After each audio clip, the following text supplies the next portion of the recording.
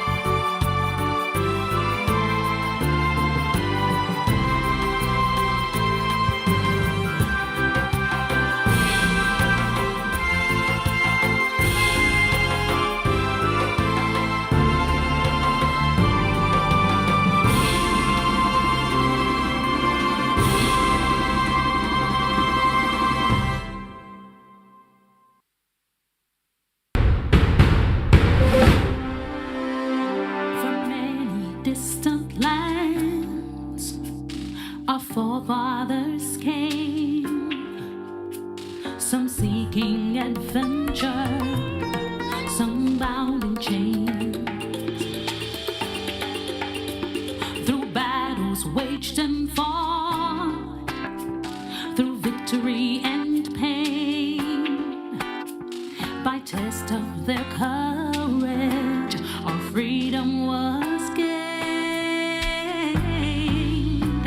In homage to those gone before us, the heroes of lands in the sun, we vow to join hands and to focus on building one Caribbean. Raise your voices high, sing of your Caribbean pride. Sing it loud and strong, feel our hearts beat as one.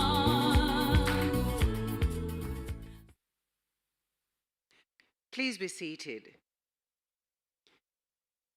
Good morning and welcome to our World NGO Day celebration. My name is Stacey Ann Smith, and it is indeed a pleasure to be sharing space with great people from this amazing region who have been doing brilliant work in communities for the betterment of our people. Today is about celebrating you. Give yourselves a round of applause, please, please. And the great value that you bring to your community and your country, and by extension to this Caribbean. It's a celebration. We are going to make some noise this morning. Can I get an amen?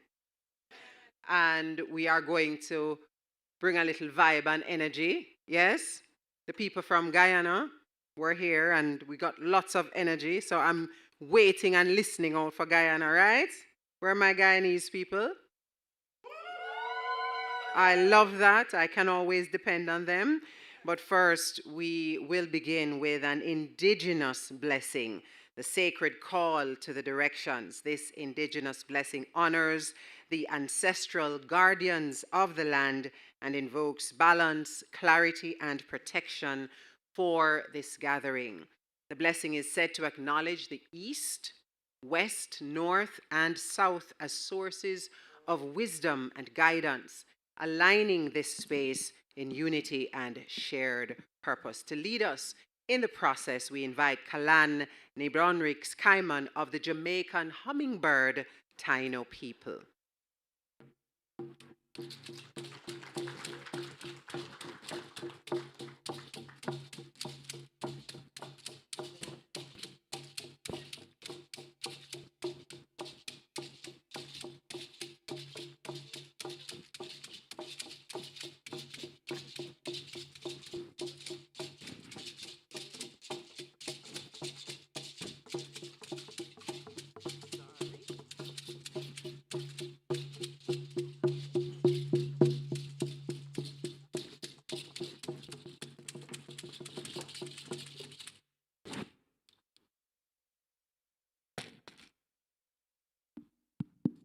Usa lukali da yukuno. Nibonrish kai mandiri kasike yukaeki yame wani daka. Uma kasike yani Ronaldo. Kasike rahuto tanamareto akia. Witu semarokuya. What I said in our language, Wahiani Island Arawakan, is greetings, my relatives. My name is Kalan Nibonrish Kaiman. I'm chief of the Jamaican Hummingbird Taino people. With us today is Chieftainess Ronaldo with her hand drum. Kasike Rahuto, daughter of the chief. Tanamareto with her amaraka. And Semarakuya, one of our community members, with her shaker. In our tradition, when we are starting these type of gatherings, we call for the blessings of the energies and those who are here before us to continue their good work. So at this moment, I invite all of our indigenous relatives to stand. From whichever nation, whichever community you are part of, I invite you to stand. And we'll begin by facing the direction of the east, that beautiful sun that greeted us on entering this space. I will call to the energy in Wahiani, Island Arawakan, and then translate to English. Wariko, wariko, waria. Iguana boy nyabusi katiwa kiritima ako. Warawawia chinchilinia. From the winds of the east, we call upon the medicine that comes from the rising sun, that greets us with each new day. We ask from this direction for vision, vision to guide us all who are present. We call you with the sound of the wamo to be present with us as you have always been. And hankatu, and so it is. Wamo.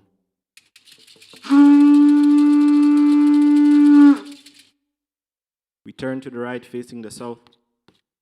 Wariko, wariko, waria, wabonito, busikatiwa, kiritima, bohuyem, auraya, mahaya.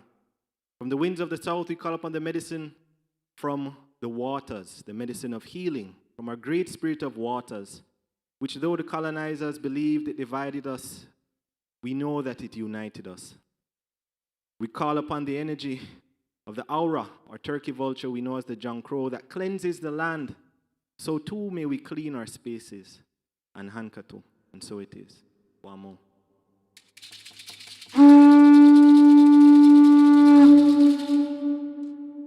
Turn to the right, facing the north. Facing the west. Wariko, wariko, waria. Kwaibe, soraya. Busikatiwa, kiritema. Okamatina. Mukaroya, buyiria. From the winds of the west, we call upon the medicine that comes from the path where the sun rests, the path that our ancestors walked before us, those who can guide us through the dark paths, through the uncertainty. We call upon the totems of the owl and of the bat, which teach us to navigate these spaces. In Wahiani, Okama means to listen. And what we're calling upon from this direction is Okamatina, which is understanding. We receive understanding from listening. And may we listen to those who came before us to guide us. And hankatu, so it is. Wamo.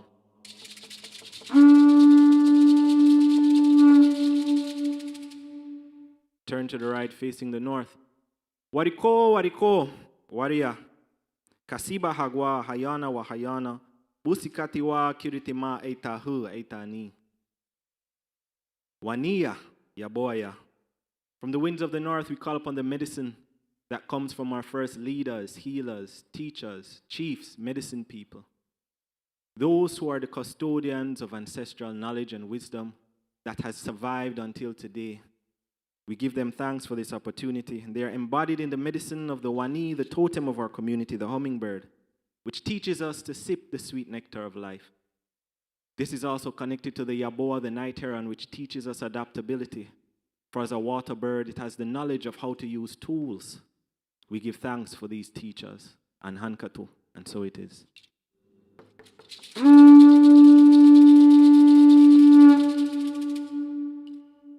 Touching the earth, we give thanks to Atabera, Itibaka Hubaba, Apito Suimako Mamona Wakar, Mother Earth.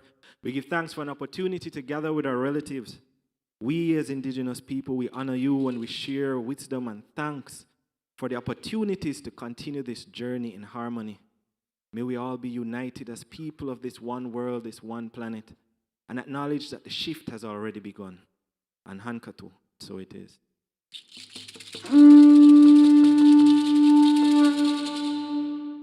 Hands to the sky. Wariko yukahuba guamo rokoti ya waturei hahomu nikonye hahomun da yukunu wataino wa yukunu seremei mbusikati wa waribo waeza. Creator, male spirit of fertility, you known by many names, by many traditions, who dwell in the celestial, in the heavens, we give thanks for an opportunity to gather under this beautiful sky, together with our relatives from many nations, many places, united in service. And Hankatu, so it is.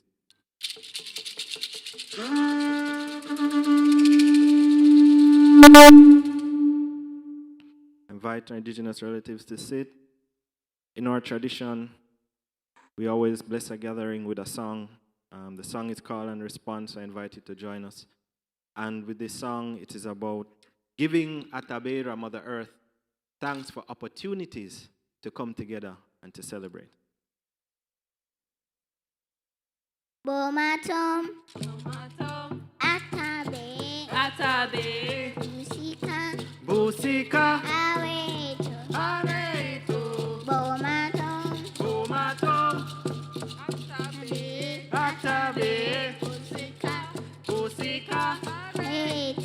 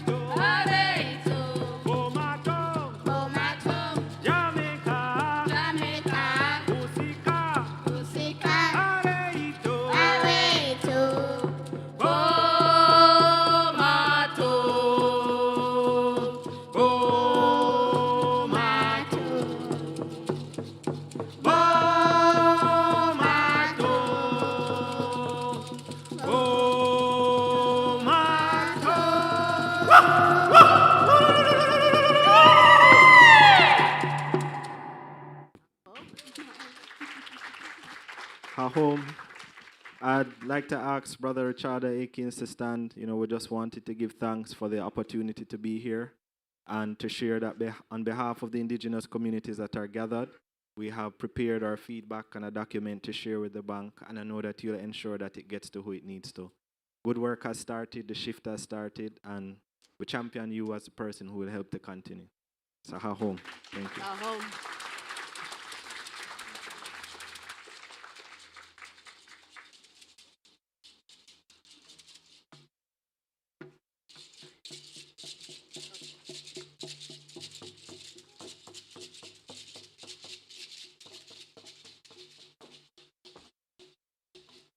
Out of many, one people, right? Absolutely fascinating. Another round of applause for the chief and his team. Really, really fascinating.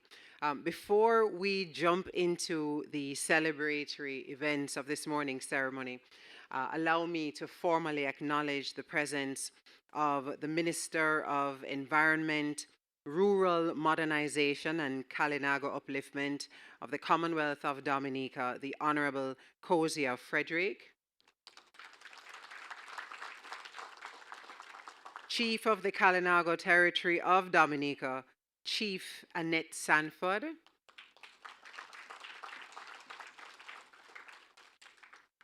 Head of Corporation at the Canadian High Commission, Mr. Shaharia Sarwa. Portfolio Manager of the Basic Needs Trust Fund Caribbean Development Bank, Mr. George Yearwood. Director General of the Commonwealth Foundation, Ms. Razmi Farouk. United Nations representatives, Ms. Maxalia Salmon and Mr. Timothy Kim. And Director of Governance at the Social Development Commission in Jamaica, Mrs. Shireen Walker Francis. We also acknowledge the development partners in the room, specially invited guests, Indigenous leaders, members of the media in the room, and those online via PBC Jamaica. And finally, I want to give a special shout out and big up to all the regional civil society leaders and participants in the room. You are an absolute big deal. And when I call out the names of your country, I want you to stand and be recognized. So where is Antigua and Barbuda? Barbados. Belize. Don't be afraid to make some noise when you get on your feet, you know. Dominica. Grenada. The Vibes Masters from Guyana. Montserrat. St. Lucia. St. Vincent and the Grenadines. Suriname. Trinidad and Tobago. And finally, Jamaica. You are a big deal, and we celebrate the contributions you have made to your country and to this region. Thank you so very much for your service. Now, today is the final day of this 4-day Caribbean CSO conference and World NGO celebration. And we're closing out with resources, practical resources designed to strengthen the capacity and effectiveness of your organizations. You've spent the last few days assessing gaps, looking at how you can build capacity. Show of hands for those who have found it useful. Yes, I hear applause, absolutely applause. Excellent stuff. And the great news is there is more to come today as we go along. A quick reminder that as we move and as you post your content online, remember to tag our partners and hosts, Caribbean Development Bank and the Canadian High Commission, along with the hashtags Canada Caribbean, Caribbean Development, CSO Conference 2026, Canada Leaf, and Global Affairs Canada. Right now, we're continuing the opening ceremony with input from some very important stakeholders. The Social Development Commission is Jamaica's national agency for community development and local governance, playing a central role in strengthening grassroots organizations and supporting civil society engagement at the community level. Please help me welcome now the SDC's Director of Governance and a fellow Mac girl, Mrs. Shireen Walker Francis.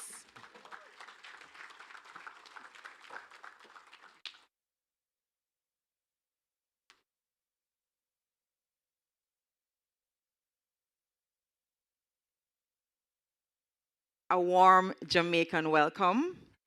I stand on the protocols already established because if I greeted all of you, that would take about 2 minutes out of what I'm about to say. But it's really good to share from the Social Development Commission. And also, the Social Development Commission is an agency within the Ministry of Local Government and Community Development. I want to start this morning by, as I saw my fellow Mac girl, with our school motto. And it's through difficulties, through excellence, ad asper per asper. And I thought about that because when you think about a theme that says creating an enabling environment for civil society organizations is really through difficulties, then we are going to have some true and genuine outcomes. So I decided to start there today. But before I came, I was thinking about the theme this morning on my way here. And I said that pretty much it's a call to what I would say alignment. Because if you think of a funnel and a cup, you can have what to pour into the cup, but if it's not properly aligned, then both what you're going to pour and the recipient, you won't actually receive it. And when we think about all the players here in this room, we can use that analogy. So I want to start off by saying Hines 2019 noted that the most contemporary definitions of civil society presents it as a public space that is separate from the state and the market. I want to start here because oftentimes what are, as I would go further, barriers is when you have the state and the market interfacing with civil society, and then you can't get the true flavor of civil society and their input. Most of us will agree that it includes sets of conditions such as policies, practices, and norms that determine whether civil society organizations can freely and safely associate, express views, assess resources, and participate in public decision making. It's often described as a civic space necessary for CSOs to function as independent development actors, advocates for change, and hold governments accountable. So creating an environment for civil society, I would like to use the Jamaican scenario or the Jamaican example. And of course, if I'm going to stand here and represent my wonderful organization, an awesome place to work, I would have to talk about the Social Development Commission's integrated community development strategy. And pretty much that strategy says that in order to manage your space, you need data, which is research. But you're not going to just have the data for itself. It must lead to development and all the different facets of development. But in that practice in Jamaica, we would see that this integrated approach, it's a strong foundation for enabling civil societies to function effectively. But I must highlight what would have been some of the barriers, which I know that it's present right across CARICOM or the Caribbean. Institutional barriers, where it is that you'll have governance structures that are limited, or you have development actors that need capacity building. You also have capacity barriers, you have resource barriers, and you also have participation barriers. So for us at the SDC, strengthening civil society organization has many different keys. So if you think of a key and a door, many times, has anyone in this room ever been locked out of a room and you try like 4 or 5 keys before you actually go in the room? Right. I would like us to think of then in terms of an integrated approach as keys and using the right key to open or unlock the door of potential. So for us at SDC, some of the keys that we use would be capacity building and institutional development. We also use another key, facilitating partnership and social inclusion. We also use another key, resource mobilization and sustainability. What we want to see at the end of the day are stronger civil society organizations that are more effective and that contribute to sustainable development outcomes.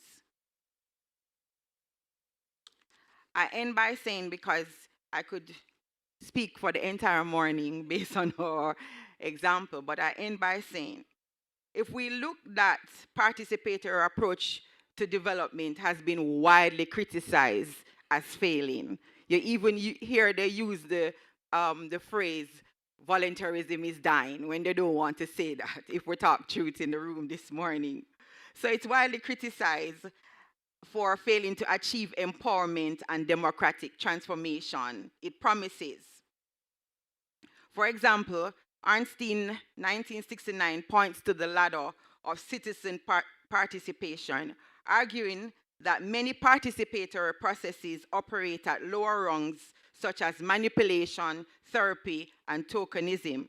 At these levels, communities may be consulted or informed, but lack real decision-making power. According to Arnstein, 1969, genuine empowerment occurs only at the higher rung partnerships, delegated power, and citizen control, where authority and control over resources are actually transferred to citizens. And if you heard the barriers that I made mention before, these barriers would have actually happened, prevented from persons from actually, from authority actually being transferred. I want to say, though, that the model that the Social Development Commission has, which is the Integrated Community Development Strategy, genuinely strengthens capacity building through transparent governance and meaningful participation with local authorities, central government. Participation can move towards Arnstein's higher rung of partnership and delegated power, when communities influence priorities, manage resources, monitor outcomes consistent with the principles of Vision 2030 Jamaica. This demonstrates that the Jamaican context, participation is not inherently flawed. Rather, its effectiveness depends on the depth of power sharing and the institutional environment which is practiced. Thank you.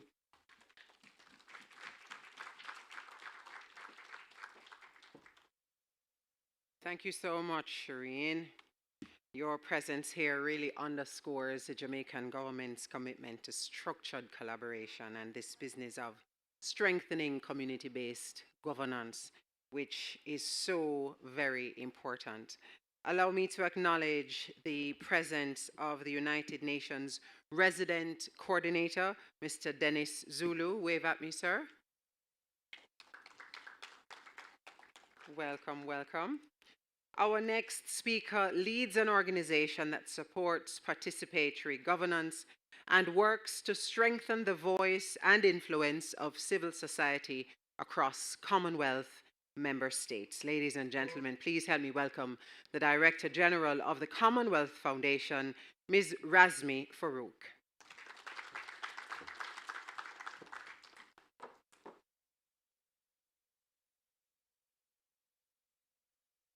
Good morning, everybody. So I think many of you have heard about the Commonwealth Foundation and our work over the course of this week, and thank you for your ears and attention, but to also honorary representatives who are here, all protocols followed, a big welcome, and thank you. It's an honor to address this assembly.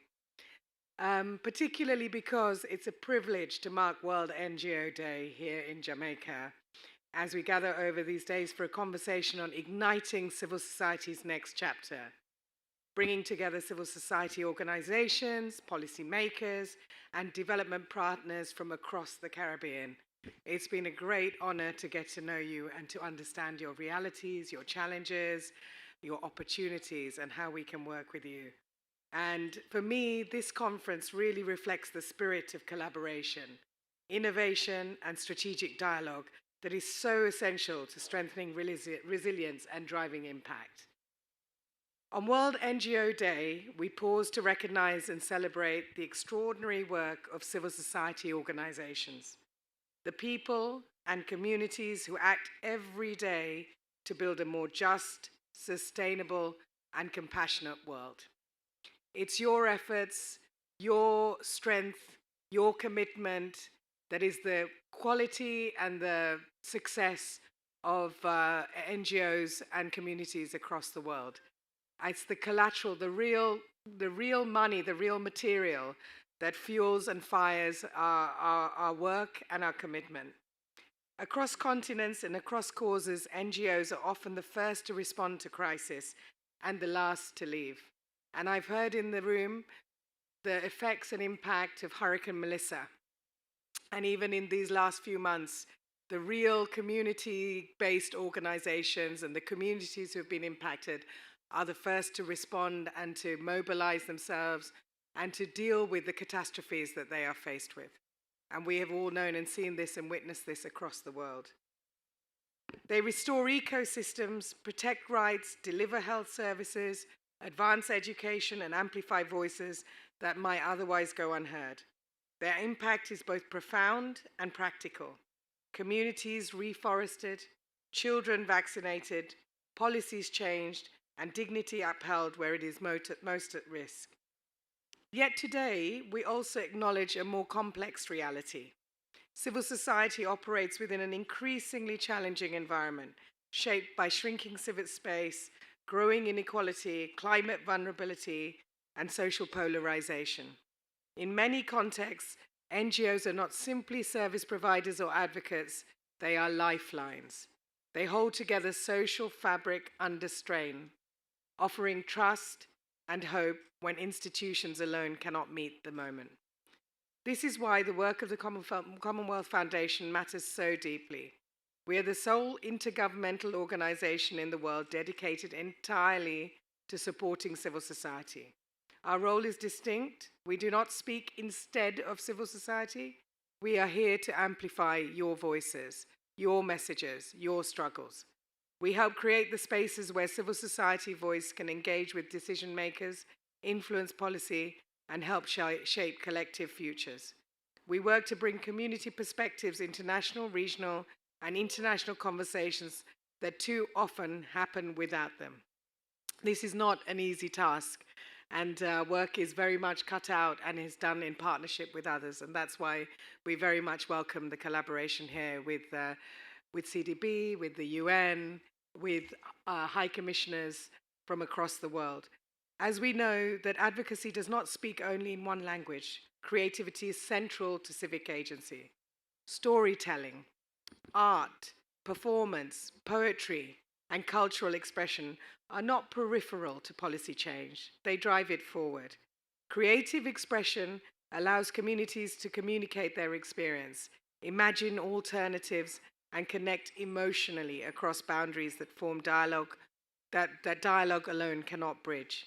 In times of pressure, creativity becomes a vital pathway for participation, inclusion, and resilience. There is something we see across the Commonwealth every day. Communities using creative approaches to challenge injustice, young people shaping climate conversations through art and digital platforms, and civil society organizations finding new ways to engage audiences and decision makers alike. Creativity opens doors. It translates complex issues into human stories. It helps advocacy resonate, endure, and inspire action. As we gather here in Jamaica, a country whose cultural and civic traditions have long demonstrated the power of creativity as a force for social change, we are reminded that innovation and imagination are not luxuries. They are essential tools for shaping civil society's next chapter. On this World NGO Day, we celebrate not only achievements, but relationships, the partnerships, networks, and collaborations that make impact possible. The progress we see is the result of collective endeavor, organizations working together, communities standing alongside one another, and institutions willing to listen. As we look ahead, the message is clear. A sustainable future cannot be built without civil society. It cannot be built without the courage of communities, the persistence of advocates, and the imagination of creatives who help us to see what a better world could look like. So today, let us recommit to supporting and strengthening civil society everywhere, not only by recognizing its value, but by creating the conditions for it to thrive. Together, we can continue to build a Commonwealth and a world where every voice matters, where creativity strengthens advocacy, and where impact is measured not only in outcomes, but in the power of people coming together for change. Thank you, and happy World NGO Day.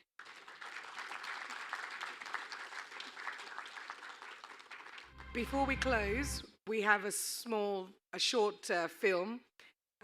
It's a poem by our Commonwealth Poet Laureate, Selina Tusitala Marsh, and it reflects our approach to democracy, development, and human rights. So please enjoy. Round of applause for the Commonwealth Foundation, led by the very, very efficient Razme Farouk. Thank you so much for the work you do to support civil society and particularly the promotion of creative storytelling. So fun fact, I am one of those writers across the Commonwealth. More than by now 8,000 entries you get for that Commonwealth short story competition that you have every year. I have to say, I made it to the long list in 2022. One of 200 making the long list. I didn't make it to the short list, but there is hope yet. Yes. And like how I meet the boss lady, maybe she'll put in a good word for me, right? Right? You know, Jamaicans, we're always, yeah. But big up to the Commonwealth Foundation for its impact among member states. Speaking of impact, the Caribbean Development Bank is one of those organizations that has consistently supported capacity building, community resilience, and sustainable development. George Yearwood is the CDB's Basic Needs Trust Fund Portfolio Manager, and he comes now to deliver his remarks. Please make him welcome.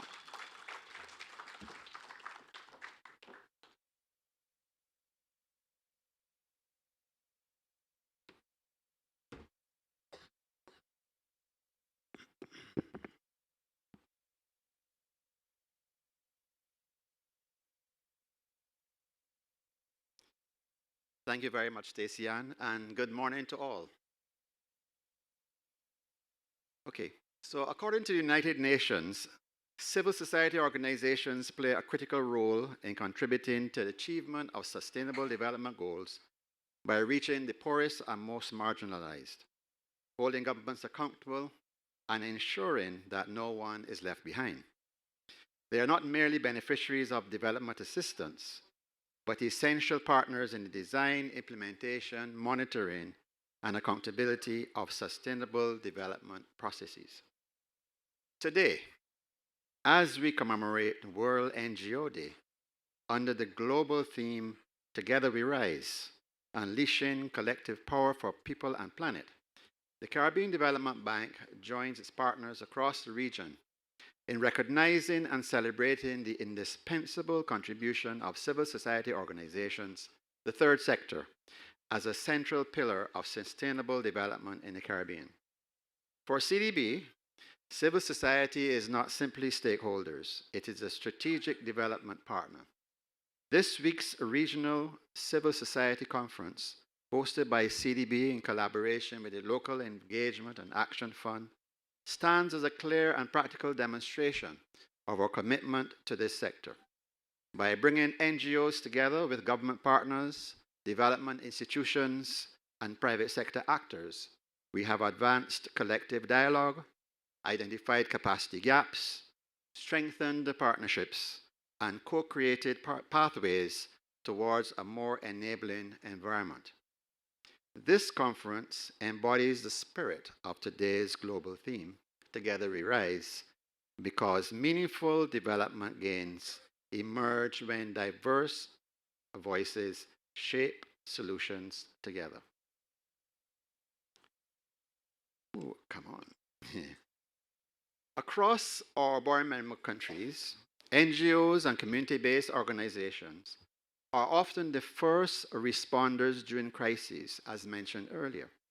This most trusted advocates in marginalized communities and the most consistent champions of social justice, environmental stewards, gender equality, youth empowerment, and inclusive growth. Their work is not peripheral to development, it is foundational to resilience and equitable societies.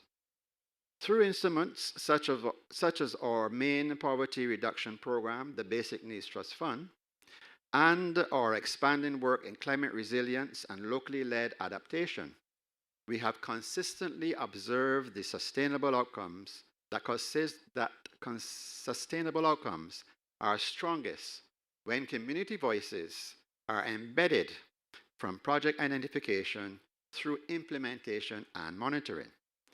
Civil society organizations bring contextual intelligence, social capital, and lived experience, assets that enhance program design, strengthen accountability, and improve development effectiveness. As we stand fewer than 4 years from the 2030 deadline for achieving the Sustainable Development Goals, the urgency of deeper inclusion has never been greater. The SDGs cannot be realized by governments and multilateral institutions alone. Achieving climate resilience, reducing inequality, advancing gender equity, and strengthening social cohesion require a whole of society approach that meaningfully integrates the leadership and agency of the third sector.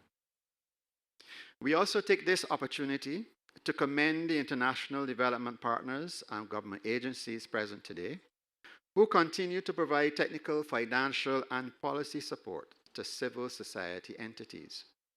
Your investments in institutional strengthening, access to finance, and policy reform are critical to building a credible and sustainable third sector ecosystem.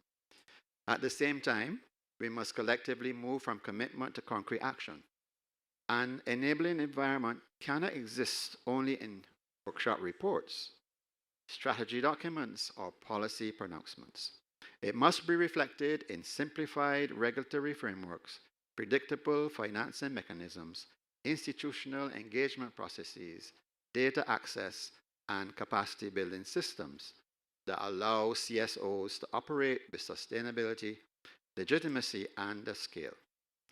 We started here this week with having 120 persons from 12 countries present, including strong representation from the indigenous and the tribal leaders in the region, representatives from the deaf, blind, and other members of the disabled community, and over 600 registered online participants. In recognition of this imperative, CDB will, over the course of its next strategic planning cycle, intensify and formalize its engagement with civil society. A central milestone will be the design and the implementation of the bank's civil society engagement strategy. And I repeat what I mentioned on Tuesday morning, that the CDB will seek to establish structured and predictable engagement platforms between CDB and the CSOs, enhance the access to knowledge, digital tools, and institutional capacity development, expand opportunities for CSOs to access development financing and partnership arrangements, strengthen data-driven and gender-responsive programming approaches, and collaborate with governments and development partners to strengthen the broader ecosystem in which civil society operates. This represents an institutional commitment to co-create the development. Inclusive growth and resilient societies cannot be achieved without empowered local actors at the center of the process. On this World NGO Day, and in the spirit of Together We Rise, unleashing power, collective power for people and planet, we reaffirm our respect for the dedication, resilience, and innovation of Caribbean civil society. We reaffirm our commitment to partnerships, and we call on all stakeholders present, governments, institutional partners, and multilateral institutions to convert our shared vision to an enabling environment of measurable time-bound action. The next 4 years will define our region's progress towards 2030. Let us ensure that civil society is not merely engaged, but empowered, resourced, and central to the Caribbean sustainable development journey. I thank you, and happy World NGO Day.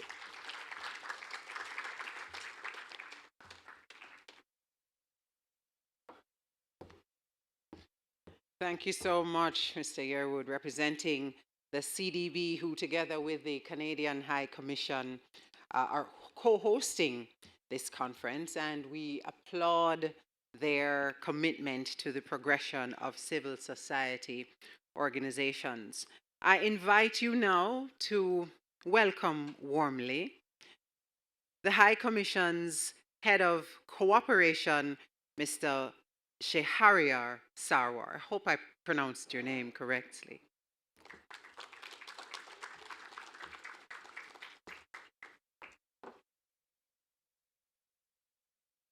Thank you, Stacey Ann. You did marvelous. Good morning, everyone. All protocols observed. I will save 2 minutes of my time by not reading through the list. I was lamenting to my neighbor at the table, Razmi, that the lower down the order you speak, the more that has already been said, and you're just repeating everyone else's wisdom. Nonetheless, I will plow on. I'm delighted to join you today as we commemorate World NGO Day and come together to recognize the extraordinary contribution of civil society organizations across the Caribbean. This is more than a day of appreciation. It is a moment to acknowledge that our region's resilience, progress, and democratic strength depend profoundly on the work of these organizations. Civil society stands as a key pillar of development. Every day, NGOs respond to climate shocks, defend human rights, empower youth, strengthen democratic participation, and help build safer, more inclusive societies. We are living through a period of extraordinary complexity. Climate change is accelerating the frequency and intensity of storms, droughts, coastal erosion, and food insecurity. Geopolitical shifts are reshaping alliances. Long-standing norms of international law are being openly violated by countries powerful enough to escape the consequences. And closer to home, in this region, we are seeing rising conflict, deepening inequalities, and social development agendas that remain unfinished. Economic pressures and the shocks that they produce continue to test small, vulnerable economies like those represented in this room. Digital transformation is reshaping how institutions operate and how citizens engage with one another and with their governments. In this shifting landscape, we must strengthen our institutions to sustain progress. A recent regional assessment conducted by the Caribbean Development Bank identified important governance and planning gaps amongst many community-based organizations. These findings revealed capacity constraints, which can be addressed. And over the past 3 days, this conference has done exactly that.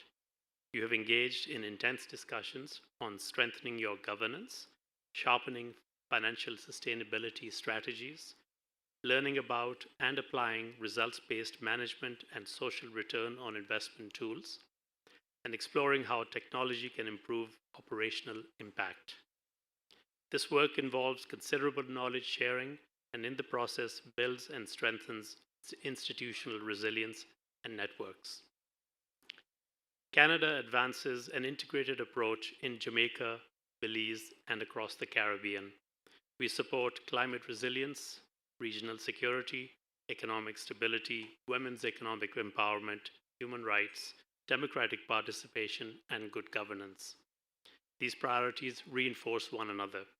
Strong governance builds economic confidence. Economic stability strengthens security. Democratic participation deepens accountability. Climate resilience protects all of these and other hard-won development gains. We also recognize the connection between development and trade. Our initiatives address the needs of the most vulnerable, while also integrating the economic growth imperative of a country. When countries foster transparent, predictable, and inclusive institutions supported by a vibrant civil society, they strengthen investor confidence and create the conditions for sustainable economic growth. Through the Field Support Services Program Caribbean and the Local Engagement in Action Fund, or LEAF, Canada invests in locally led development and institutional strengthening. We do so because durable and sustained progress depends on capable institutions at every level, including within civil society. As we come together to celebrate World NGO Day, let us also commit to strengthening the enabling environment which allows civil society to operate freely, engage constructively, and contribute meaningfully to community, national, and regional development. When one organization strengthens its governance, communities feel the impact. When civil society collaborates across borders, the region advances. When policymakers include civic voices in their decision-making, democracy grows stronger. On behalf of the Government of Canada, I commend your leadership and your continued service. Canada remains a committed partner as we traverse civil society's next chapter together. Happy World NGO Day. Thank you.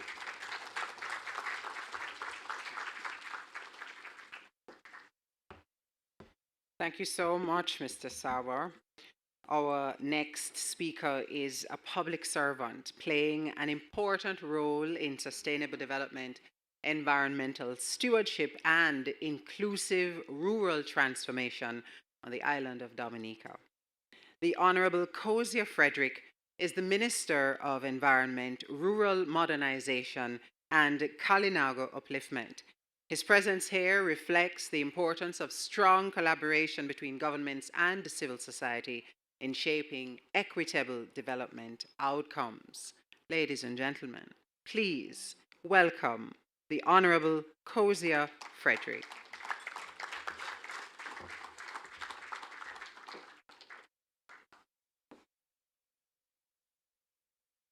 Thank you very much. I'm really happy to be here. I feel part of this civil society family. I've been here for the past 2 days. I'm so excited to engage and participate in this wonderful celebration today. There is a history of civil society engagement across the region for millennia. Before the colonial enterprise came into our space, we had an indigenous community and communities that spread across our wonderful archipelago and wrongly called the Caribbean region for many reasons. And this indigenous community transcended borders. We didn't see the ocean as a separation of our islands, but as the access to all our spaces. And so we operated within the archipelago civilization as one people.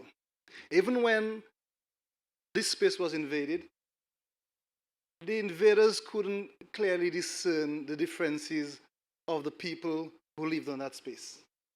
And so I stand here as a Minister of Government, as part of a system that we have inherited, that we haven't changed in the last 100 years, and to say that it is so important to honor those who came before us, and to honor the sacrifice of those who came and who settled these lands, and on whose shoulders we stand today.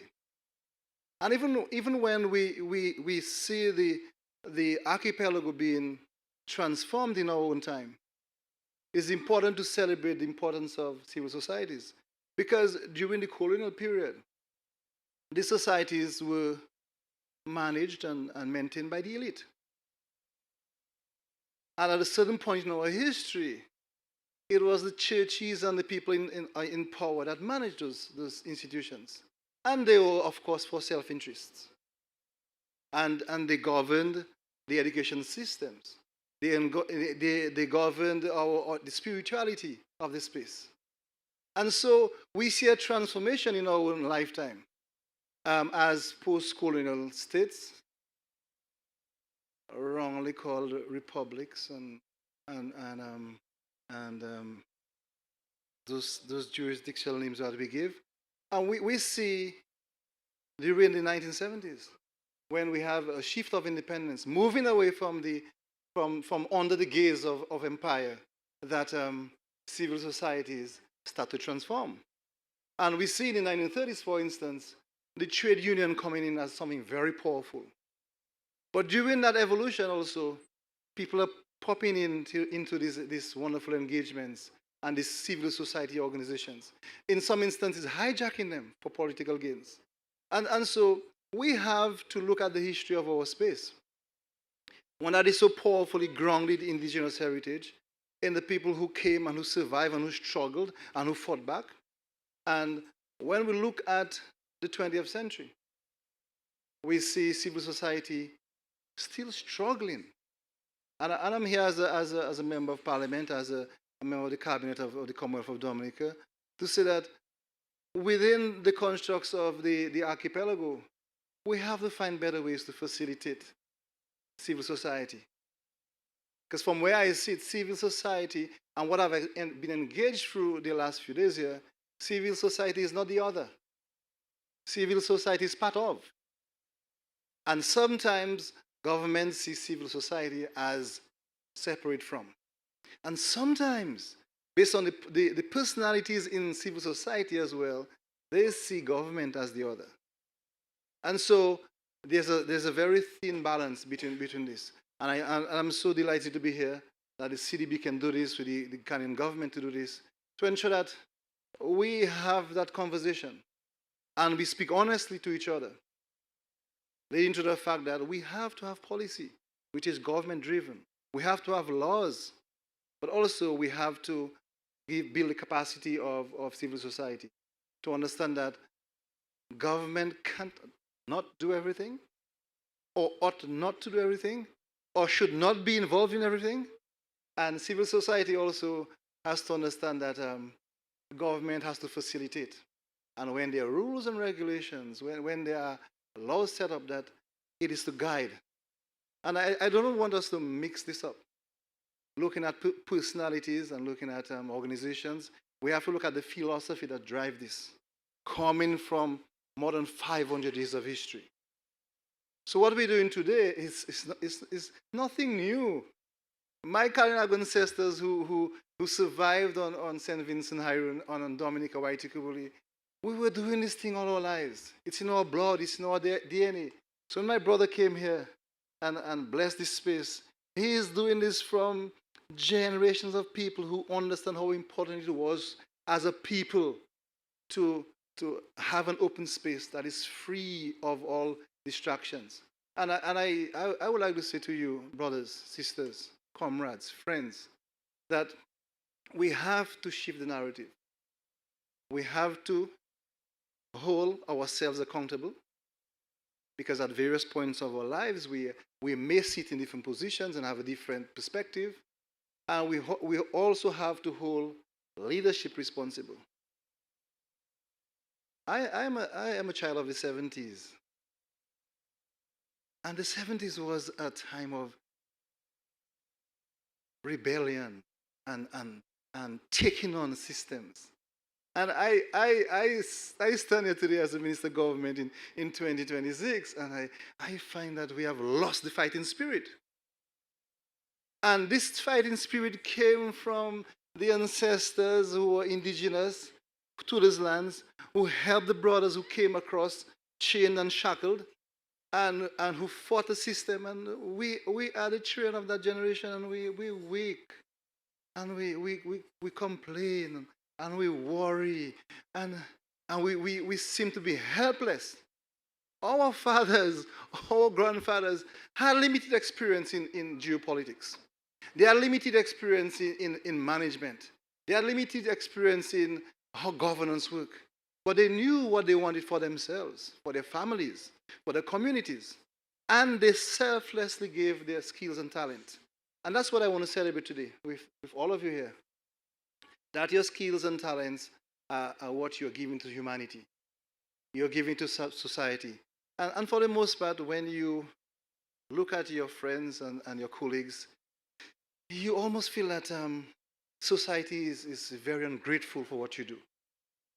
And sometimes you feel daunted, and you feel like, I don't want to do this again.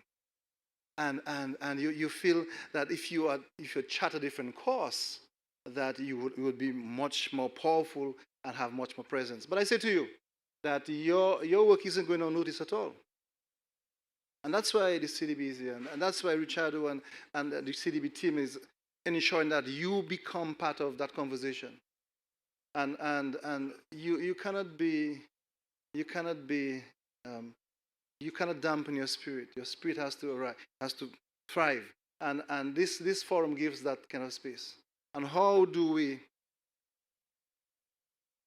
keep on climbing on the shoulders of those who came before us? How do we use the best practices across our spaces? How we look at the history of our archipelago and see how these spaces have transformed into modern societies. And this is the challenge to you, all of you here. And to my indigenous brothers who are here, we are not going anywhere, you know. We are here and we have to continue to make our presence known. And those of you, of those who came, have to understand that we have a lot to offer to you. And we have a lot to offer to humanity. And when I looked at this room yesterday and I saw all of the engagements and seeing that all of the experts who came up, who presented, were all from our region. Strong, powerful people excited to impart knowledge on us. I felt really good knowing that I am part of this wonderful civilization. And so, friends, I want to wish all of you CSO's wonderful CSO day, and to say that I will play my own part in my own time, and share with my colleagues the importance of facilitating and the importance of breaking those barriers that appear to separate government as a system from civil society. Thank you very much.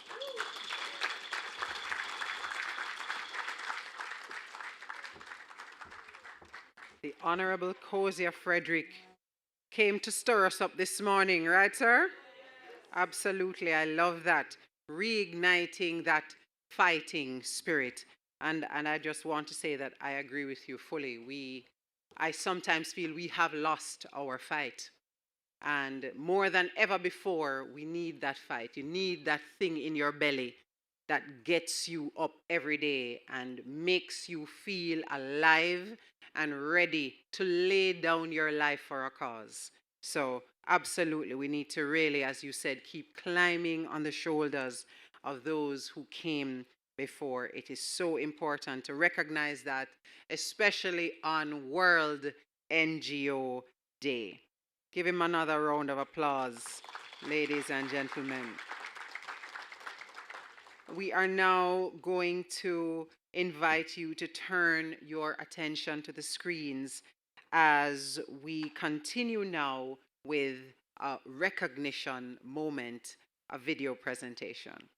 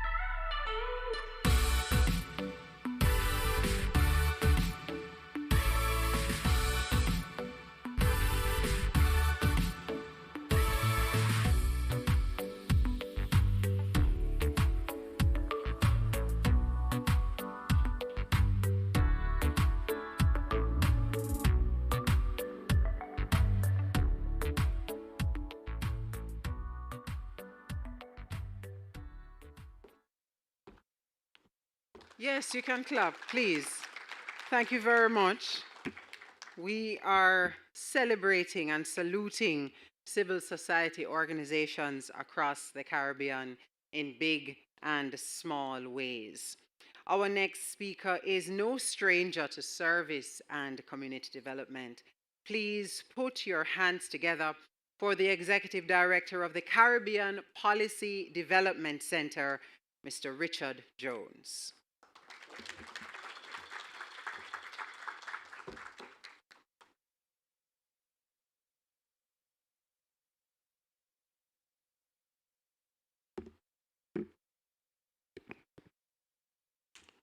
Good morning to everyone. I think, as one of the previous speakers said, it's usually difficult when you have to come and speak last. I will beg the indulgence, being the NGO representative, that it may take a little longer, hopefully not too long. I'm going to speak to you this morning from the NGO perspective. I've actually personally been with the sector for close to 25 years. I've started out as a volunteer, working my way with my organization, all my degrees, everything. So I have a pretty good understanding of the sector for some point in time, and all of our relationships we would have had with the Canadian government, Samuel Foundation. Back then, I think it was CEDA where we would have done most of our work with you, and you've been investing in the region for quite some time, as well as the CDB. I think that was back in the day of Sir Neville Nichols. So it's quite some time ago. Protocols already being established. Again, good morning to everyone. And just before I proceed, it would be remiss of me, and as an NGO, I would want to recognize my board member, Nadine Chamber-Goss from Rise Life Management Services. So it's truly a pleasure to join you here this week, especially today to mark World NGO Day, a day set aside not only to recognize the work of NGOs across the globe, but also to celebrate the spirit of service, solidarity, and resilience that defines our sector. Across the Caribbean, NGOs have always been more than just organizations. We've been movements of people, we are expressions of collective care, we are institutions born out of shared belief that development must be people-centered, inclusive, and grounded in justice. So allow me to begin by briefly introducing CPDC. For those of you who may not know us, a few of our members are in list participants here today. We are an umbrella body representing non-governmental organizations.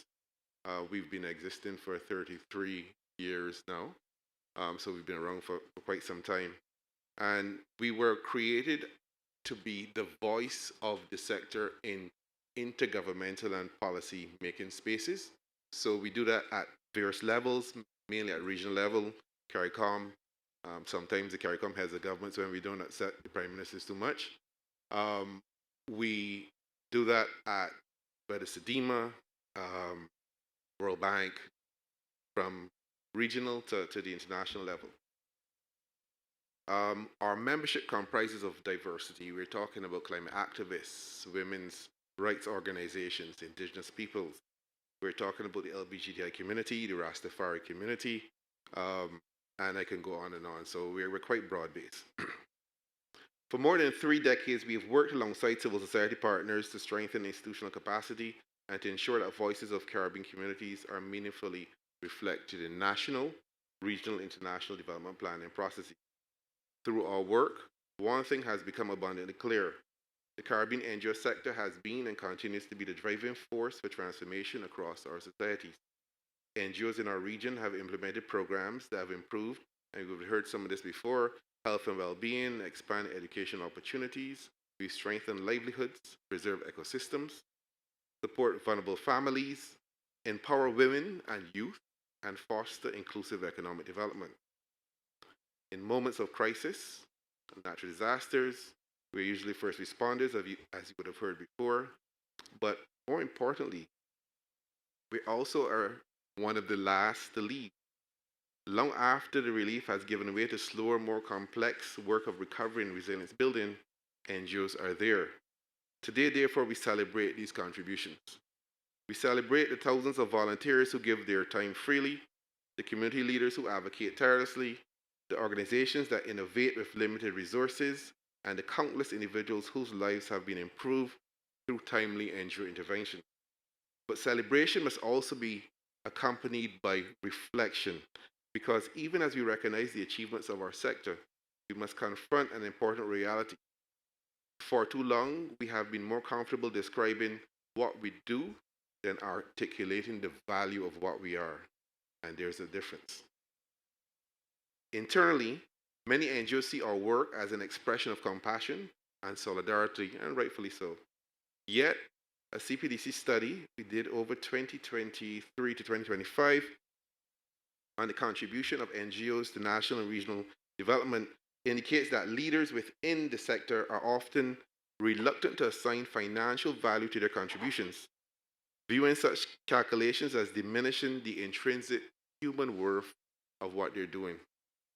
In doing so, we may unintentionally undervalue our impact.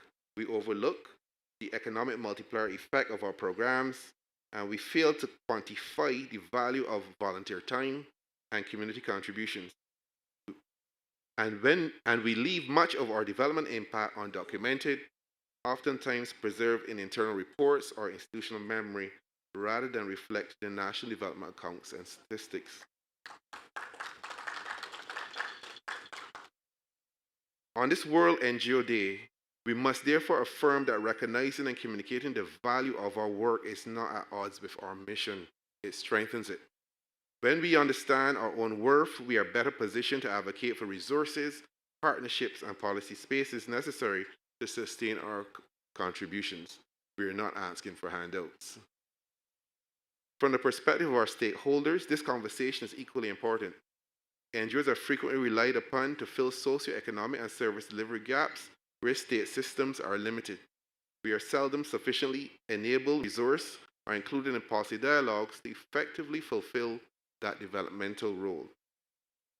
We know that financial support can be unpredictable, participation in development planning may be selective, and influence on decision-making process remains uneven. This creates a paradox. Civil society is essential to development outcomes, but not always recognized as an equal partner within the development space. However, the evidence is deniable. And the aforementioned study would have revealed for us at the center that over the past decades, Caribbean NGOs have mobilized in money terms billions of dollars in development financing. And when I saw the number from the researcher after 3 years of research, I had to call them and ask them, are you sure? Because are you sure you didn't put on a few zeros after the real number? The significance of the resources that would have passed through the sector in the last 60 years is indeed at the level of billions. And I wouldn't even want to state the exact figure right now, but it is a very significant number. We've strengthened micro-enterprise sectors. We've supported environmental stewardship. We've influenced progressive legislation on gender justice and social protection, and directly benefited hundreds and thousands across our region. This is all coming from our research. We've built social capital, strengthened democratic participation, and enhanced community resilience in the face of climate shocks and economic uncertainty. So today, in celebrating World NGO Day, our message must be one of pride and purpose. We must acknowledge the contributions that we've made, and we are so busy oftentimes doing the work that we fail to step back and see the valuable contribution that we all have been making over the years. So to ourselves, we say, let us value our work not only in moral terms, but also in terms of social and economic impact. Let us invest in the tools that allow us to capture and communicate our contributions, and let us recognize that valuing our work is a necessary step towards sustaining it.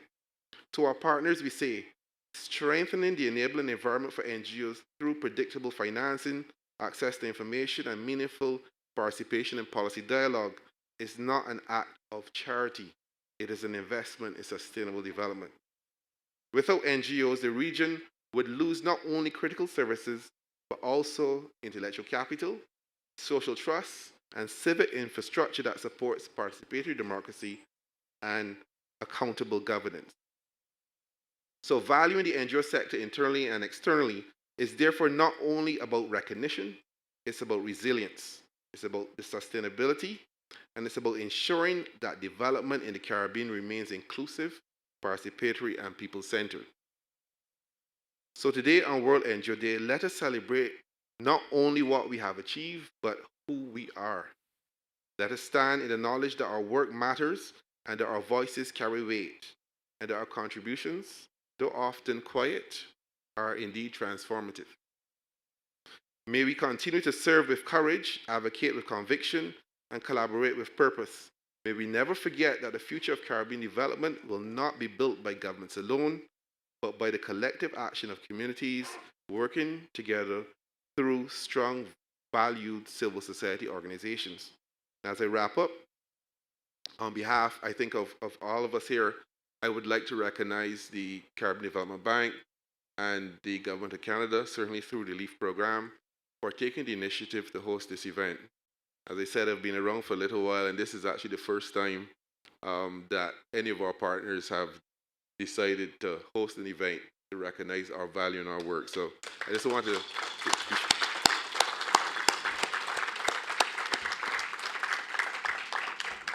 And with that, I am going to wish you all happy World NGO Day, and thank you very much.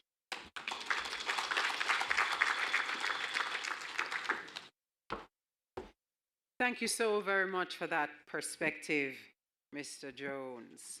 I'd also like to remind everyone that we are streaming live. We are on Facebook. We're also on the Public Broadcasting Corporation of Jamaica's page. That's PBCJ. Big up yourself, PBCJ.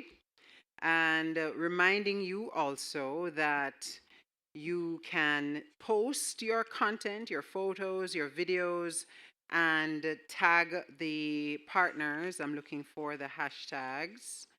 The team will put them up on screen, but it is at Canada. Hang on one second. I have it here. No, I do not. It's the Canadian High Commission, and it is at Canada, Jamaica. And you can also hashtag CSO Conference 2026. Now, ladies and gentlemen, we know that civil society plays an active role in advancing national development priorities, and that has definitely been evident right here in Jamaica. The Planning Institute of Jamaica is one of those organizations that readily recognizes this fact. The PIOJ Director General, Dr. Wayne Henry, was unable to join us in person, but thanks to the technology, we can hear his remarks nevertheless. Please turn your attention to the screens.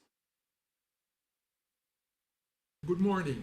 It is my distinct pleasure to extend you warm greetings on behalf of the Planning Institute of Jamaica, PIOJ, as we commemorate World NGO Day, recognizing the indispensable role of civil society in Jamaica's development journey.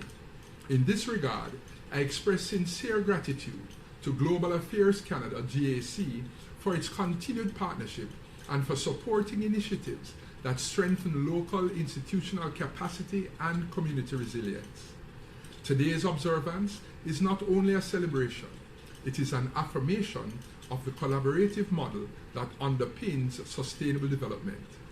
Across Jamaica and the wider Caribbean, Canada's bilateral cooperation through GAC has consistently promoted catalytic engagement among governments, international partners, and national organizations.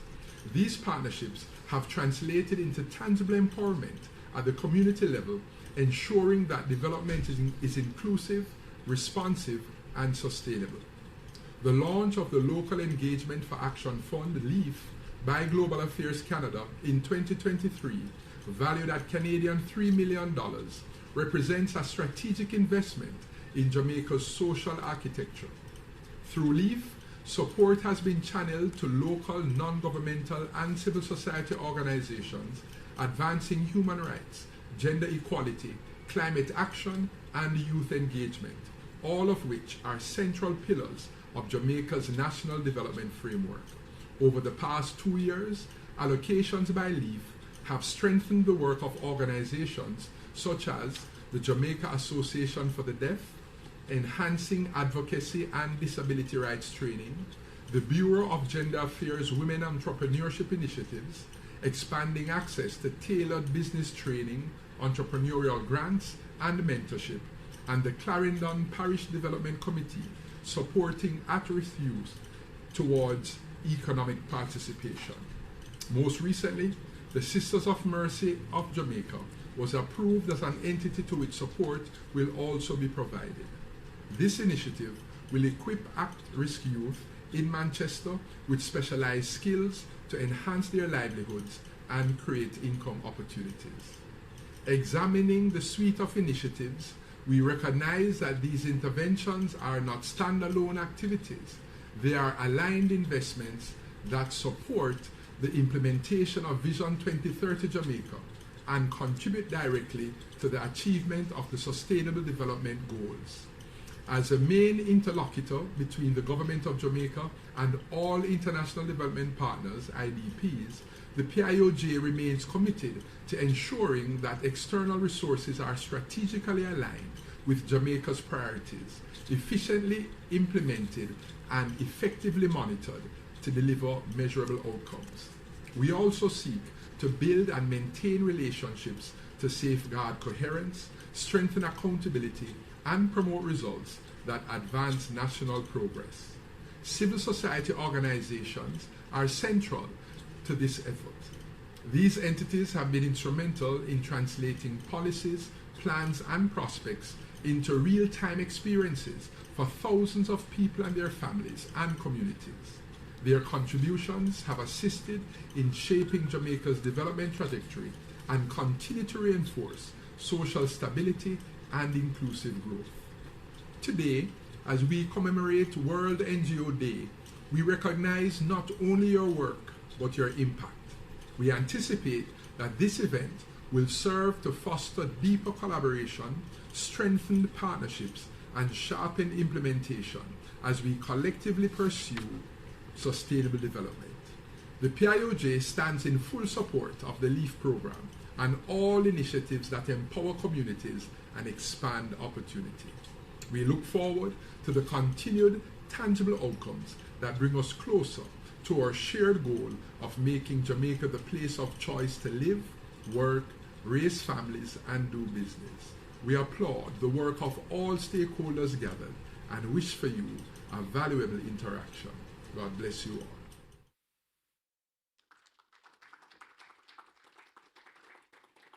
Now, ladies and gentlemen, it's not a Caribbean celebration without music, right? Right? Huh. Reggae Month officially ends tomorrow. And if my tech team would work with me, I absolutely love that. We cannot have a gathering of Caribbean people without Caribbean music. Not true. It's just not right. Thank you so very much. I want you to keep the applause going for an actual artist. I mean, if you follow me, you would think that I can sing. Yeah, in my mind, I can sing. I tell people all the time, it's the way in which God keeps me humble, because if I could sing, Ono couldn't chat to me. No, seriously. So I am kept humble by the fact that I am not a singer, right? But ladies and gentlemen, please welcome Casey Donaldson. Top of the morning to you, ladies and gentlemen. How you guys doing this morning? Let me try this one now. This one is from Barry Simon. Everybody can sing with me. Let's go. Pull up the vibes that you're playing. Can you play some more? Can you play some more? Yeah. Hey, lift it up, pull it up, jack it up, come again now. Can you play some more? Can you play some more? Yeah. NGO got me rocking in the corner with all the lights them turned down low and everybody enjoying themselves yet. And I see some beautiful faces. Everyone gather around like family, yeah. I see no strangers around. No. The old massive is here And today we don't care. Pull the vibe instead, rock it instead, jump on along. Oh, you know, first record, first record. Pull up the vibes that you're playing. Can you play some more? Can you play some more? Yeah. Lift it up, jack it up, pull it up. All right, there we go. Next track. Me like it. Boy. Whoa, yeah. Hey, DJ, can you play that? Like hey, and set the mood for me. I like your bandana, a different energy. I'm loving how the music sounds. And the pretty girl, them we are pre. Hey, Mr. Canada, give me little one drop. Hey, I make it be a slide, roll and cut. Hey, pull it up again. The missing one love song. For all of the beautiful ladies, and pull it up. All right, so this one now, ladies and gentlemen, this one is coming from Romeo Virgo. Don't love Romeo Virgo, right? So don't love Casey. So when you don't hear Casey name, when you just clap, but you don't scream. Me not like that. Come again, let's go. Oh, no, I see him trap, man. So this one, ladies and gentlemen, is of the... Oh, hi. Hello. Me not take off the ring, though. But let me have a seat. When my wife, she's not here. She lives in the foreign. Listen. Hey. Everywhere I go, hey, I see you glow. Hey, and I want you to know that this love is everlasting. This love is everlasting. And no matter where your music shines, I'm loving you beautiful. You're beautiful what you wear. And I know what love means. I'll be sharing my dreams. Don't worry, I'll be standing by you, baby. And when the sky come crashing down and the moon is on the ground, yeah. And no matter where you turn, I love you, yeah, baby.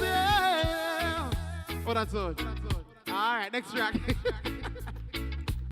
All right, just stand up for me. I'm going to teach you one dance.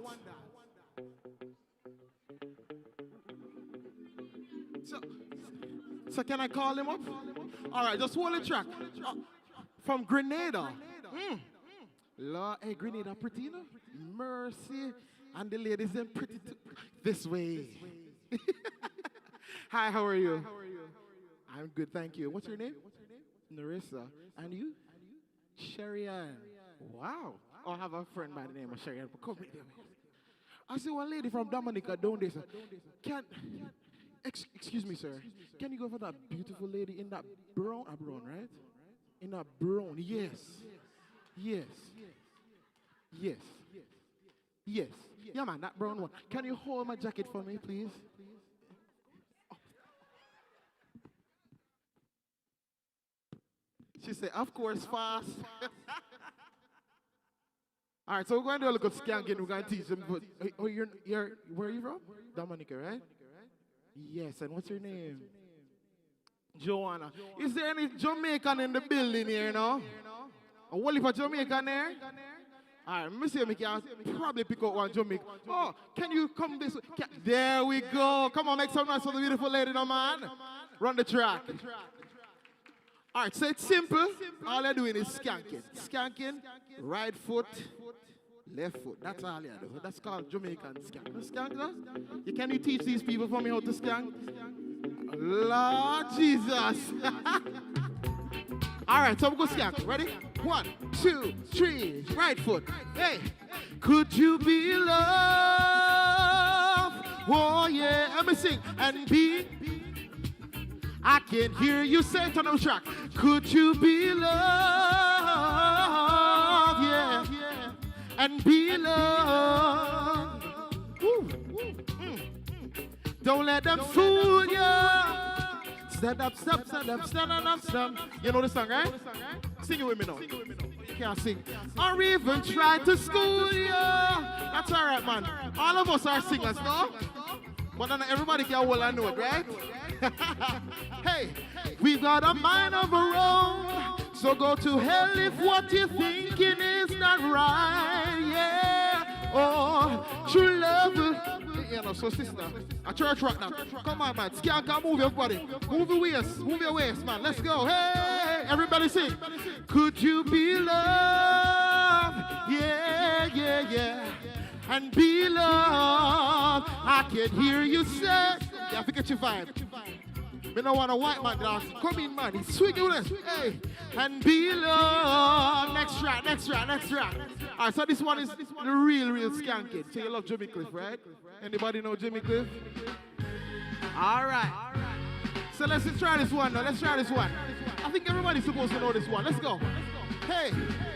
Well, they tell me of a pie up in the sky. Get you. Waiting for me when I die. Hey.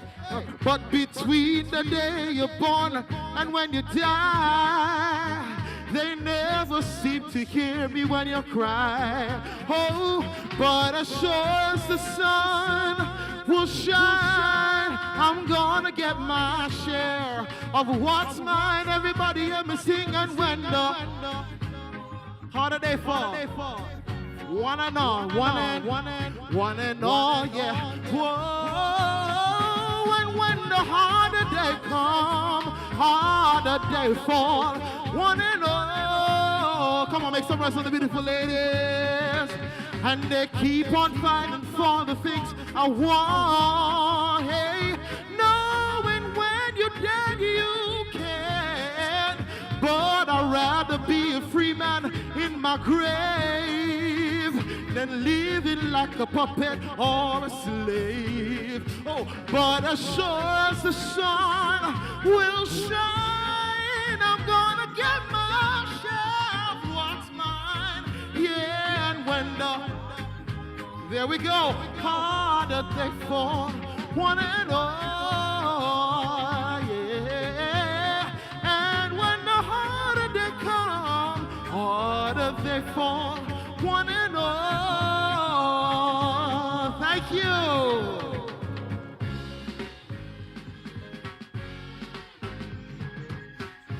The talented, very talented KC. Wow, I love that. And the energy in the room. Did you feel the life in this place when the music started? Wonderful, wonderful stuff. Excellent note on which to close out this session. The coffee break will start in about a minute and a half, and you will have exactly 30 minutes. So we will resume at 11:15. The coffee break will take place on the outside of the main conference area. But before you go, I have a few announcements. We need our main speakers and presenters for official photos. So we ask you just to remain in the room for a few so we can organize those. Indy is going to be coordinating those photo opportunities.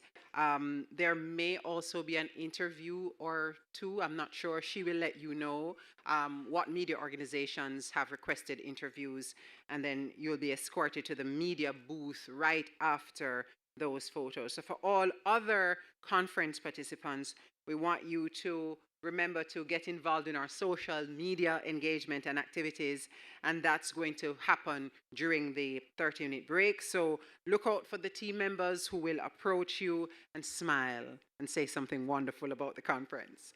All right, remember that you can also take the time to book partner engagements with our strategic partners inside the collaboration corner. And don't forget to tag the CDB, the Canadian High Commission, and LEAF as you post your content online. See you at 11:15.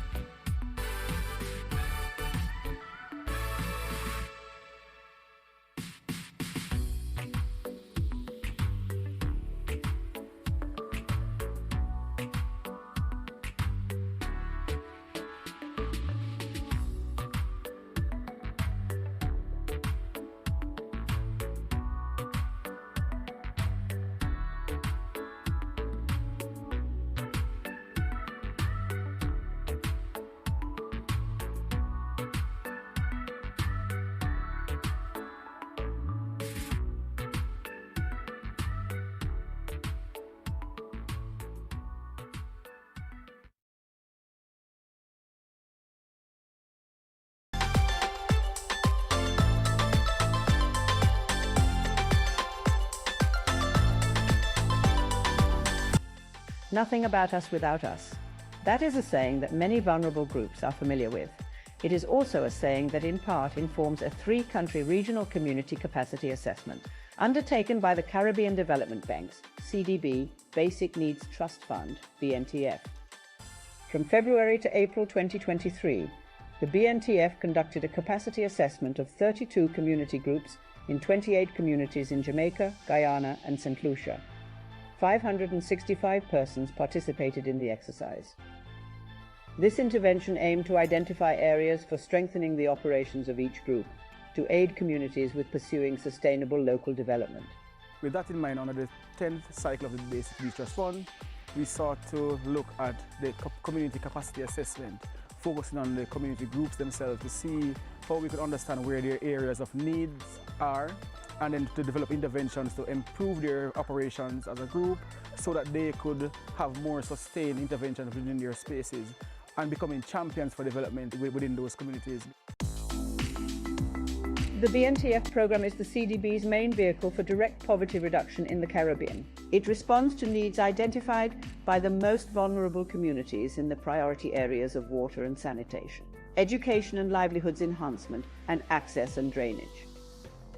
Some of the needs identified by the assessment included the fact that 86% of the groups did not have a constitution to govern their operations.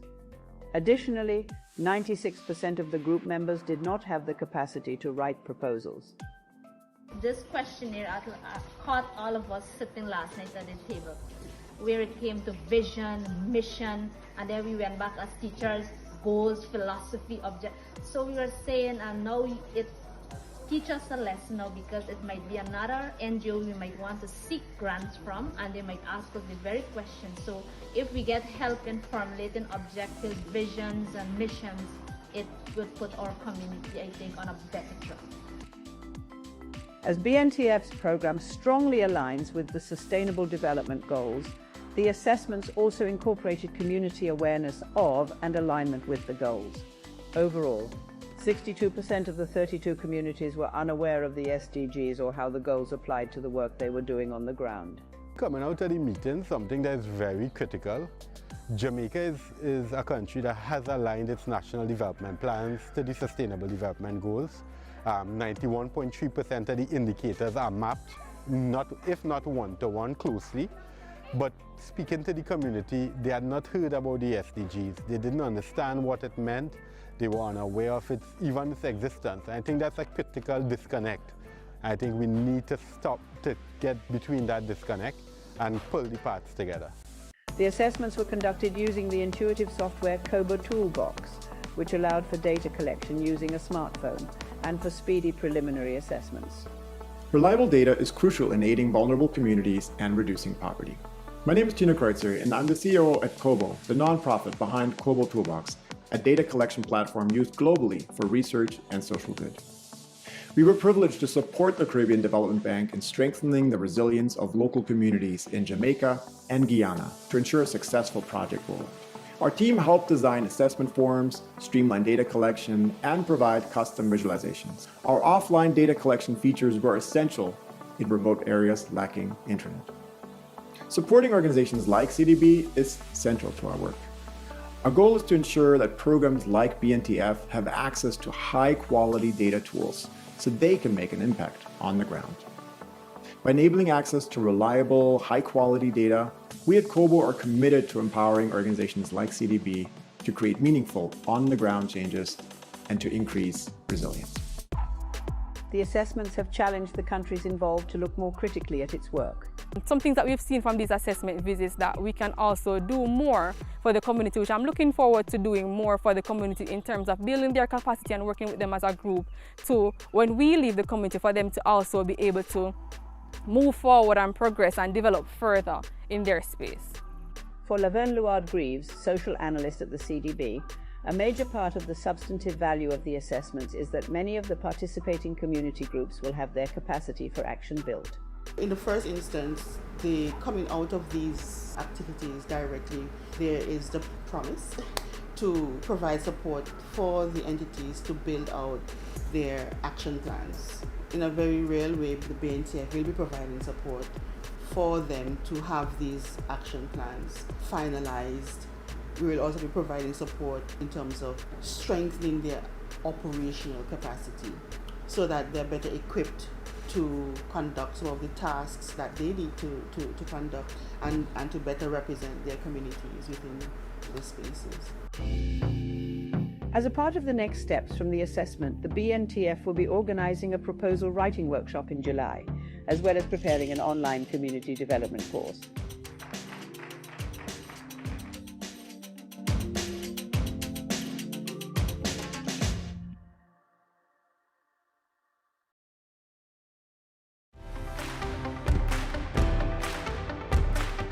On October 17, the International Day for the Eradication of Poverty, the Caribbean Development Bank's Basic Needs Trust Fund, in collaboration with its partners, held a hybrid symposium attended by over 90 persons from 14 Caribbean countries.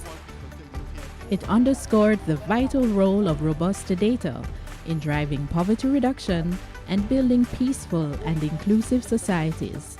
It is through data that we can pinpoint where poverty is most entrenched, which communities are being left behind, and which groups are most at risk. Moreover, data enables us to target our interventions more effectively. It allows us to tailor our projects to addressing the unique challenges faced by different populations, ensuring that our initiatives are responsive and impactful.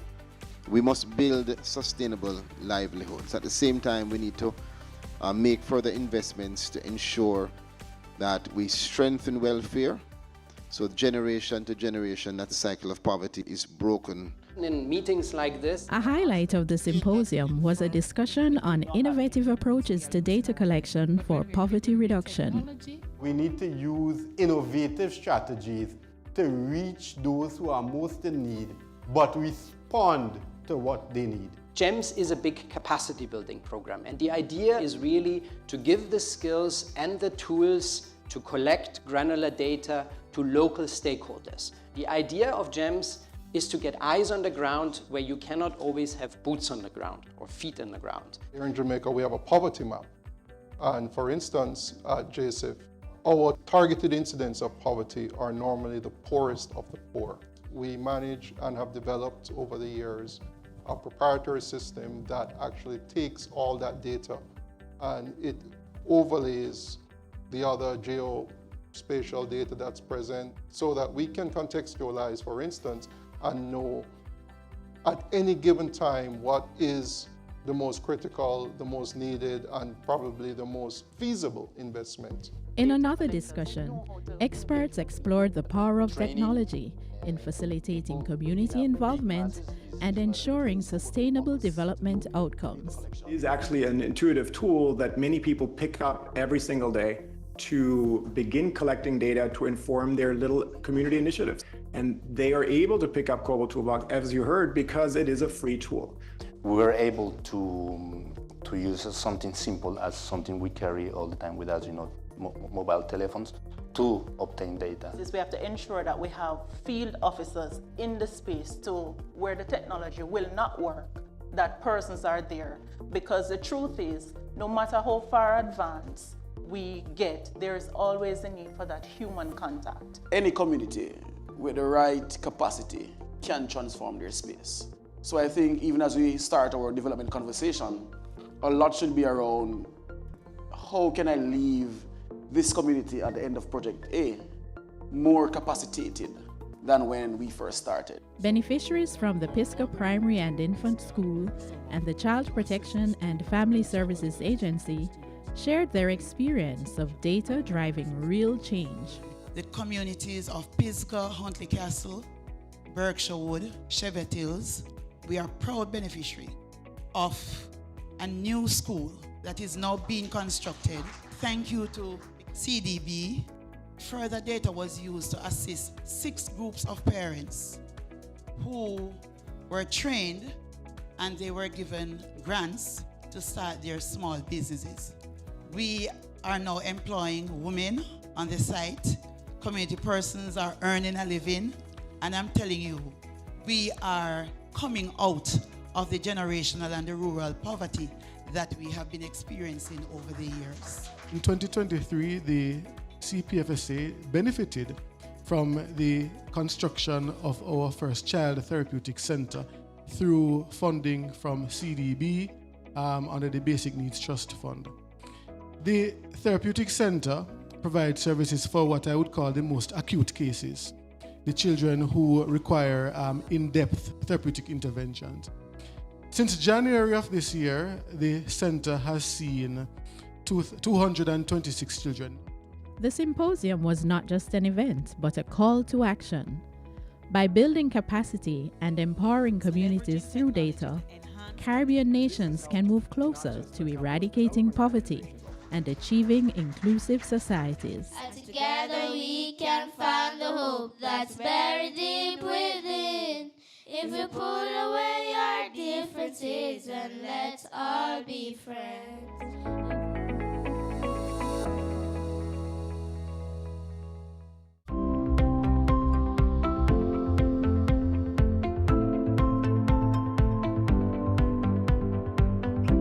The Caribbean Development Bank's Basic Needs Trust Fund, in collaboration with global and regional partners, brought together over 60 community development professionals from 14 Caribbean countries for a transformative week of training in Jamaica. We have had representatives from all 9 of the BNTF countries, and they have been introduced to the digitization of data using the COBOL toolbox.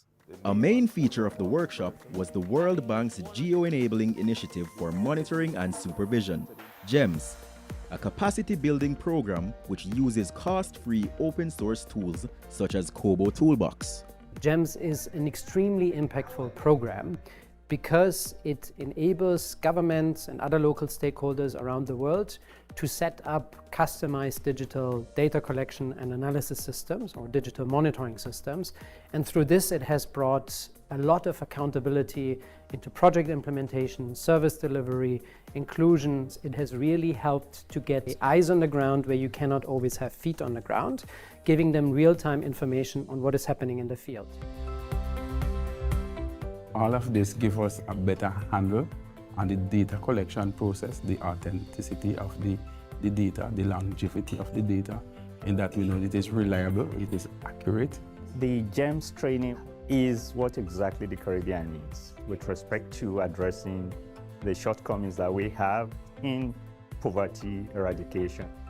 The workshop participants got an opportunity to apply their learning, from asset mapping in Brownstown to beneficiary surveys in Mendestown. There are 775 communities that we work with, and so what we started to do in 2012 is to really identify the assets or the resources or the things that are of value or importance to our communities. In order for us to achieve our goals of having the economic development met, we have to have accurate data. And so it's very critical what the CDB is doing with the development of the COBOL software. With COBOL Toolbox on board, we would be able to collect data in a more real-time manner. We can better understand the communities and what needs to be done in terms of planning and development and moving forward. The project was basically about rehabilitating the Mendestown Farm Road. So before the project, it was in a very deplorable condition. Before the new road built, it was very hectic for the farmers because we used to have to travel a good distance from the farm to the road with the goods and the sticks. Since the Mendestown Farm Road has built, it's much easier for us farmers. We use the donkey less and we get the sticks much easier to the farms.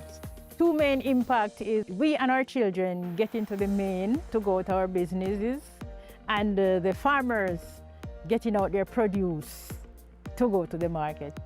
Oh my God, it's like we're in heaven now. The farmers, they got it a lot easier because they would have to put the load on the donkeys, but now the donkeys are on holiday. When we are going up to the street, we have to carry 2 shoes. When we reach the main, we would change up. But my God, since the road have been there, it's a blessing. Today's experience was very rewarding, seeing the satisfaction and getting first-hand knowledge from residents as to the benefits they have derived from the implementation of this sub-project. We were taught how to develop proper questions for the Kobo Toolbox application, and really using it in community today helps us understand how we can improve on our questioning, ensuring that we gather the information that we really need. It was good interacting with the community members to see how satisfied they were with the project, and just to see the smiles on their faces and them relating how beneficial the project was. That was a very good experience. No more mud, no more grass, no more tears, no more crying again. Thank you, Lord, for CDB. The training has been quite useful, and I think it will improve the capacity of countries in the Caribbean to do poverty analysis and to allow them to put strategies and programs together to address the issue of poverty. I give a thumbs up for Kobo Tool, and we definitely will use it in St. Vincent and the Grenadines. I'm definitely excited about this workshop, just as the other 60 participants from across the region. And I'm also even more excited about what they will do upon their return to their respective countries. We will be continuing to build capacity, not only in our BNTF countries, but across the projects and programs and technical assistance projects financed by the Caribbean Development Bank. Once we listen to people and try to respond to their needs in a meaningful way, that is when development happens.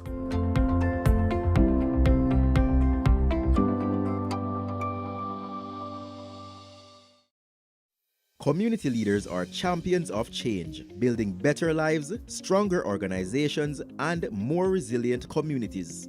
The Caribbean Development Bank's Basic Needs Trust Fund, in partnership with the JN Foundation and the Local Engagement and Action Fund, LEAF, hosted a groundbreaking 4-day pilot workshop from April 28 to May 1, 2025, with one goal in mind: to empower community-based and civil society organizations with the tools to thrive.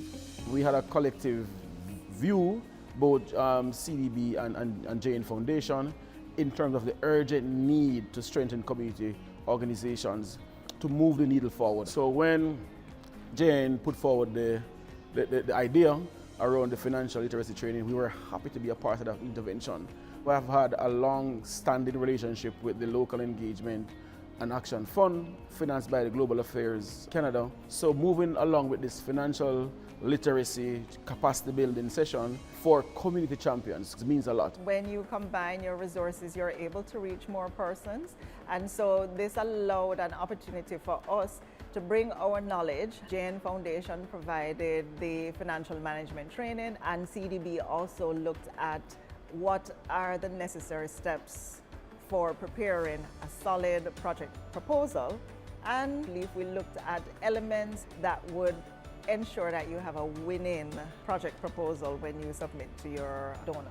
We have a mandate at Jamaica National that we want to enrich lives and build communities. We want Jamaicans, wherever they reside, to live boldly, to live their best lives. And because of the role that community groups play at the grassroots level, empowering them to do better, giving them the financial tools that they need to thrive, it was a clear thing. It would be a win for all of us nationally. Held in Kingston, Manchester, St. Anne, and St. James, the workshops welcomed 50 community leaders at each location. Amazing, fantastic. Today was fulfilling. The content added significant value, real value to our lives. The sessions covered the essentials of strong financial management, building the foundation for long-term impact and sustainability. What they have done is, in a one-day workshop, put together a protocol and a system to help someone from start to finish that is a part of a benevolent society, a charity organization, or even those looking to become foundations, So they are supported, they know who to go to, and they can continue outside of the workshop the rest of the steps and phases that are required. Gender responsive budgeting is integrating gender equality more strategically in your organization. The main thing I took from the event today was how if we don't do the correct research and proper gender inclusiveness, that is a hidden risk to any grant that will be going out. From today's session, I'm learning about that there are a lot of fundings out there for NGOs. So we must now do more active searching for these grant funding and for these opportunities so we can apply. If you're applying for a grant, if your record keeping is out of whack, you're not able to sell yourself or sell the organization to the grantee. So I think that is one of the key areas of today's workshop. My key takeaway would be like learning how to properly manage your records, especially when it comes down to the different type of accounts that you may encounter in your organization. Each session was practical, engaging, fun, and interactive, tailored to the real challenges faced by grassroots organizations. I was hoping that a lot of the participants would note or see that registering with us is not as difficult as they might feel. I know that the requirements are hefty, but once they come in, they'll find that we're very helpful and that we're not going to leave them to figure it out all on their own. I have to go back and hold meetings with younger community members who have done well and try to stimulate them to take a greater part in the development of the community, because I would really like to know that the community continues to develop even after we have gone. Participants gained not just knowledge, but the confidence to lead with transparency and vision. Coming here today, it makes such a difference because, you know, when you have challenges in your organization, I found some solutions, and certainly it has helped me to be more confident in what I do. With the strengthening of financial literacy, I feel more confident with doing proposal writings to approach different organizations and knowing that I will have all my checks and balances done. This initiative is part of the CDB's strategic mission to build social, economic, environmental, and productive resilience throughout the region. If we don't empower people working in communities to do their work better, if we do not give them tools, if we do not design access that is inclusive and appropriate for them in terms of culture, in terms of resources, etc., we're going to get left behind. We need them to make change happen. That is what ultimately was reinforced. For the Basic Needs Trust Fund, we are invested in this quest to improve lives and to reduce vulnerabilities across the region. But for us to advance those poverty reduction agenda, it requires collaboration. It requires other entities coming to the fore. So if we could increase the awareness of the issues in those local spaces and bring other partners to the conversation, then it means a lot more. We are concerned more about the multiplier effect after the BNTF. We don't want to leave any community the same as when we started. So there has to be greater focus in building key areas like proposal writing, like financial management. By investing in the financial literacy of our community champions, we're investing in the future of the Caribbean, where strong institutions uplift lives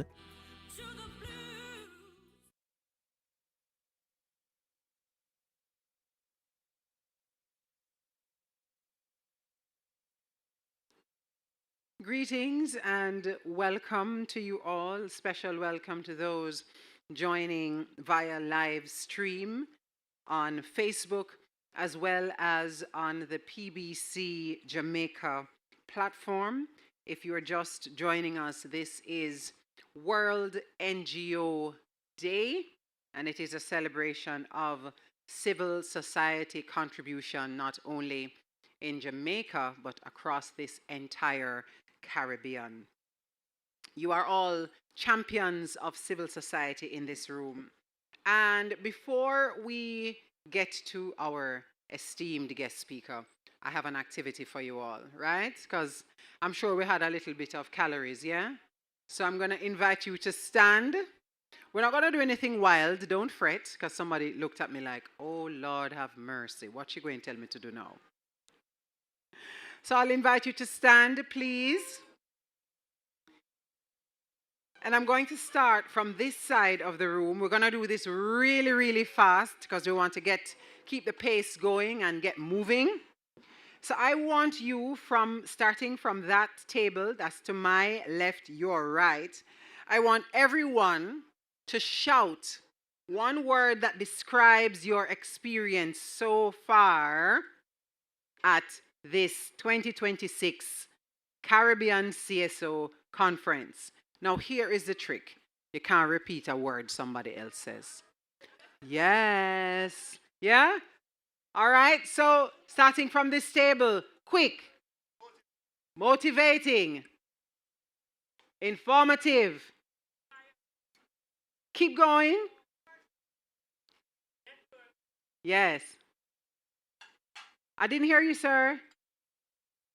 This gentleman here, I didn't hear you. Oh. Improvement, excellent. This table, you can sit as soon as you give your word, you can sit. This table, engaging, fantastic. Say again, impactful, the shift, interactive, and that table, engaging, motivating, enlightening, purposeful, inspiring, great networking. I didn't hear that. Expectant. This table. Energizing. Transformational. Uplifting. Intriguing. Shifting. Empowering. Awesome. So I'm going to charge you. It's a surcharge of 1,000 Jamaican dollars if you repeat a word somebody else gave already. Starting here. Informative. You owe $1,000. Oh, fulfilling. Okay. All right. She saved you. Partnering. Engaging. You owe $1,000.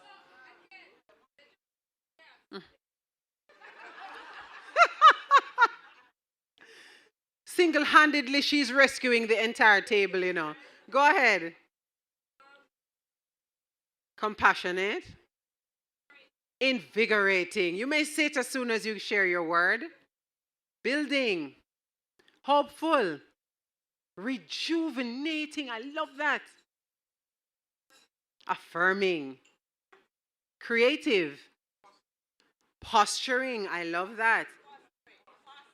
Fostering. Excellent. And this table? Interesting.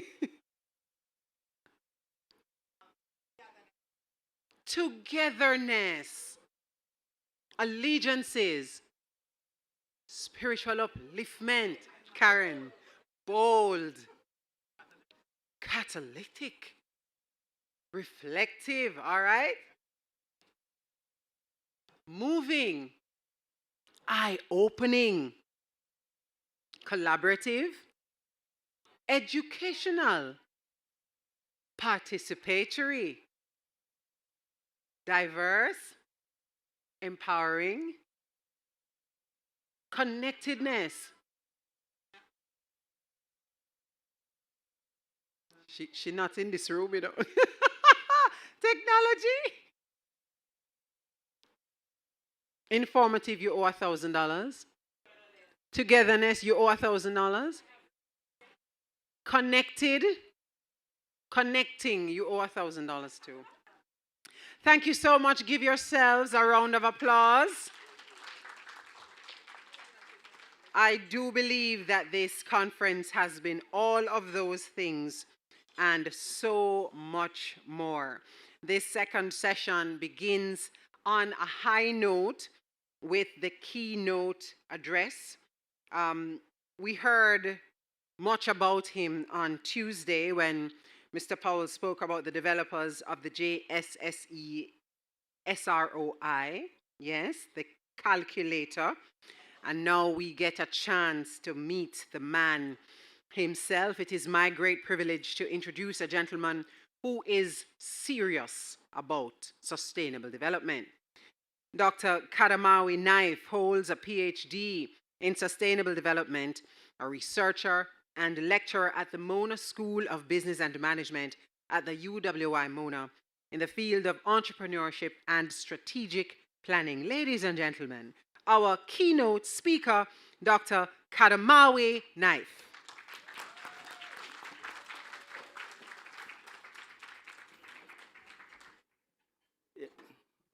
I give thanks. Let me just start by thanking the organizers, the team from Canada and the CDB, in addressing this important element, which is the role of real workers, not persons who sit in an office and speak, but persons who are out there in the field. You have a presentation like this, you have so much information. I'm going to use a different approach. I'm going to start with my conclusion before I go into the presentation so people get to understand where we need to go.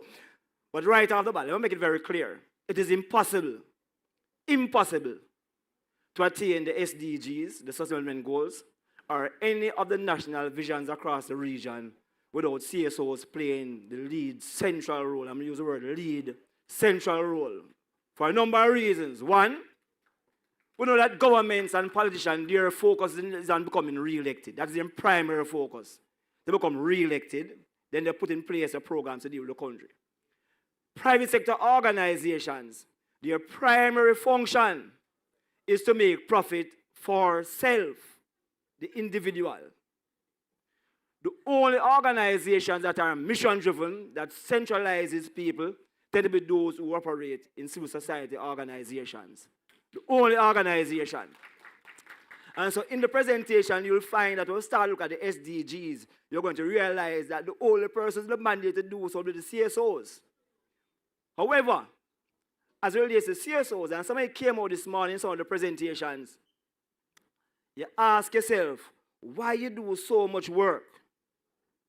Why you do so much work when you really don't evidence it as the way you should? You can't go on a battlefield without any ammunition. People operate in this space. You sometimes call yourself volunteers, which is a word I don't use on myself at all. I do not use the word volunteer for a number of reasons, because volunteer within the space suggests you're just giving but not investing. Note, you can give, but when you see it as investment, it becomes something different because you're now expecting a rate of return on that investment. As a matter of fact, most of you are here when you do your calculations, you do calculate the value of your time that you use in your work within your organizations, which means that you're actually underestimating the actual cost of operationalizing your programs within your organization. And so we need to be able to do that, which is why the importance of the SROI. But there are so many other tools that we need to address. So if you think about the governance, are we offering resources to organizations that have the capacity to absorb and utilize those resources effectively so the outcomes are not suboptimal? So we create a governance index framework. When you look at the broader framework in terms of policy, again, many countries across the region, we do have a social enterprise policy. We might have something related to CSOs, but we don't see it in terms of the sustainability. Where is it anchored? Where do you anchor a CSO? In Jamaica, we wrote up a CSO and social enterprise in the national MSME and national policy in 2018 and 2024, which I got a chance to lead that process. Very important, because if you're not treating the sector as something that creates value, that must be sustained, we're going to have challenges. Policies create an overarching framework to support what we're doing, but must also bear in mind that establishing a policy is only part of the way, because a policy that is not proper resource can be properly implemented, and therefore becomes only a document. So again, let me be clear that there is no way we as a region or any country will be able to attain the visions that we have for the country or the region without the CSOs. So note what we have right there.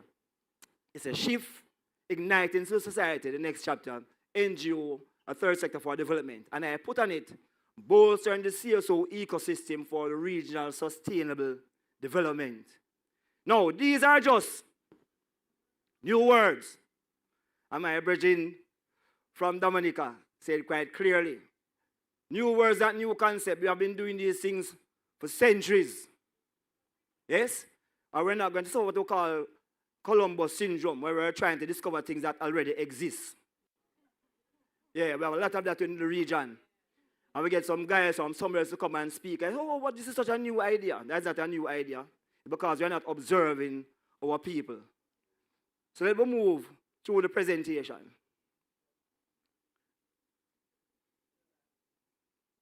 Now, in 1960, there's supposed to be a song playing right here.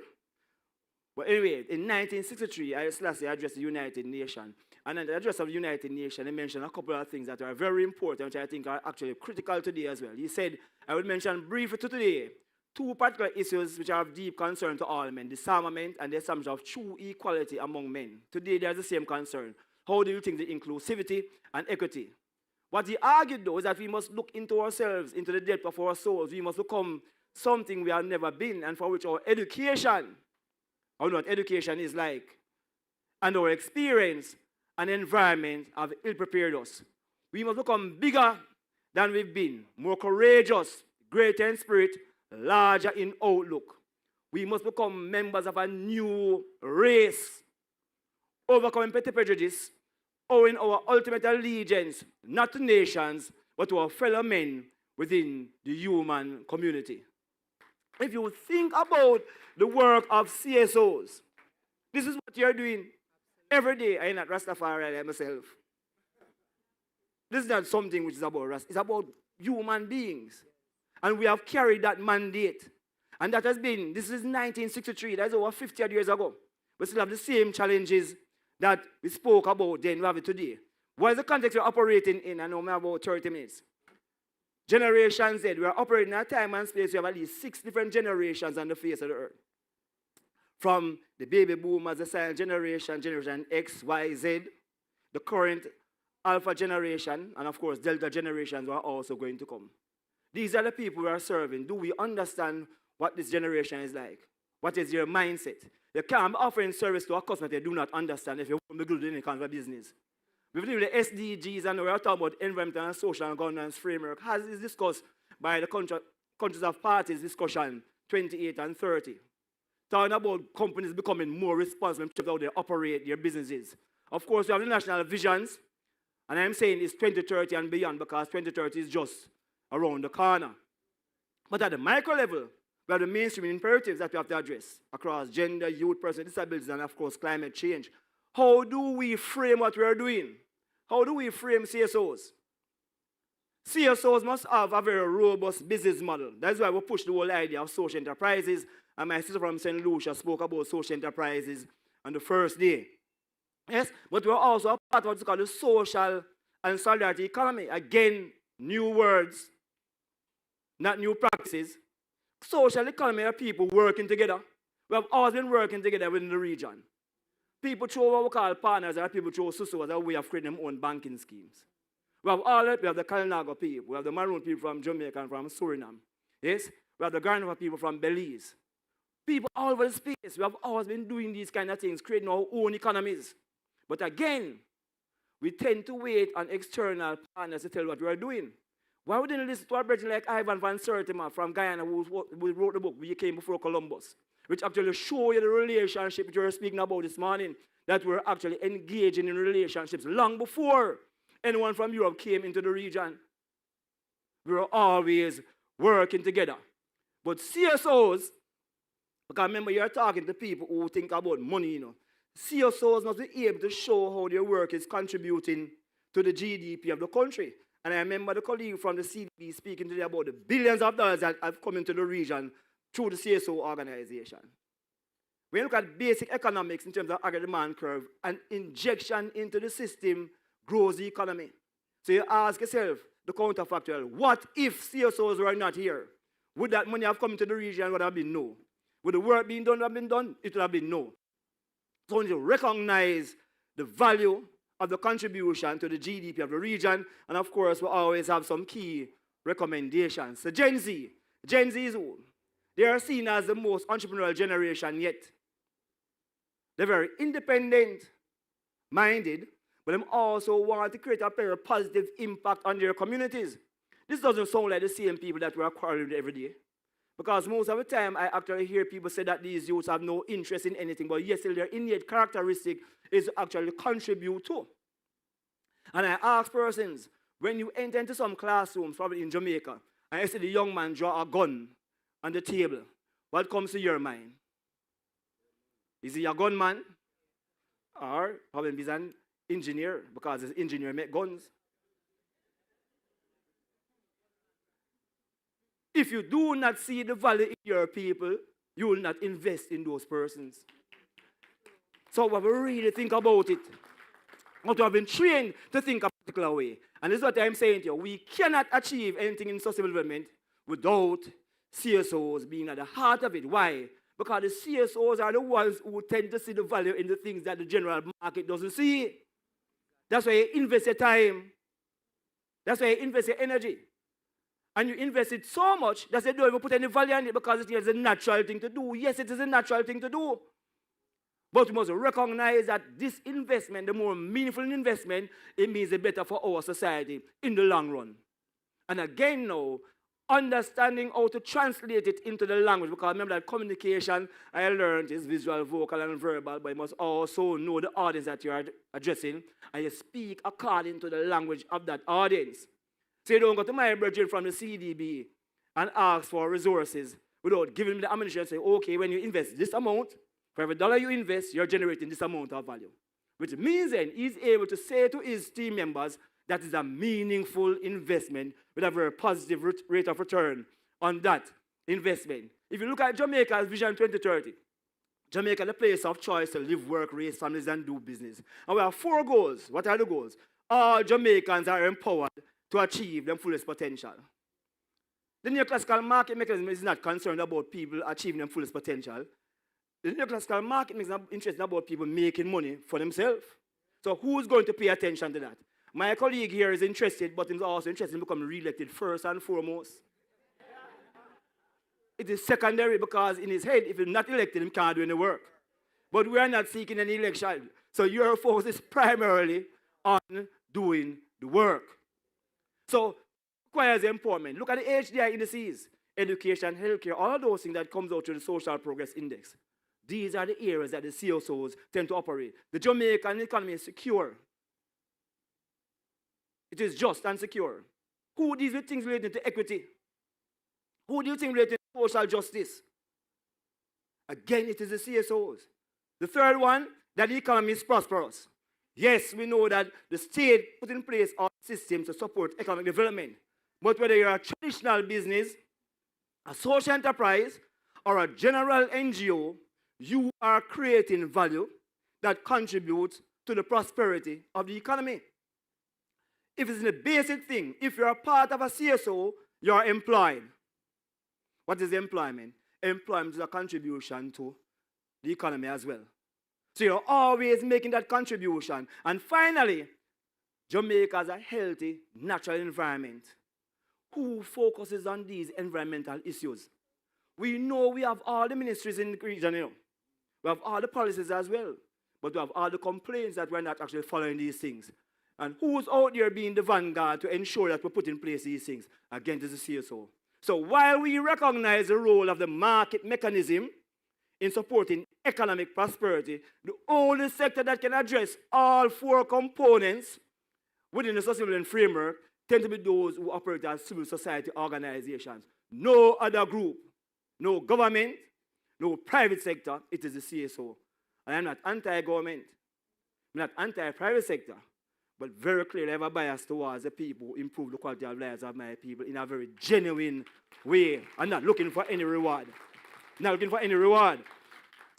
So if we move along, note, they use a triple bottom line for sustainability: environmental, social, and economic components. The Caribbean, though, The Caribbean is a bit different. So when I do the work on social enterprise and CSO, I look at economic value creation, social value creation, environmental value creation, but most importantly, cultural value creation. So we use a quadruple bottom line in all our researches. Why? You identify any region that have a bigger global cultural footprint than the Caribbean, proportionally speaking. Exactly, it is impossible. But we don't place a lot of value on it. As a matter of fact, in terms of the business of the culture and the creative industry, we don't pay much attention to it as well. I've seen a lot of researchers speaking about how valuable the cultural and creative industries are. But do we pay attention to it? No, we don't. Yes? And what's the evidence of this? Again, we just mentioned the amount of different peoples that we have across the region. If you go to Guyana, yes, you have the Kali people, not the Kalinaga, the Kali people who come from out of India, the most spiritual people. Then you have the traditional people who are there, the original people who are there in Guyana. Yes, straight across the region, you have all these different people, different ideas and different practices which makes the Caribbean what it is. But we do not place any real value on those things, except when it comes to independence celebration. So you think about it. Most of the time, the things that we celebrate tend to be things that come down from the colonial experience. And we put aside 1 or 2 days to celebrate the realness of our people. But you know, enslaved minds can't serve free people, you know. The enslaved minds can't serve free people. And it is reflected in the approach that we use to celebrate our reality. And so I'm saying that we need a framework for the CSO that captures the social entrepreneurship model that supports sustainability, and the social and the solidarity economy. That is the main argument. What is a social enterprise, though? Again, somebody made a presentation on it, but a social enterprise is a mission-driven organization that seeks to create economic, social, cultural, and environmental value, sustained by a diversified and independent income stream. You may read what's on the board here. That's the definition we used in the research we did in 2016 for Jamaica, for a social enterprise. The one I'm giving you is one that I actually practice. And I use that definition because it identifies clearly the different value propositions that we need to be able to measure. But generally speaking, a social enterprise is any business created and configured to provide a social good or service using high ethical practices. The idea of social and strategic economy, as you will see from Gervan, 1993. So we've been doing this for years. Where are the Guyanese? We have Guyanese in the room. One of my favorite country. Bordeaux market is my second favorite market. Outside of Coronation Market. What is the correct name of Guyana?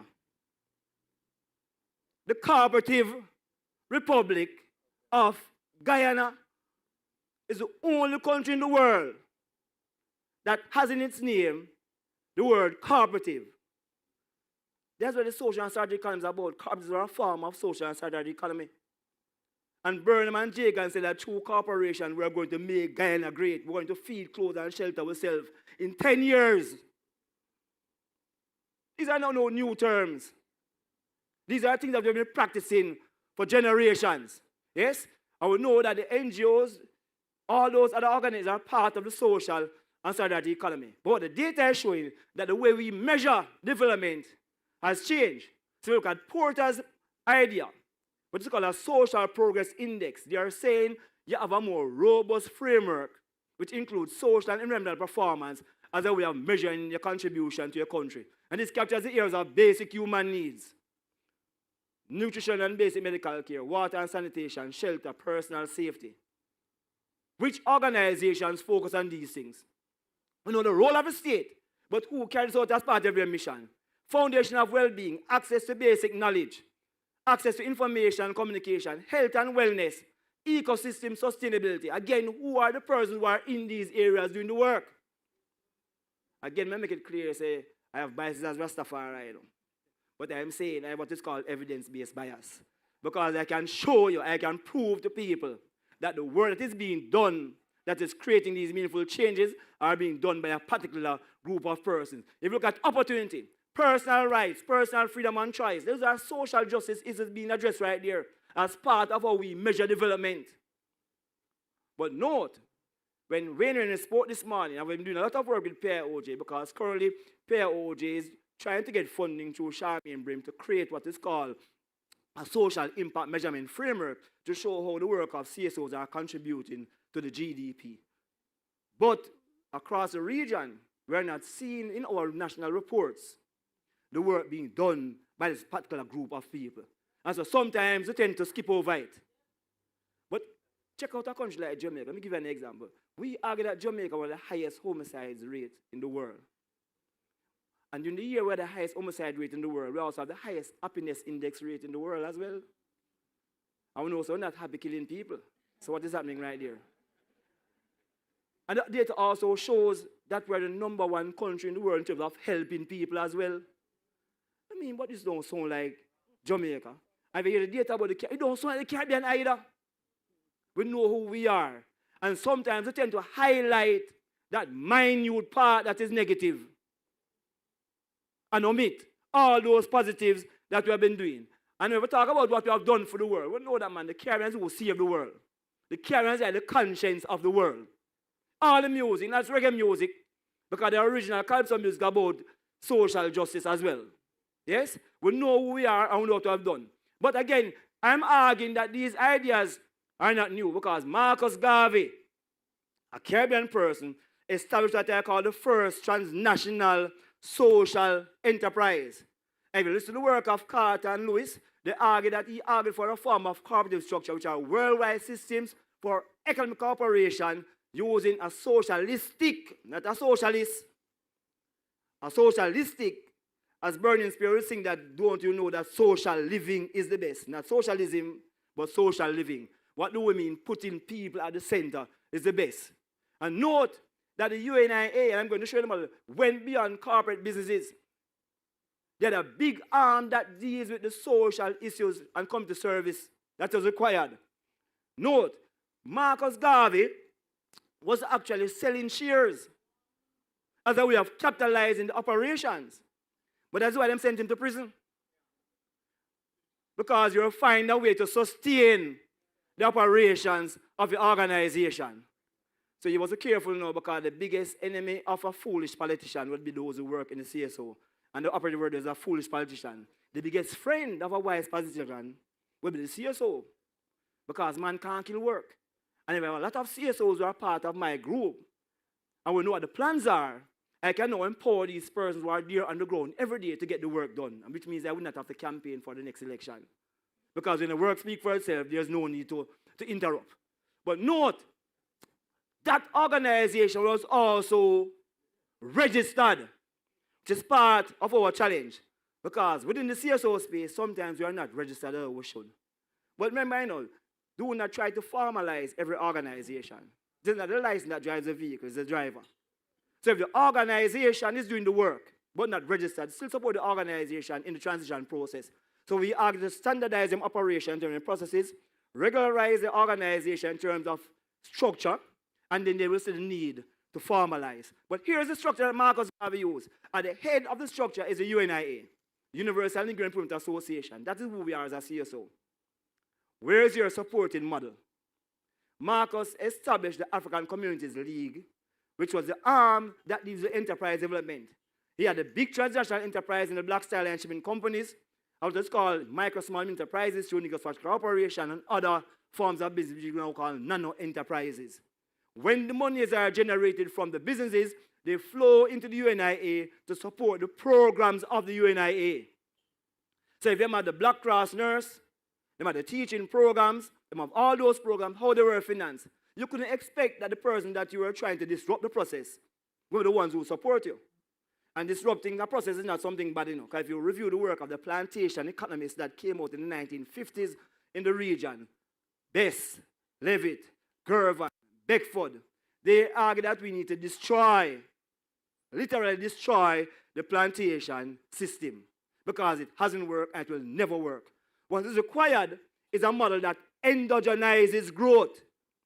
What do we mean by that? Ensure that the drivers for your production and development are anchored within your and controlled by your people. Controlled by your people. Do you know what the research has shown out here? that the entities that endogenizes grow the most tend to be those in the micro, small, and medium enterprise sector. But CSOs are a part of the MSME space. And CSOs out of every MSME does it better. What do I mean by that? You tend to operate in close proximity to or in the communities that you are targeting. There's no trickle-down effect. There's a direct multiplier effect, but there's something else that is even more positive. CSOs are primarily manned by women. Why is that very important? Why is that very important? Because the research actually shows that when a woman owns a business, she says it's her family business. When a man owns a business, he says it's female business. So it means that if we have more women who are running these organizations, the multiplier effect is going to be immediate and greater. It's a nurturing component. And there's an additional factor as well. Remember, most of the problems that we face in the society are driven by men, young men. But who is it that the young men are tied to genetically? Them father or them mother? Exactly. So it means then, if we truly empower women in the way we should empower them, most of the problems that we face through our young men will decrease significantly. Whereas the Canadian people, Canada has driven this process in a big way. So when you talk about the gender, GBA+, which talks about intersectional, that's a very crucial component. Because you are saying to us, they must understand that the reality of people across different jurisdictions are very different and unique, and they must customize the intervention programs to support those persons. I use a lot of the Canadian work in terms of gender. As a matter of fact, when we were creating index, we use the Canadian work to guide it as well. So, again, these are not new ideas. I'm going to show one of my favorite organizations, which is Digital Foundation. Why am I showing this? Because Digital Foundation actually adopts all of the tools that we use. And note, they are saying that they actually spent over $148 million for the last, from 2004, over 3 different places. They have built over 200 schools in Haiti alone. That's not what I want you to see, though. This is what I want you to see. The track and trace. Many of us don't adopt the track and trace. And this is Sharon has been with us for so many years. From Comet 1, from 2009, we didn't work. Yes? And we're saying we need to track and trace the work that we are doing. I'm giving this man a lot of trouble because I have to walk up and down to get me on the camera.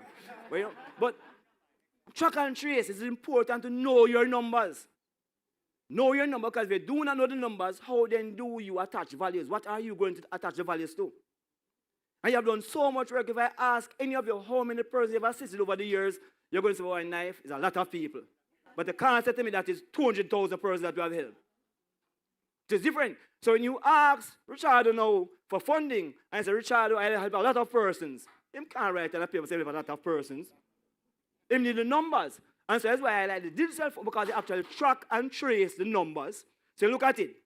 $46.7 million spent over the last 20 years in Jamaica. 806,000 persons' lives impacted directly. That's not the indirect figure. 21 special needs schools built. 231 enrichment rooms established. So when you use your theory of change, which looks at input, outputs, inputs, activities, outputs, those are the output figures. What are the outcomes from those? When you can build 200 schools, how has that affected the lives of the people who are beneficiaries? What is the outcome from that? And what's the impact? When those youths grow up, what do they do for their country? So I have to move beyond those things. But what exactly is a social enterprise? Today, with social and economic inequality growing worldwide, millions of people are connected by the idea that it is possible to do business on a human scale. That it is possible to make money and do something good for the community. That idea is called social entrepreneurship. Social entrepreneurship is a new and creative approach to business, social engagements, and social services. Today, there are numerous organizations operating worldwide and in our country that we call social enterprises.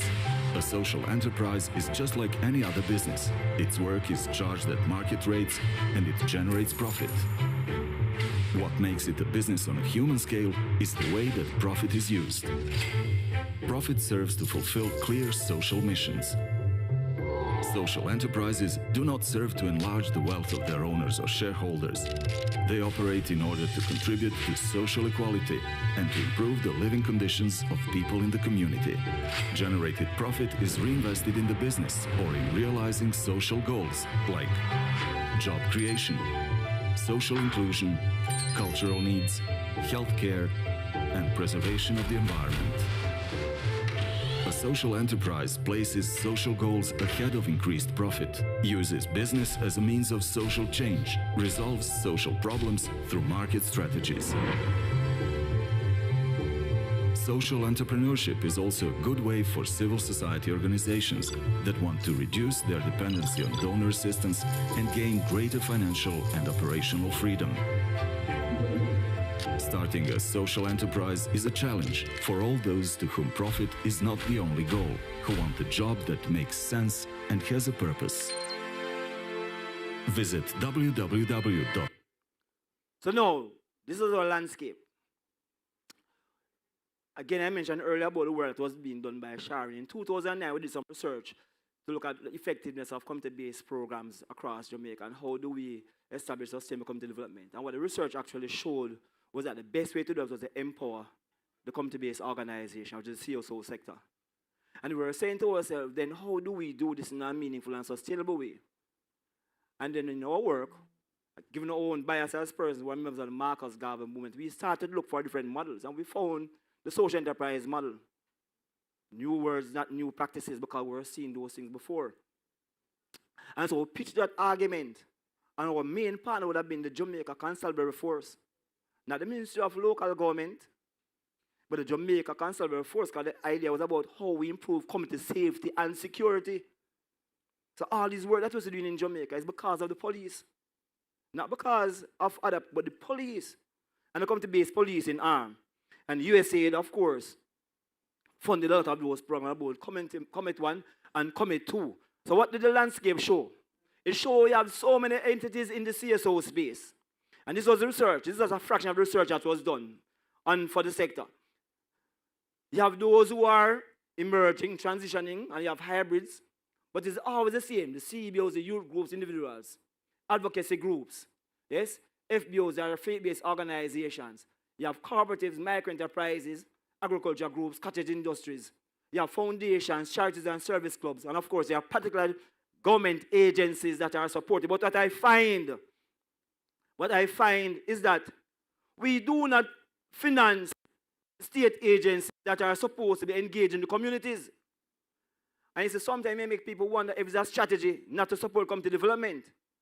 Every organization in Jamaica, and can talk about Jamaica in particular, that is supposed to engage the population, whether it's in the Ministry of Agriculture, National Security, or the local government, are under-resourced. Essentially, we give them basket to carry water. Then how then do we expect to have the kind of effect that we should have? But despite that, you're doing phenomenal work. That's our Caribbeanness, you know. Our Caribbeanness tells us how to use and dynamic fashion. So despite the availability of resources, we are going to do what needs to be done. That is what entrepreneurship is about, you know. Entrepreneurship is a process of creating value by bringing together a unique set of resources in order to seize an opportunity. It is based upon two principles: creativity, innovativeness. We are very creative.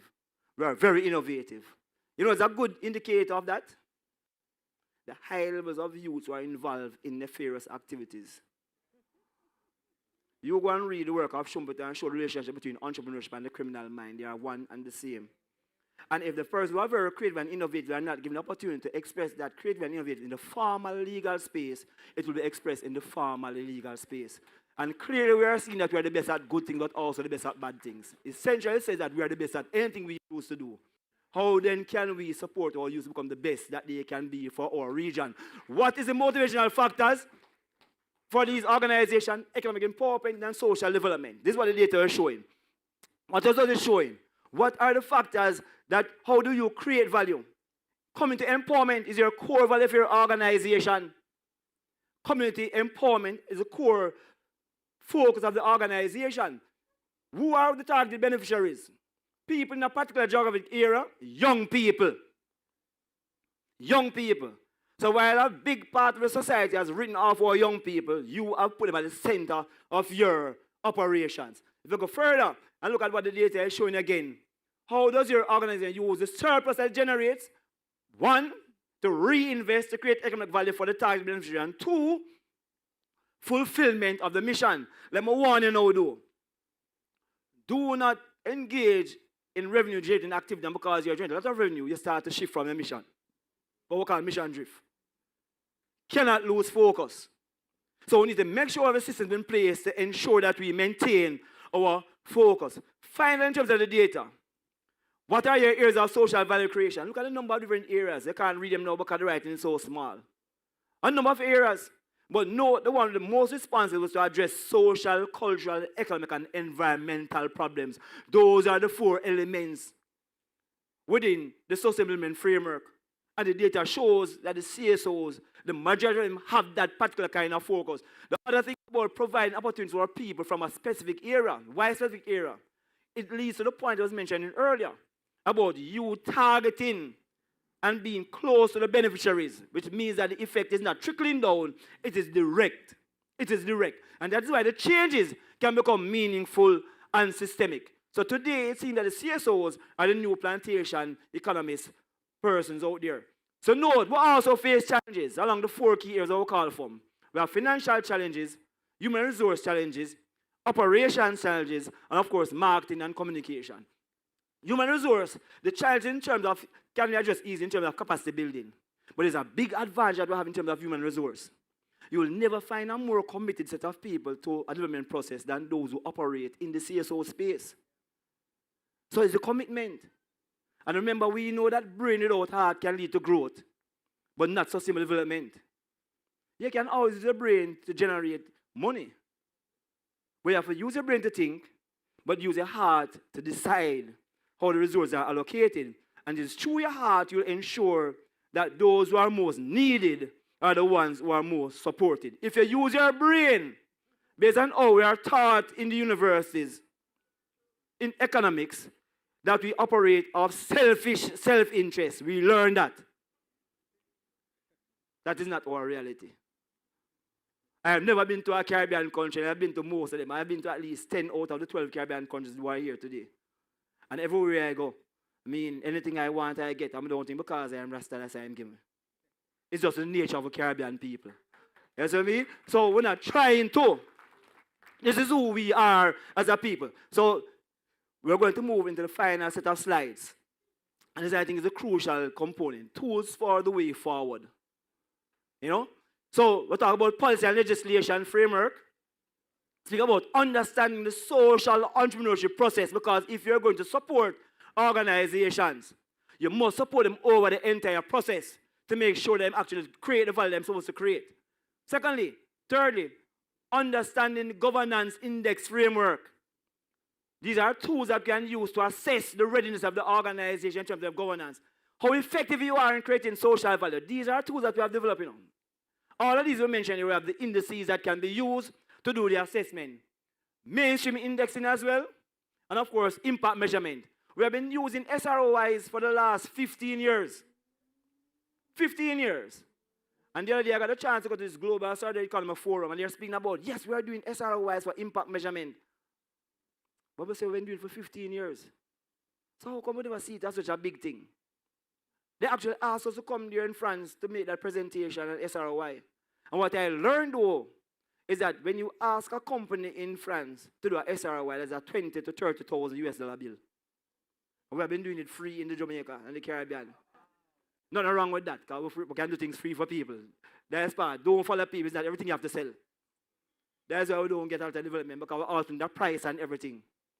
I can drive with all of my vehicles open and window down. The only place I park and close all the vehicles in a place that is considered to be very safe, because I know that it's not a safe space. When I go in the street now, I can leave my vehicle because I know the value that you create, the social value that follows you when you work for your people is phenomenally high. So if you look at the framework, note the governance in the framework is about management resources, human resources, financial resources, and external resources. The mainstream index is done across the principles, the 5 principles of gender mainstreaming, but also the principles in terms of how you apply mainstream activities to projects and programs. The strategic framework, we use long-term dynamic strategic planning techniques like foresighting and scenario planning. Of course, bolstered by the theory, because the theory of change is important for you to track and move from your inputs to what your impacts would be, and it's very crucial in the final calculation of the social rate of return on investment. And of course, the monitoring evaluation framework is a meal approach. Monitoring evaluation, accountability, and learning. That's where we are now. And so you must now think about post-growth ideas. Because after learning, what else do you do? It's how you input those learning into the post-growth mechanism. Sustainability. Social Value Creation Index. That is different from the SROI. We are able to assess your organization to how effective you are in creating that kind of value. And it must be done over the process, the on-track process, from the ideation stage to the implementation stage, which we will see further. And of course, what is the business model framework? Not a business model canvas. We're asking you, how do you create value? For who do you create value? What's your internal source of advantage? How do you differentiate yourself? How do you make money?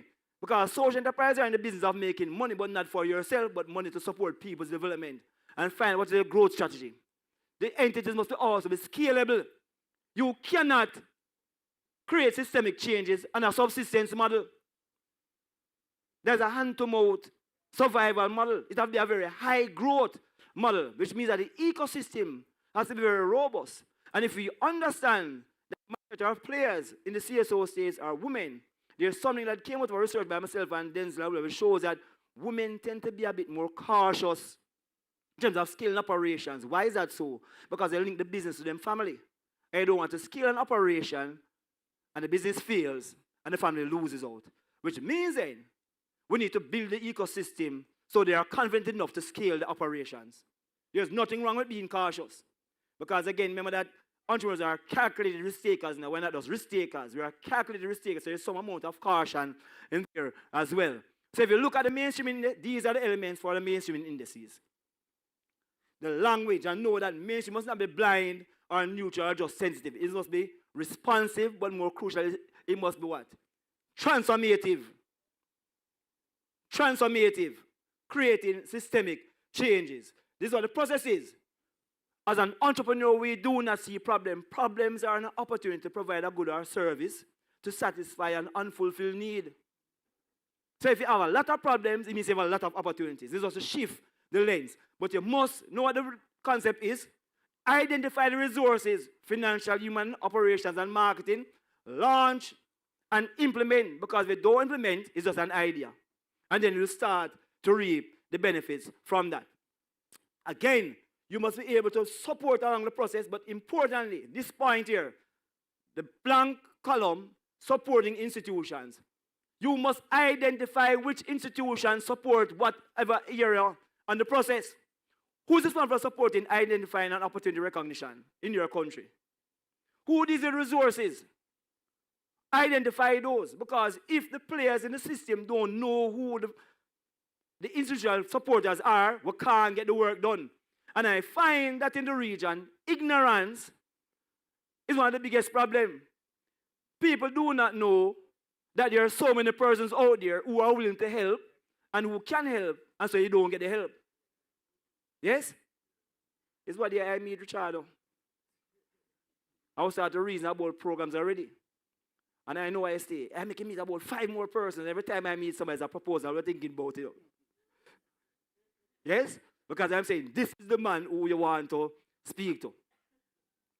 But we need that. The networking is extremely important. Again, of course, understanding the theory of change, mapping out your program along a theory of change is crucial. Because again, we might get the resources in terms of the inputs, we carry the activities, we know what the outputs are. Monetizing them. If you don't have a tracer system, you're not going to be able to do that. You're not going to be able to do that.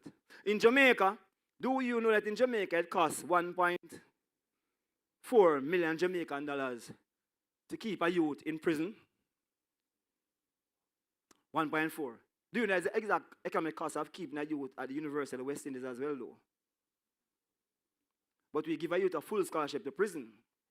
I have to pay to come to the University of the West Indies.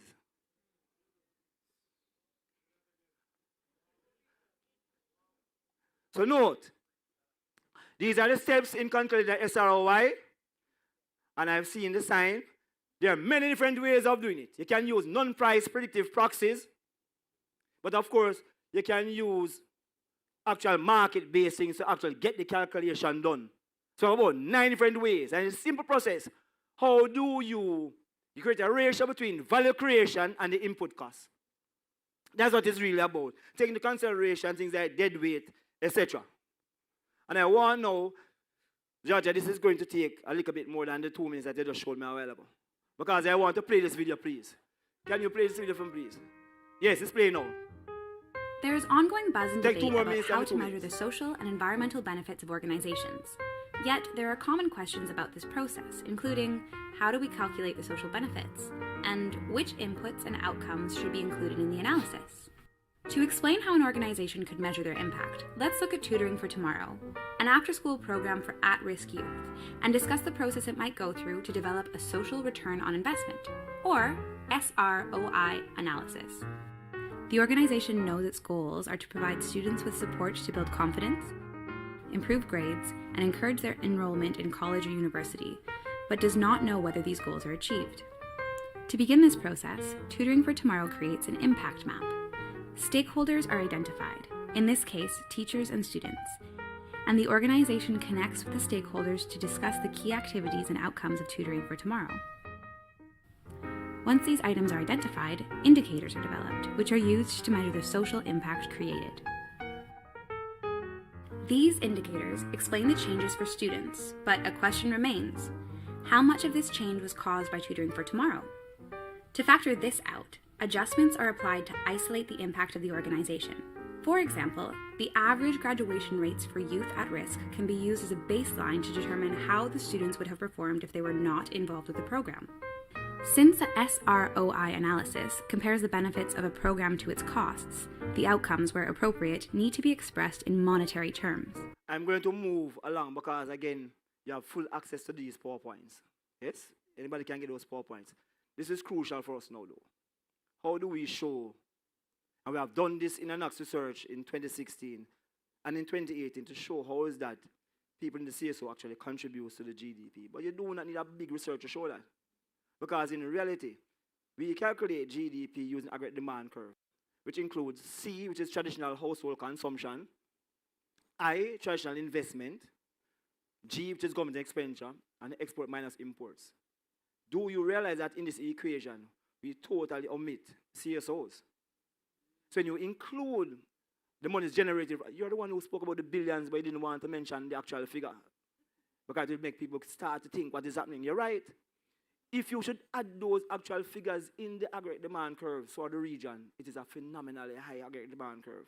So note, if you do C as social enterprise, I as SE, etc., it pushed the aggregate demand curve upwards, which means it increased the actual output of the GDP. So ask yourself again, what if those billions weren't being spent? So sometimes we are attributing value creation to traditional business that's actually coming from the CSO state because we are not providing the data in a disaggregated way. Recommendations. Both of the CSO ecosystem. If you are very serious about sustainable and national development, you have to invest heavily in the CSO system. And I've heard the commitment to that investment, so I'm not worried about it. But if they give you the money, I want to ensure that you have the capacity to use that money effectively. Because the next round, your colleague is not able to justify the investment because there's no meaningful rate of return on the investment. So as CSO, we have a responsibility to make sure that we actually practice better business practices than regular business people. Legislation. We're about to pass legislation in Jamaica to recognize social enterprises, but even if we don't have a legislation, adopt the business model. It's not the license that drives the vehicle. It's the person who's driving the vehicle that drives the vehicle. Ensure that we also build the capacity of our people to use these index frameworks. Somebody mentioned today about making these tools more useful. That's what we want to do. So I'm going to keep myself very, very close to Richard, you know. I mean, I like a target what I call a champion for these things and say, okay, let us see if we can go on this battlefield together. How can we make these tools more useful? So you don't have to come to me as a consultant to use it. You can go on the CDB website and access the tool and calculate your own social rate of return on investment. You must rate people over money. It's not about money, it's about people and improving people's life. Database. In order to do this value creation, you need to have proxies that are consistent across the region. So we need to create that database of proxies. So if I say to you, when I use this train by heart NST or through the YES program, who's from Barbados? The YES program is a phenomenal program in Barbados. The YES program, a lot of you are trained under that apprenticeship program. But what is the market value for the training? What's the market value for the housing that you accommodate those persons in? It is phenomenally high. But do we have standardized values? We need to have the standardized values. And finally, we must adopt a regional approach to the CSO ecosystem development, man. You know, sometimes it's important for understanding history, you know, because in reality, you'll find that the Caribbean is the first region in the world to establish or try to establish a regional operational system through federation. And these people deliberately destroy our efforts through federation. Again, we come up with CARICOM long before the EU. And again, them destroy it. And now we are going to say that we should follow the model that they have created. No, we must follow the model that we had created that they had followed. Very important to do so. We have to use that kind of regional approach. Because if you don't use that regional approach, we're going to find ourselves in the same problems every day that we find ourselves in. The region doesn't need anything from outside of the region. No disrespect to any of our external partners. We don't need anything. We have one of the most unique space. We have island spaces. We have mainland spaces, Suriname, Belize, and of course, Guyana. But most importantly, we have a culture of togetherness. We have a culture of togetherness. And we're just 14 islands separated by water. And as I brethren said, it connects us. It doesn't divide us. And if we can swim long enough, we can swim to the other island if we choose to. Let me say, thank you for your time, thank you for your ears. Love in your house and prosperity in your gates.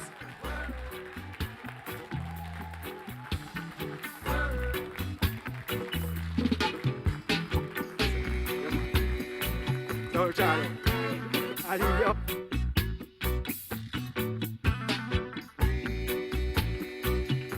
What a powerful presentation, right? No chance of achieving sustainable development goals and national development without civil society organizations. There was really so much to absorb from Dr. Knife's presentation. And I'm telling you, it gave us, there were so many amens in this room as he spoke. A lot of truth. And I'm so happy that all of the content is available as resources for the organizations to just go in and pull from it. And as he said, even though what he brings to the table is worth hundreds of thousands of dollars, it is more about investing in people. So another round of applause for Dr. Kadamawe Knife for his presentation. As I promised, there's even more to come on this final day. I'm hearing just a little bit, but the truth is it's packed with a solid punch. This final day of the 2026 Caribbean CSO Conference and World NGO Celebration is going to continue. But this is where I take my leave, ladies and gentlemen. Regional champions of civil society, I've decided to call you all. I hand over now to Georgia Crawford, the Leaf Organizational Strengthening Specialist at the FSSP. My name is Stacey Ann Smith, and it has indeed been a pleasure being your master of ceremonies for this important celebration. Happy NGO Day, everyone. Georgia.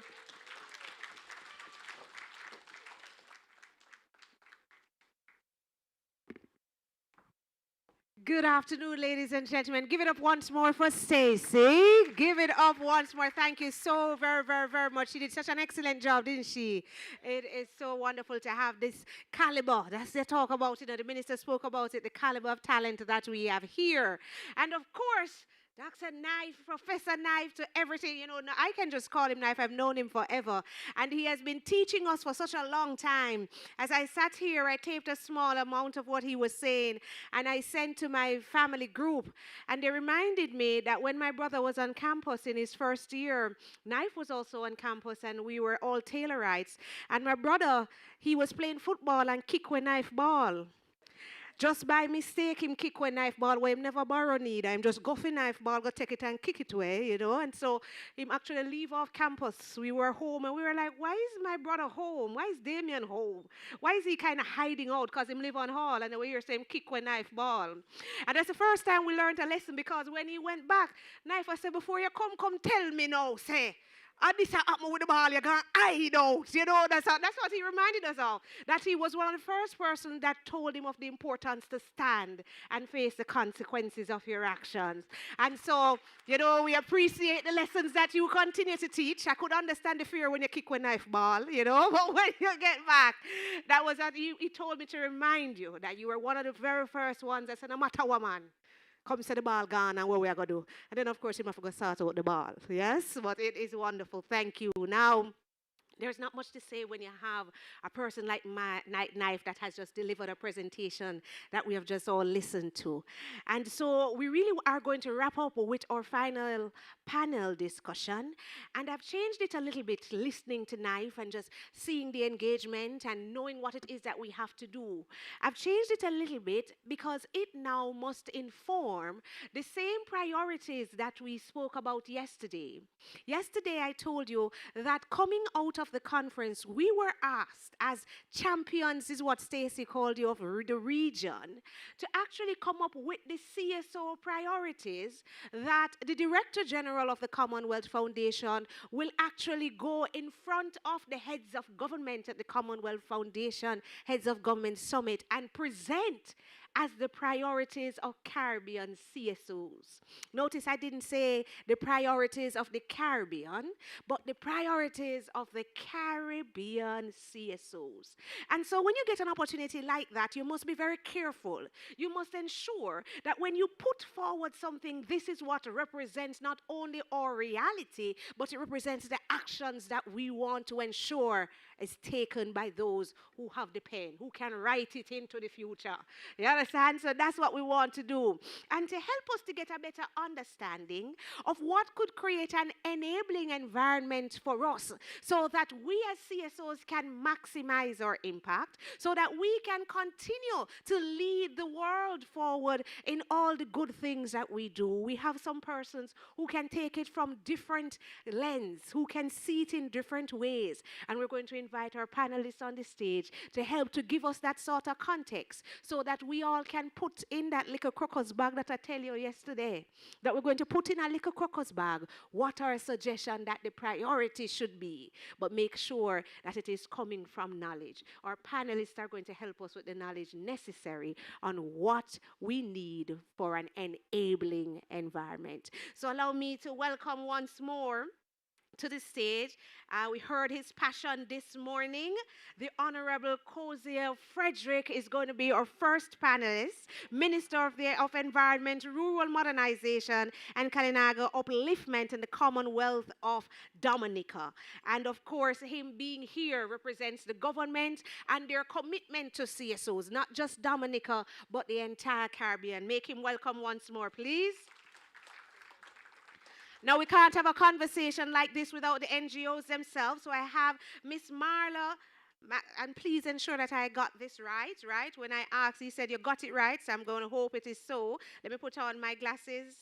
Sometimes when you look in the mirror and you look so young, you forget, but then the glasses, your eyes remind you, right? So let me just go there. Miss Marla Magana, did I get that? Miss Marla Magana Cancino. Did I get that right?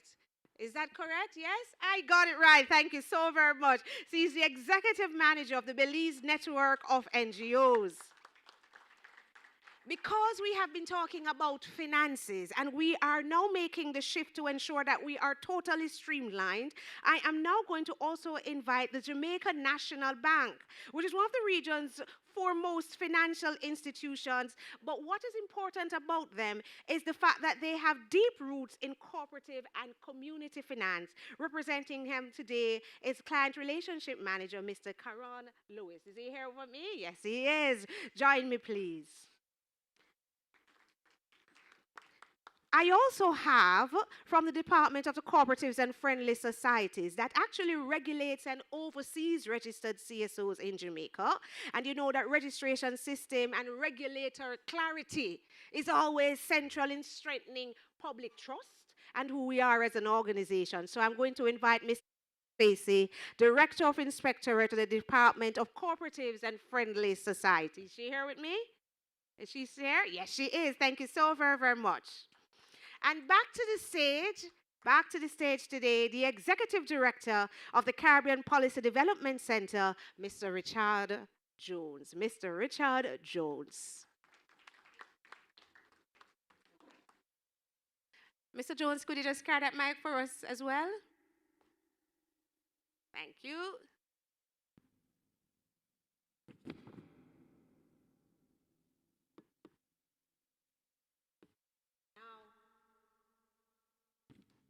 There is a mic beside most of us so that we can all be very prepared for this short but very important conversation. Right? I'm going to start with each of the panelists. I'm going to give you all an opportunity to answer this one question. From where you sit, what is the single most important condition that must exist for civil society organizations to actually, one, operate effectively, but two, influence decision-making and policy, and even achievement of the SDGs in the Caribbean? What is the single most, and I'm not asking about all the things, what for you is first and foremost? I'm going to start with the lady at the end, right? Or as a matter of fact, let me start with the young man right in front of me, yes? Right beside me, because I said that the lady at the end and she's like, why? Yes? Well, so, never a man to shy away from discussion. Over to you, Minister.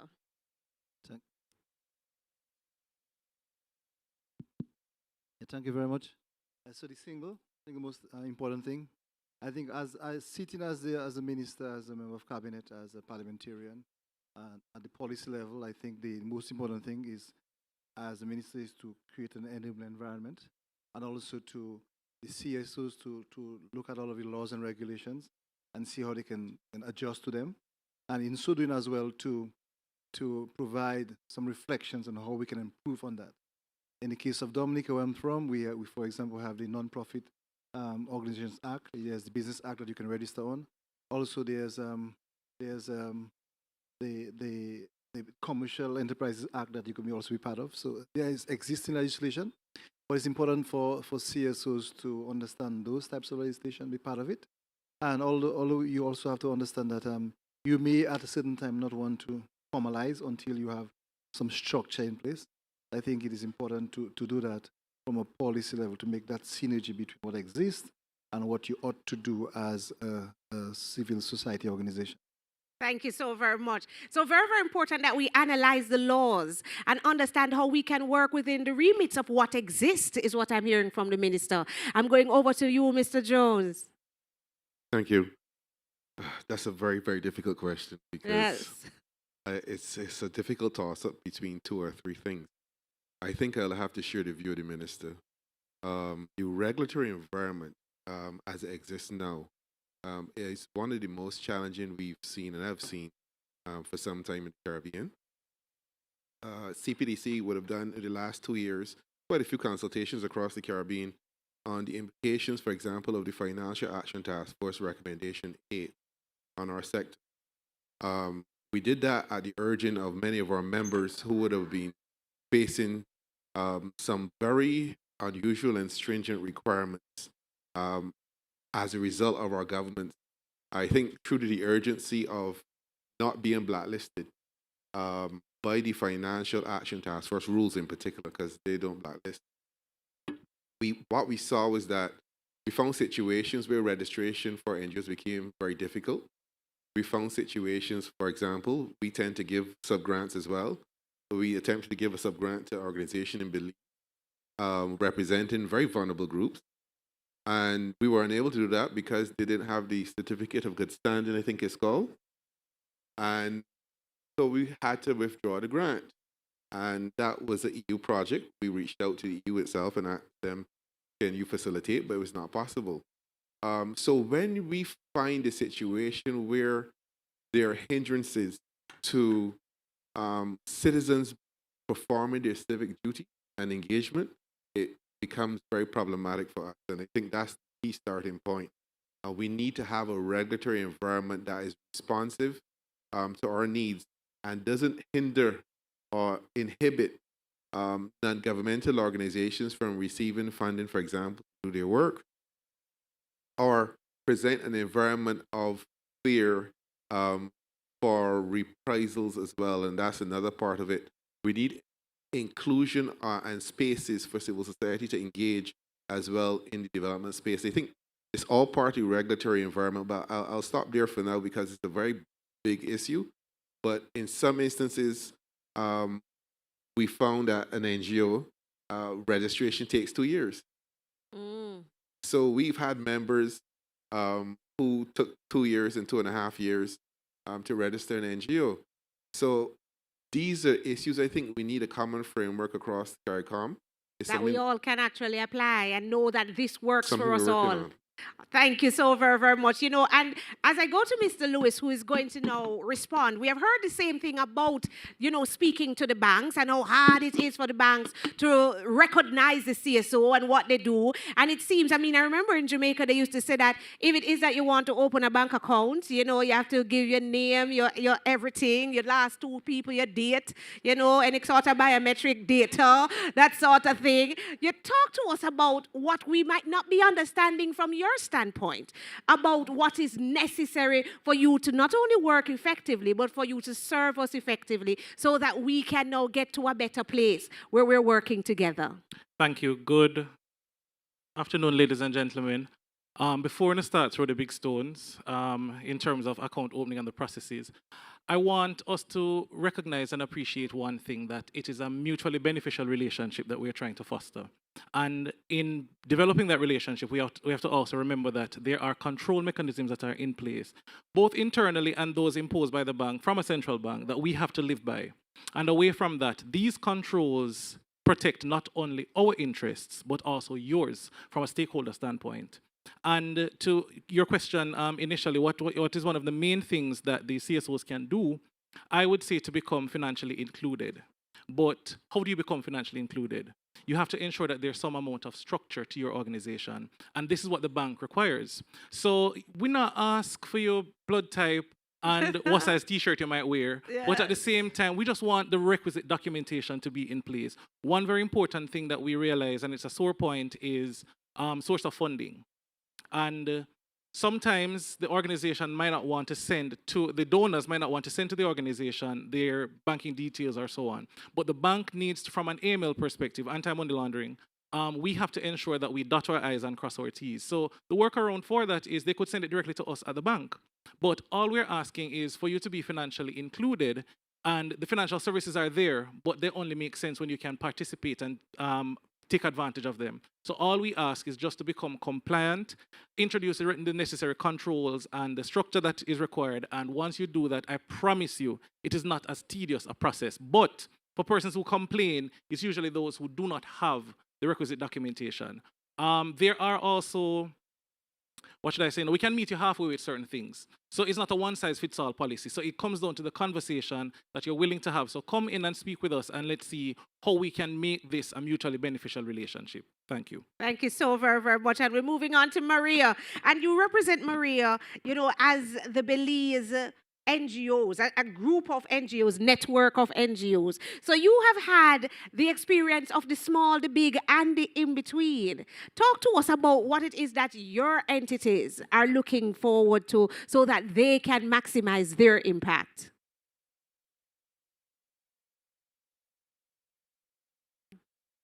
So, first of all, Carla, See? Maria.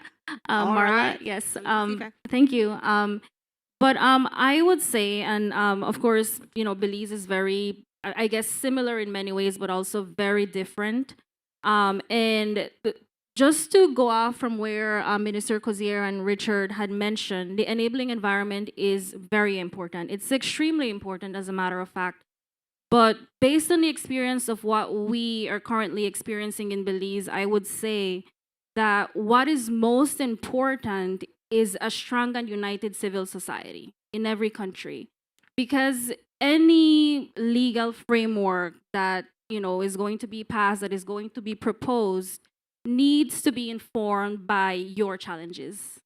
So we are the people on the ground doing all this work every day. This is like when we wake up thinking about the communities that we serve, the people that we serve every day. And so when the time comes that legislations and these frameworks are going to be designed, we need to do that in consultation with civil society. And if we have a civil society that is not strong, that is weak, it's not going to happen.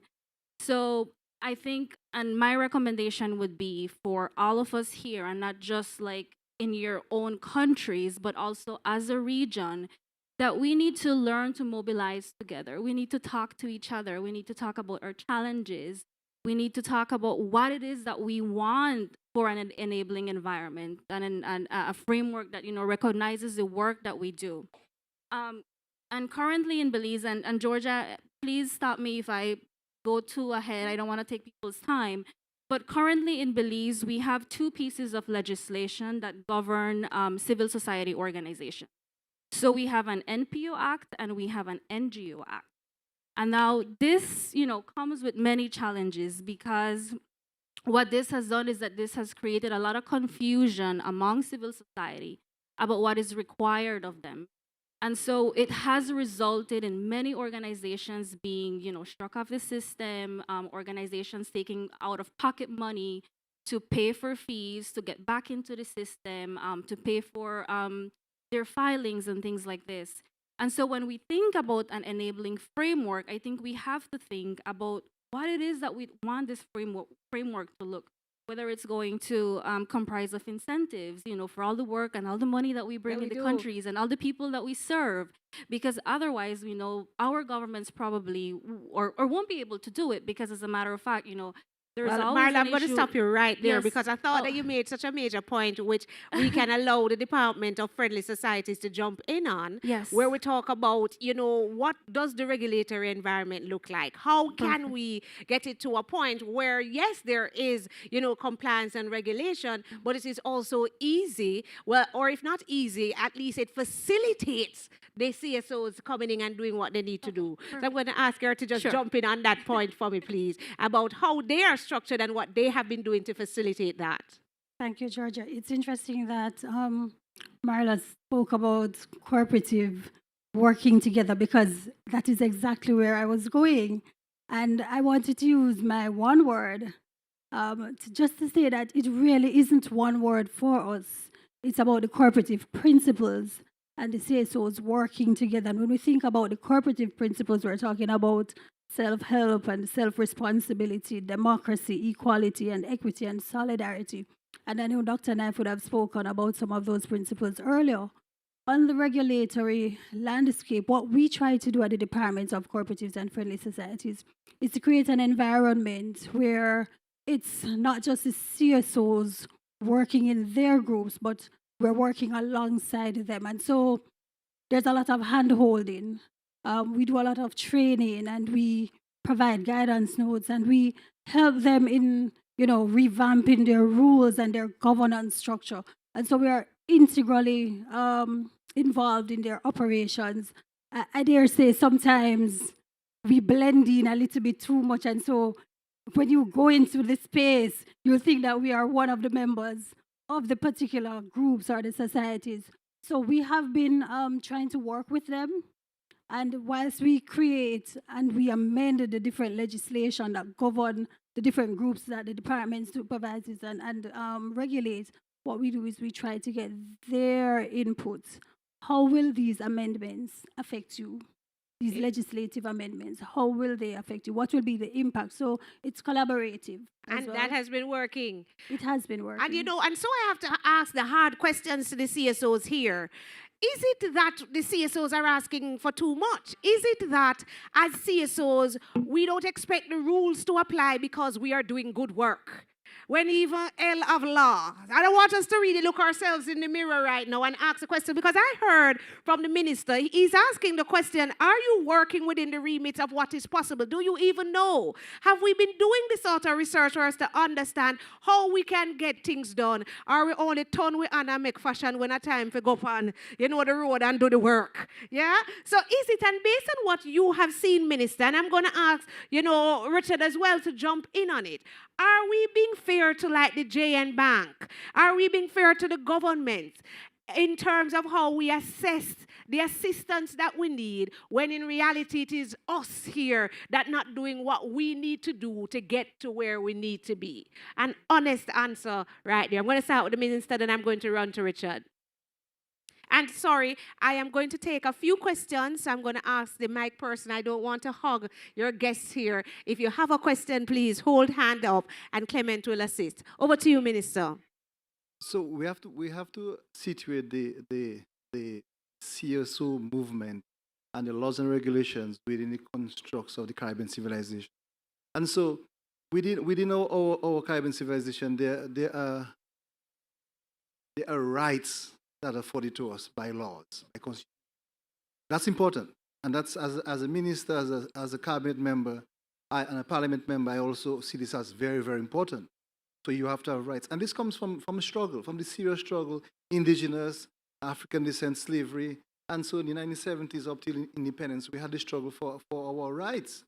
But it comes also with an added our responsibility. And so while there are laws and regulations, there are some things that we ought to do as human beings, as part of the human family, as part of a collective of islands and people who have had a common struggle. And so it may not be fair to put too much pressure on the regulations that are there, because there are some things that we ought to do for ourselves. That we have a right to certain privileges, but we also have a responsibility to go out and champion a cause. And I get the sense that that is what we're doing here.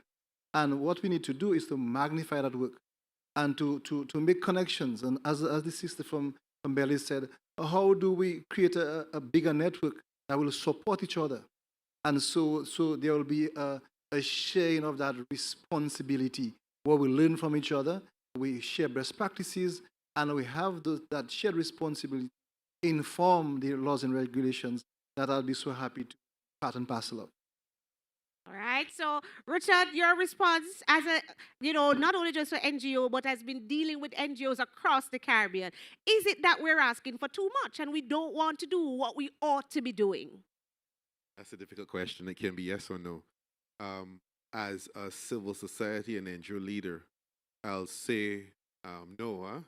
I'll say that some of the challenges we're facing is, I think they find their origin in external regulatory environment that is imposed on us.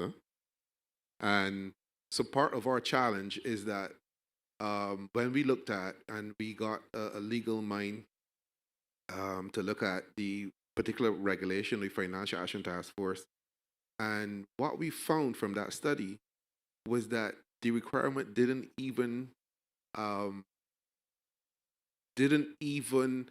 insist on many of the things that were being done in the region that we found to be prohibitive. There's one country in the Caribbean that requires every NGO, let's say a nonprofit company, to have a compliance officer, for example. Who funds that? You're never going to get. And so I think that's why I said we need a harmonization and a rethink of the regulatory environment, because what we found from our own study and our consultations across the Caribbean on the issue was that some of the regulations, and particularly those that we find, I don't want to say offensive, but most constraining, are really not required by those external regulatory environment or agencies. So, and I think some of our governments, and not blame our governments for just trying to constrain NGOs. While that may be in one or two instances, I'm not saying that that's the case, but I think the fear of not conforming and the rush to implement these laws would then constrain my colleague here in banking as well. So he has to do more or less the central bank regulatory environment would influence what you're doing. But what we're saying is that we need to rethink some of these regulations because in the first place, they may not very well be required at the international level. So, and they're constraining NGOs to the extent where we fear if you have those requirements, let's say a compliance officer, you may find a situation where 2 or 3 years no longer exists and nothing gets done. Correct. And nothing gets done. And I'm understanding it. And so, I want to run back to Jay and Bank a moment to ask, therefore, within that realm of your regulations, what has your bank been doing to take a step towards CSOs? What can other countries learn from Jay and Bank as it relates to how you have worked within the confines of your regulations to still ensure that you meet the needs of your customers? Okay, thank you so much. And before I get to that, there's one point I'd like to make, and I think within the banking sphere, one thing I will acknowledge is the fact that we are working and operating in an ever-changing and evolving donor space. And I'm not sure we are at pace with that in terms of the changes, because some of the regulations within which we want persons to live by, they might not be applicable to some persons right now. Some of them might be dated. So there's nothing wrong with going back and, revisiting and looking at the guidelines to see what we can tweak, what we can remove, what we can implement. But in terms of JN, from a group perspective, we have the JN Financial Academy that is run through the JN Foundation. So this is an integral part of the JN group, which is working with CSOs, because as Dr. Knife said earlier, it's not the driver's license that drives the vehicle, but it's the person. And so what he was saying is that there might be organizations that are not fully compliant. Well, how do we work with them? How do we support them? And through the JN Financial Academy, we have persons who are part of these organizations, and we have courses that are geared towards financial management, proper budgeting. Because what we have to recognize and appreciate is that within the space that we're operating now, it's no longer just budgeting, it's also now financial reporting. And so you have to take it a step further, and you have to be upskilling your staff, you have to be upskilling your team. Through the JN Foundation, we are doing that on a significant level in terms of having different workshops, having different focus groups, having different courses that persons can partake in them. So once it is that you can learn and upskill your staff from that perspective, then you can enter the formal banking space, because then you'll be equipped with the knowledge and the know-how in terms of how do you go about making your organization compliant? How do you go about upskilling your team members? So when you do that now, you can enter the formal banking space, and from there, you can enjoy the financial services that are offered by our organization. Indeed, indeed. The knowledge to do what you need to do is what it is that you're trying to impart. I understand. And then I'm running back to Marla. Marla, you spoke about the fact that we need to get together. But I've heard about many organizations across the Caribbean that are umbrella organizations for CSOs. Richard here works with organizations across the Caribbean as well. Is it that we're just getting together in name and not doing what we need to do as entities? Because, you have a network. Talk to us about what it is that your network does in Belize to ensure that you are seen when it is that regulations are being made and decisions, are being made that affect you. What can be the benchmark for us to advocate properly, because we do have organizations that don't seem to be doing what the organization should be doing. So the Belize Network of NGOs is indeed an umbrella organization, and we represent non-governmental organizations in good standing in Belize. However, I do want to say that we do work with the broader CSO community in the country, so not just the NGOs that are in good standing, but also NPOs, community-based organizations, grassroots organizations. So we work a lot with these organizations. But one of the unique things about the network and why it was established, it was actually established under the 13th senator, which is our NGO senator. And I believe someone on the first day said that they believe we're the only country that has an NGO senator. And so Senator Janelle Chanona, she's the one who gives the CSO community, and not just the NGOs in good standing, who we have a responsibility to, but all CSOs in Belize. She gives us a voice in Parliament. And so The issues that matter to us are the issues that she takes up to Parliament, and everything is informed by consultations with civil society organizations and not just our membership.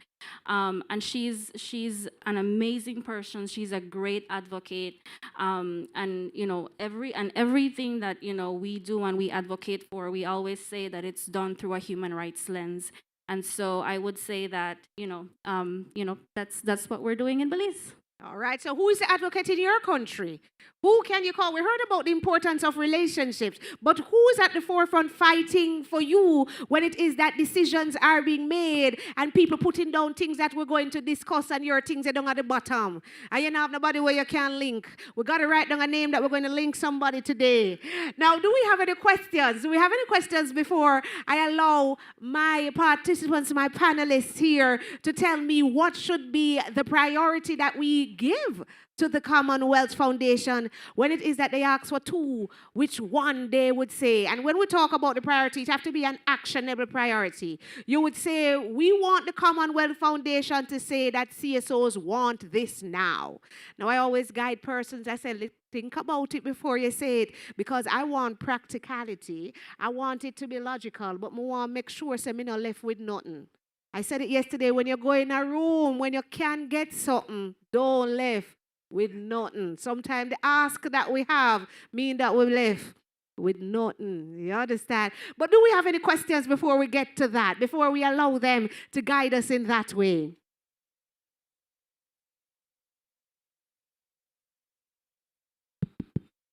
Hello. I have more or less like a comment. That's okay. Sort of. So in Belize, we do a lot of Spanglish, so I have to start with Buenas tardes. At the Ministry of Rural Transformation and Community Development, we have recently launched a national rural development strategy. And although it may be ambitious, the mandate is huge. We with 194 villages, each with its different challenges. And whilst infrastructure is very important, we must recognize and boost socio-economic development in these communities. And we can only do it with recognizing and acknowledging the expertise of the CSOs. So from a ministry's perspective from Belize, we need to continuous collaboration with my good colleague there from BNN. And so in order that we can build on this NRDS, so I see that I guess we're going to be working with her a lot in Belize. I know he's ensuring that he says it publicly so that we know that that is what is next, right? So that's a commitment that is happening. Thank you so very, very, very much. Do I have any other questions or comments? If not, I've seen a hand. I am seeing a hand. Not really a question, but a comment. Yeah. And as for the minister, the government, and I think, and the wider region like the Caribbean, I'm from St. Thomas, anyhow, Landui. The question we really want to really definitely ask, and that problem what we really face as a soldier in the field, and the social way, and the CS, right? We face with, as we say from beginning, we're running out of volunteerism. Nobody no want to volunteer again, right? Because we might be gravitate to it because it might be coming from out of the 70s, the 80s, in a small little youth. It was a slogan, like a slogan to all of us. So we'll get up and really stand up and fight. You understand me? And carry out through the whole of volunteerism. But the thing what when we really realize, since it's dying out, as you as a minister and can bring all the ministers across the Caribbean, several we could develop a program which we can put within the school sector, like this primary schools, and start teach them all over back again to know several boy. We can start volunteer, or we go about doing all of these things. That means say the next generation will not face what me face. I don't know if you approach this, I don't know if you approach it, and the generation don't know if you really approach it. But if it come from teaching within the school, then the future would have been better. Because the thing what we really definitely face right now, if you check right across, everybody will tell you, say, nobody know Yep, that is indeed a major issue. And I'm going to allow the minister to jump on it and respond to it and also give a comment as it relates to it. I'm seeing Knife's hand up as well. So minister, respond, and then I'm going to run to Knife. As a matter of fact, I want to also respond to you from St. Thomas. And by the way, that's how you advocate for your place.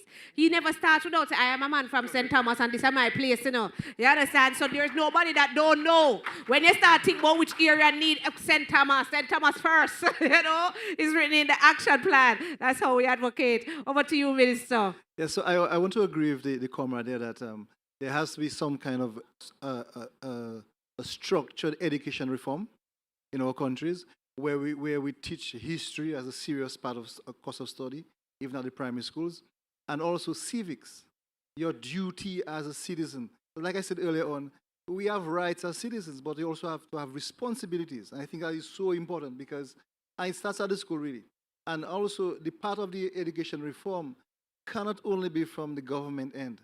Teachers, the parents also have to play their part. Because we might run the risk that because it is a law or it is legal, that we do it because we are forced to do it. And the idea coming out of the 70s, like you spoke about, came from the fact that people were conscious.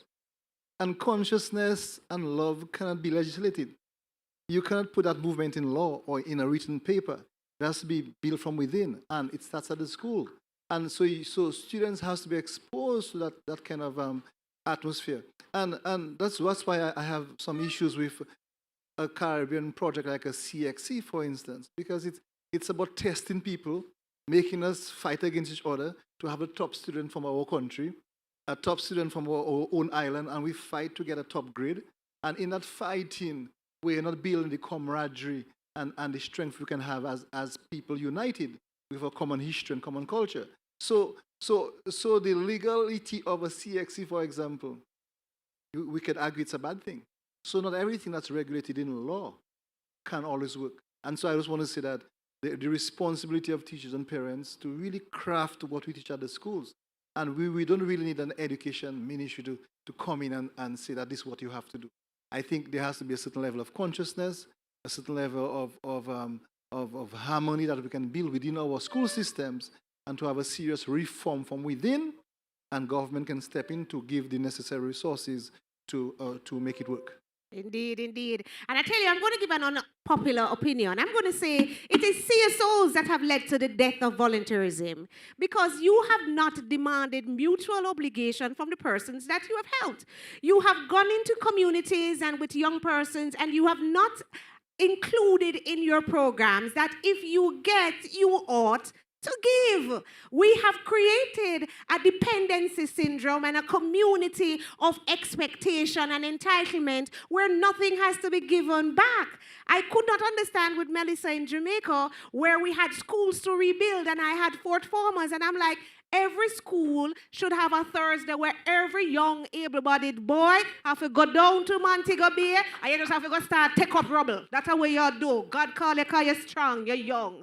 But you guys go into communities and you do so much, and you will go and find them and they must meet you here at 2 o'clock and them don't come and you walk, go to them yard and wait for them and then offer them some water too, and then them don't have to do nothing at all at the end. How is it that you expect to build if it is that you don't have mutual obligation tied in? Everybody in here are martyr and don't expect to get anything.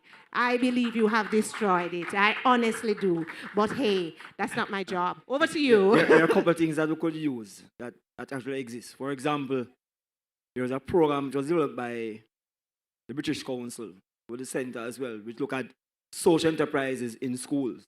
So that program is being run now, I think, by Victoria Mutual, where we support young persons to establish their own social enterprise. Because all across, I think, the Caribbean, you have all these clubs and societies, but we don't really put a lot of emphasis on the value of the work being done by those youths. We need to show them the value of that. Secondly, in Cape, strangely, in Cape in entrepreneurship, I was a part of the team that designed the Cape in entrepreneurship. I was the first chief. We also wrote in the syllabus social entrepreneurship as well. You have over 30,000 youths who have been exposed to these things at Cape in entrepreneurship. So how do we track and trace them and get them involved? Thirdly, Jamaica have a really nice program that is not being used, which is called a JAMVAD program. What the JAMVAD program says that if you as a student should spend your time in an organization, should actually write off your school fees as well, but it's woefully underutilized. We have not used that program. So if we start to get young people involved in those programs, it would not be seen again as what you call volunteerism, but again, meaningful investment of your time to get a rate of return on your investment as well. The fourth thing, universities are missing out on an opportunity to engage young people in national development. What do I mean? Remember that this generation that we call Gen Z, you don't have to try to get information, so you don't need to assess people on your ability to read, absorb, and regurgitate. No. We have access to information. It's about application of, and therefore using what is called experiential learning techniques of getting young people to be assigned. This is what we do in our on-shop program. We place our young people with community-based organizations, tell them to write the strategic plans, the business plans, the proposals, all those things. And because this generation is a generation of learning by doing, it fits their learning style. You will find that the research is showing that a lot of young persons in universities are not performing well. And you're questioning, why are they not performing well? They're not performing well because they're using the wrong kind of pedagogical approach. You have to use the approach that matches them, but this approach that we requires is what is being asked for now. How do we get young people to go out in the field to do the work? And so by the time they leave, and what I do is to monetize the work. So I can tell you that my 600 students at UWI every year generates over $180 million worth of value for the CSO sector, without any doubt, because I monetize each of the output that has been done. So they are willing to go out there. They are willing to go out there, but it's the approaches. And we have programs that we are not utilizing that we should be utilizing. I don't think it's an absence of programs, it's about just strategizing some more. But this is what they want to do. These youths do not want to be inside a regular classroom, looking at a board. They want to go out there and get some things, but they want to see the reward from doing it though. Because them don't take a pussy in a bag like how we take pussy in a bag. Yes, so what are we going to do about it? And so, as I'm about to wrap up this panel discussion, I'm going to start with you, Tanisha. Here it is that we have this unique opportunity to set the agenda, to say this is the priority. Talk to us not only from what would help you to help the organizations that you have to regulate, but in general, having been working with them for such a long time and understanding their needs, what should be a priority that they put forward when they get a chance to set the agenda, in your opinion? All right, so let me take it from this angle. You asked a question earlier about what two things would be important, and I say funding and training. But I'm going to put a spin on it and put training. Because if you can train the group well, then the funding will come because you're going to equip them with the tools to write the proposals and to do the work. Back to your question. Yes. What is important? I have to go back to the collaborative approach. Because if you want to go far, as it is said, you go alone. Yes, if you want to go far, you don't go alone. You don't. You get like-minded people to go with you. Here's the thing, though. If you go alone, you will learn resilience. You learn to depend on your own inner strength and you push yourself. Yes. Sometimes we take folks with us that are really our dead weight and they'll pull us back. They'll keep us from progressing. So you have to assess the journey that you're on and make the best decision, whether it is to go alone or to go with a group. But to go with a group, to make some decisions. Am I going to be only dealing with NGOs in good standing, or is it that we're going to also expand to CSOs? Marla, sometimes I know your job must be very hard, but it is that you want to help. We're here, but all right, we can only help you in this way. But, especially because you represent such a large group of NGOs in your country, talk to us about the priority. Everyone here is going to get a chance to write on a piece of paper what they think the priority ought to be that the Commonwealth Foundation carries to the summit. What do you believe it ought to be? Well, I will speak for Belize again. I think given our current situation, certainly the most important thing for us right now is harmonizing the NGO and the NPO Act. And we have been able to do so successfully. We actually, this week was the first week of consultations that we had. We're actually working with the government, the Financial Services Commission, to review the legislation and consult extensively with civil society about what we want for this new piece of legislation, for what we want that to look like. And so I would say, going back to collaboration, I think collaboration is very important, not just amongst ourselves as civil society and the region, but also with government counterparts. I think that's very important. I think rather than polarization, we have to look at it from the collaborative perspective, because I think we've always seen that we've always seen as the noisemakers in our countries, NGOs, or they're making noise, anything that, progress, like, oh, we don't want development because, we're taking care of the environment and all these things. But I think it shouldn't be about that. I think we all want societies that, where people are living freely, where people, have their human rights respected, where we have democracy, and all these good things that make a good society. And so I think that collaboration has to be strengthened, and it's not just among CSOs, but also with government counterparts. Indeed, but also with government counterparts, yes? If it is that we can have one that apply all across the board, that's when we're making our applications for funding. It is just for the Caribbean because we are all standardized. It sounds good. It sounds good. Let me hear what you have to say now, Mr. Lewis, as it relates to, you represent and your customers are CSOs, and all of these international regulations impact you as well, that come down from the different governments who we're lobbying. If you could ask for one thing, what would that priority be? I would ask that the avenues for CSOs to become compliant become a little bit more attractive and to be more readily available. Because a part of the problem is that there are so many different organizations there, large and small, and you have some persons who they do not know of the avenues that they can take in order to upskill their staff or stuff to take advantage of. So and it doesn't make sense for you to have these CSOs and they cannot function optimally. And so if it is that you have these avenues for regulation and compliance that are made more immediately available to these individuals, then it makes life easier for me. Because at the end of the day, when you have the regulated entities coming to be part of the formal banking space, then it's a situation where the NGOs can take advantage of all that we have to offer. And I want to leave with one point as well. I want the NGOs to recognize and appreciate one thing: the inherent power that rests with all of you in relation to this relationship between banking. You guys have access to significant funding, and banks need money. However, you guys need somewhere to put the money. You need a bank account.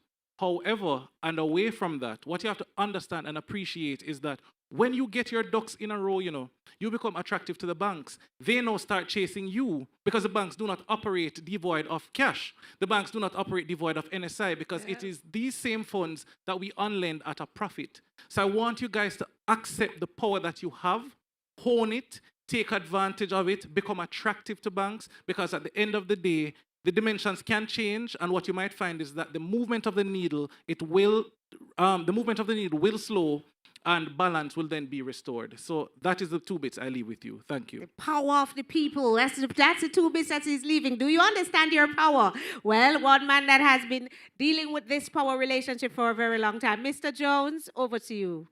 Hi, thank you. In terms of what I would say to the Commonwealth Foundation, they used to play a very important role in enhancing governance processes across the Commonwealth. I think that would probably be my suggestion.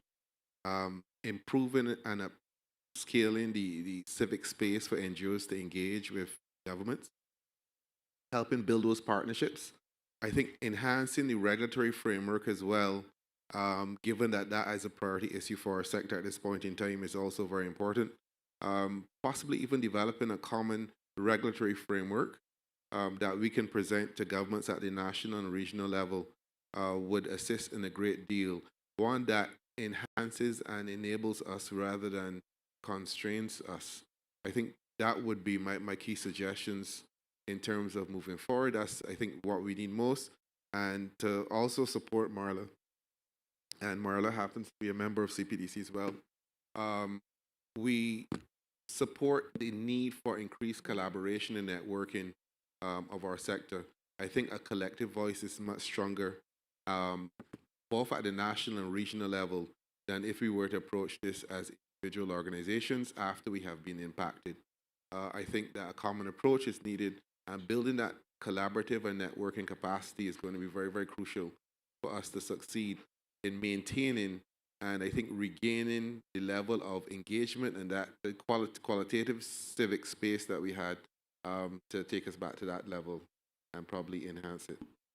Indeed. Thank you so very, very much. And now we come full circle. Minister, yes, you are going to be very influential, as well as, you know, your Prime Minister will be there and your Minister of Foreign Affairs, etc. And you are going to be having those sorts of conversations.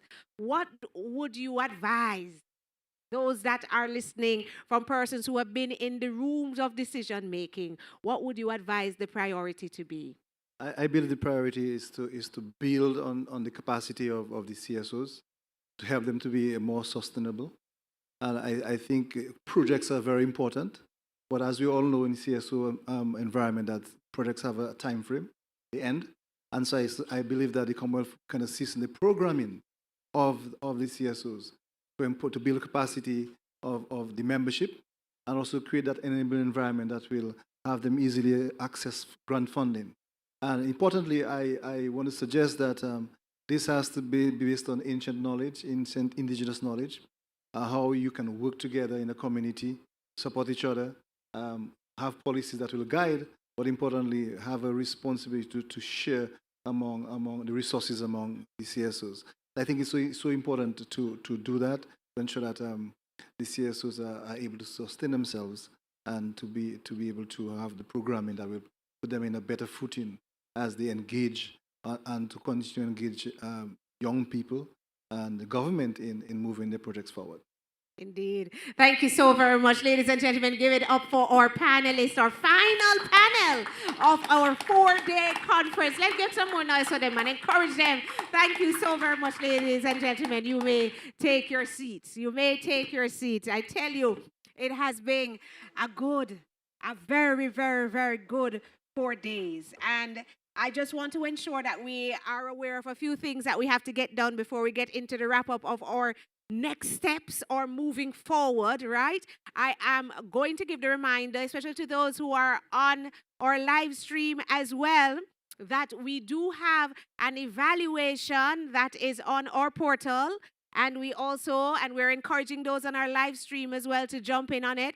Do a post-test. We have our post-test and our conference evaluation on our participant portal. We're asking everyone, data is so very, very important. We can't make the right decisions for you and to assist you and to work along with you if we don't understand what you need and what your thoughts are. So please, please, please, go ahead, take a look at the end during lunch and do the evaluation and also the post-test. Next, we are going to learn about what's next, what is available to you. You have said that there are many things that are needed. Well, for the next 5 or 10 minutes, you're just going to hear, or possibly about 5. What do we have available for you? What is next in our tools showcase? And I am going to actually throw to Karen, who is going to talk to us about what not only do we at Leaf here have as it relates to, coming up capacity building, but we're going to also hear from CDB, Karen. That's going to happen?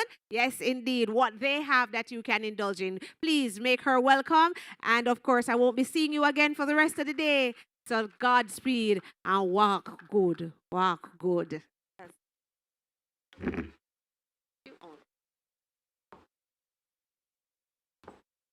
Thank you, Georgia. So as she said, I am Karen Phillip, the Local Engagement and Action Fund Coordinator. While I have been working hard behind the scenes, I'm actually going to hand over to, to Stephanie Coy, the FSSPC Manager, and Machado Akins, yes, from CDB, who are going to showcase the different tools that we have developed over the past 2 years and the ones that are going to come shortly. So let's welcome them. Thank you. And in true partnership, we once again take the podium. Yes, we do. All right. So, team, it's on. We're ready? All right. So, in partnership with CDB, the Local Engagement and Action Fund, as I think we had mentioned before. Oh, okay. We have a shift, and we always have to be ready to pivot, right? So, CDB will go first with the community engagement course that they have.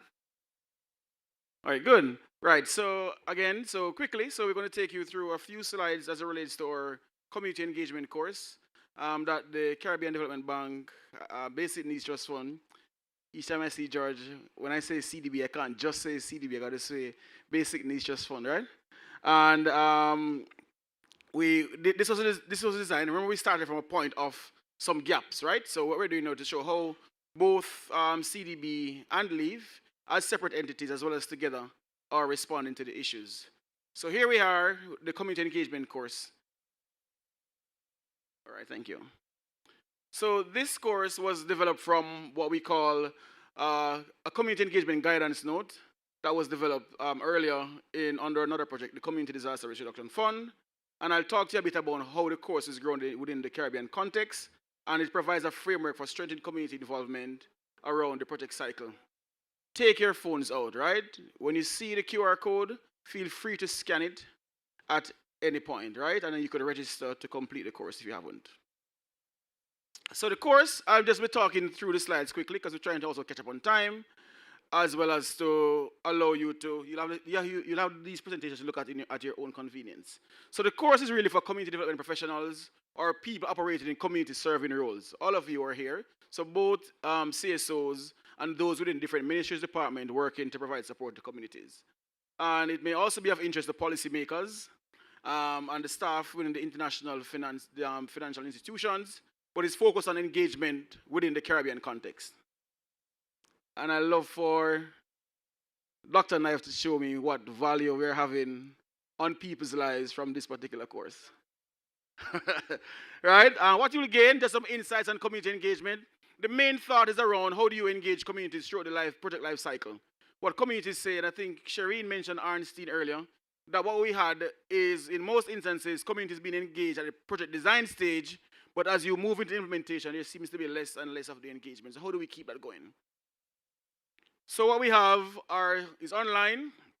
So what we have are some animated course facilitators that you'll interact with on the online portal at CDB. So we have 5 modules. There's also a resource section, some exercises, and different knowledge checkpoints as well. And the course, there's a final quiz. You get about 70%. Then you will get a certificate of completion. You can take it as many times as you want. So there are 5 modules. And then module 1 looks at community engagement. And module 2 looks at preparing for community engagement. And then the skills for effective community engagement and the tools, module 3 and 4.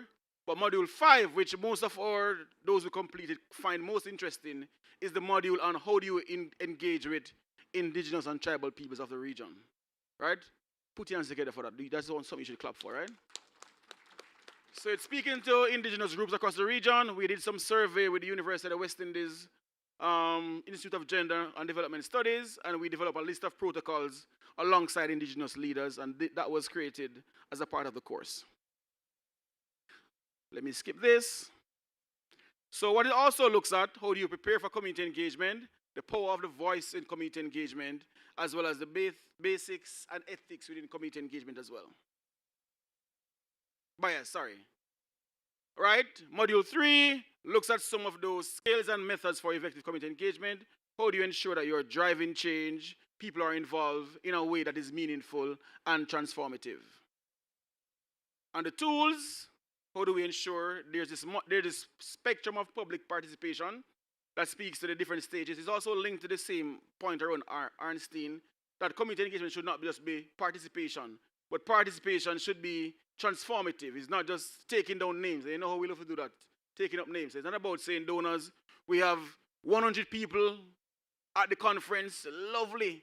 80 women, 40 50 men, and that is not it. It's about how do you move from participation to consultation to involving collaboration and ultimately empowerment, because it's a mutual process. So it's a mutual learning, and you want the output to be co-constructed with community leaders.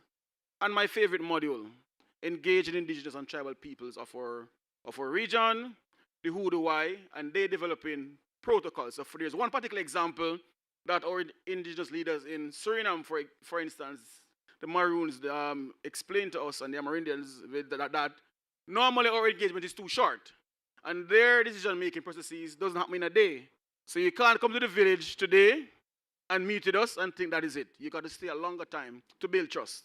So how can we be flexible, staying a longer time in the village, getting to know the people, and allowing them to meet several times before they reach to a conclusion, being flexible and adapting to their realities. And my final slide, to register, scan the QR code, and you can register to take this course. I'll give you 10 seconds to scan the QR code, and then I'll hand over to my partner in all good things. All right, 10, 9, 8, 7, 6, 5, 4.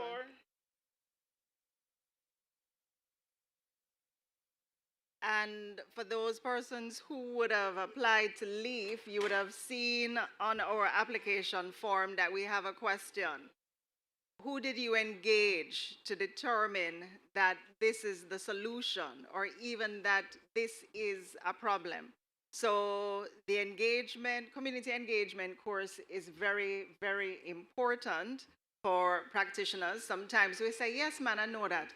But a refresher is always good. And why we are also developing these online portals or online sources of information is for you to have it there. When you go to a training and you get handouts, the person who attends the training oftentimes keeps it with them, or it might be filed somewhere and nobody remembers that they had gone to that training and they got that handout. Now, if it is that you have new staff, or even for yourself, if you don't remember what you heard in the training, you can go online, you can remind yourself, and you can say, wait, hold on, how'd that go again? And you check. So we are investing in the capacity of our CSOs and ensuring that this information is readily available no matter where you are. Oh, it's off. Do I have anything? No? So for the proposal writing module, we are working with CDB as well as SEDIMA to develop a proposal writing module which will be available. We will utilize the CSOs that have registered, whose data that we have, because we want to use you to test it. We want that when you go on and you are learning, that it is not, as Richard said, from discussion they had with somebody who did a proposal writing training before, that the information was just too much or something that they couldn't really comprehend. So we want to make it as user-friendly as possible. So we will engage some CSOs to utilize the modules, test it, and for us to ensure that it is user-friendly. One of the findings from the BNTF assessment was that many persons, many CSOs did not have proposal writing skill sets or did not feel confident in their proposal writing skill sets. And we know that that is one of the main ways that you access funding. So that will be available by, I would say, we're in March. By April, we will be sharing that with you. And that course is available on the two learning platforms, the Caribbean Development Bank and the Caribbean Disaster Emergency Management Agency. And you get a certificate from the University of Wolverhampton. Free, self-paced, no cost at all. So we move into the recap. Day 1 to 3. Now, we had Georgia take us through the action planning. And for us, as was said by Georgia, action, or no, sorry, that was Richardo, action, not a bag of mouth. We want to ensure that at least there is one thing that you have identified that when you go back to your organization, you are making that shift, right? Because we have, as a collective, we have agreed that we need to make that shift to improve, to strengthen our organizations. And so we had identified under financial management and sustainability, the operational efficiencies, including technology, and advocacy and visibility. For day one, we had over 120 persons across the 12 Caribbean countries represented. And that, I think, is a tremendous feat on your side, as well as I would say, because, you know, we also have to pat ourselves on the back, on our side for accomplishing the first ever CSO Caribbean conference. So we have reaffirmed our commitment to partnering, to working with CSOs. And as the previous speaker said, projects end. And so LEAF as a project, we will end in 2027. And one of the things that we have sought to do, which is why my partner in all things good is here, is that we were very conscious of that. And we have said, how are we going to sustain and build in to something that will continue what it is that we're doing? And CDB, whose mission aligns with what our project objectives were, said they would gladly take it on. Thank you. Okay, and so Global Affairs Canada has pledged $6 million through LEAF to support, 600,000 Canadian through LEAF to support recovery in 7 parishes. That call was launched, and we are currently evaluating the proposals, and we will be able to announce the successful grantees shortly.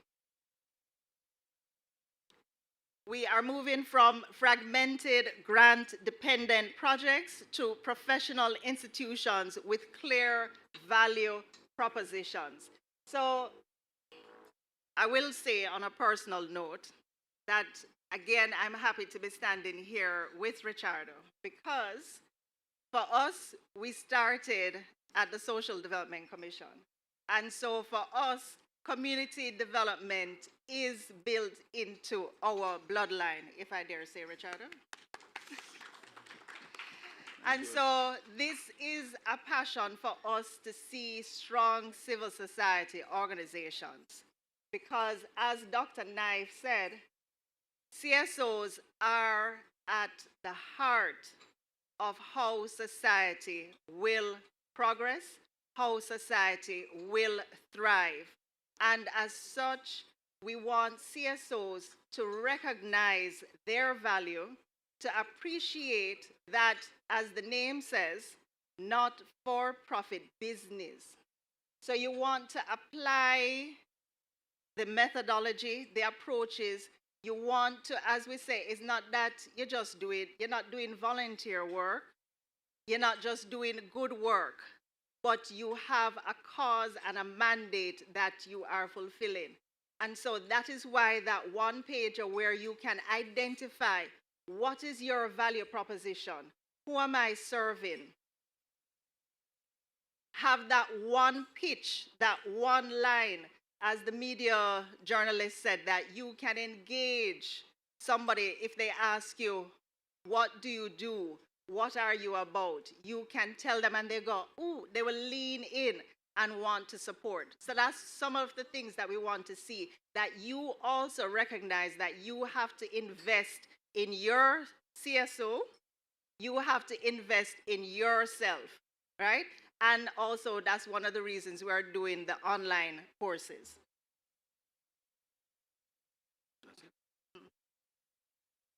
All right, so what we looked at for day one, we had those lovely thoughts around measuring impact, which Dr. Knife wrapped up nicely today in terms of his keynote address.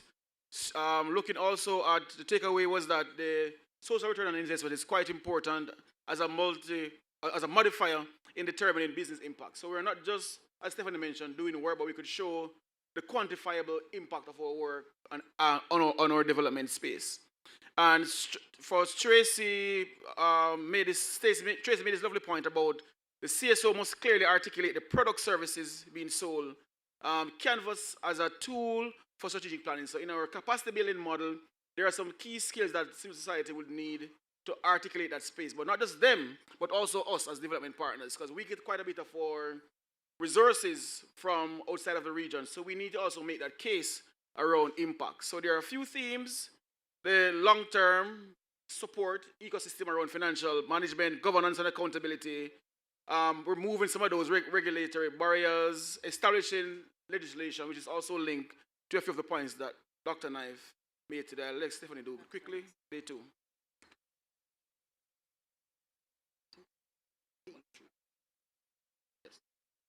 All right.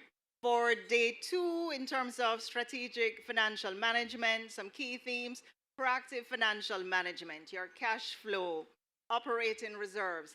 Please, not just accounting, but financial management. There is a bit of a difference, the nuance, right? So we want to be financial managers. Insights from the panel discussion: strong proposals need to demonstrate clear problem definition and social impact. We've heard that many times, and we will keep repeating. Realistic timelines and realistic budgets. We do look.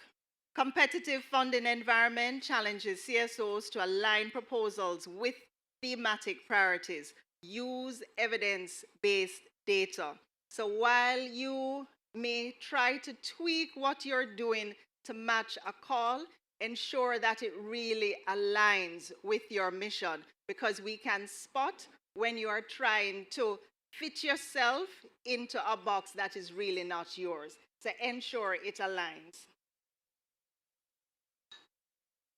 For our social entrepreneurship, Keith Lynn, social enterprise encouraged as a pathway to sustainability. CSOs urged to operate with business discipline. Have a clear focus area, scale, deepen, strengthen your marketing and storytelling. So again, even with your social enterprise, what you decide to do, ensure that it aligns with your mission.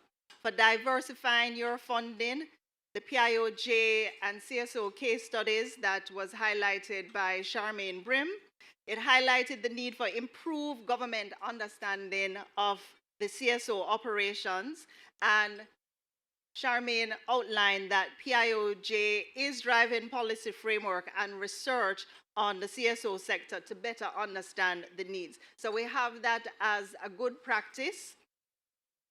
The case studies from Jeffreytown and Sisters of Mercy, as well as Pineland Creative Workshop, demonstrated how revenue diversification through agro-processing and vocational enterprises help to ensure their continued sustainability of their CSO. Day three. So the theme for day three looked at leveraging technology, AI, and strategic communication to close capacity gaps. So those gaps you mentioned earlier, and how we could use technology to advance in some of those areas as well. And we had a presentation from Dr. McNaughton. He left earlier, right? And there's also Kobo Toolbox, and Georgia Crawford also presented as well. Kobo Toolbox, we had Paula.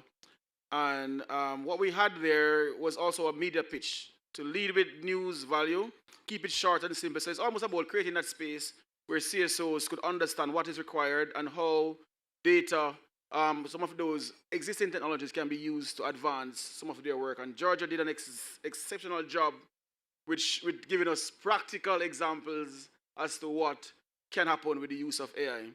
In fact, I was able to help, he walked out, Jamal, with the use of AI to refine the component of a proposal in a few minutes. I was saying to Jamal that he was saying, Richard, you can't do this now because you're busy. I said, no, man, just watch how the AI thing going to work.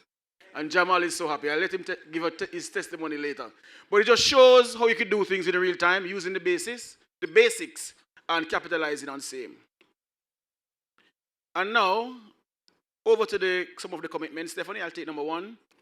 We want to initiate and apply the SROI methodologies to better quantify and communicate the impact. So we are looking at having some post-event sessions. We'll talk some more with our facilitators to see how that can be done to continue the dialogue. Point 2, Stephanie. And we are also, myself included, definitely going to explore and integrate artificial intelligence in terms of training sessions, the tools, because what we got was very quick, right? I think we need to have you identify the areas, especially where the HR gap exists, and you see how AI can assist you to overcome the gaps that you have. So we will work with you to develop and design the training that will be user-friendly and approachable for you.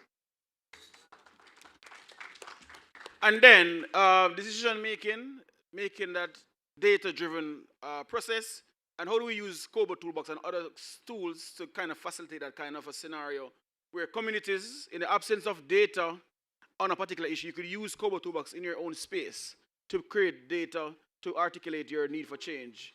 And only next week we'll be doing our pilot portfolio mapping with the World Bank team to look at how we could also use COBO Toolbox to map project activities in real time. And a few of our members here from the SDC, EFJ will also be participating in that process. Action, not a bag amount.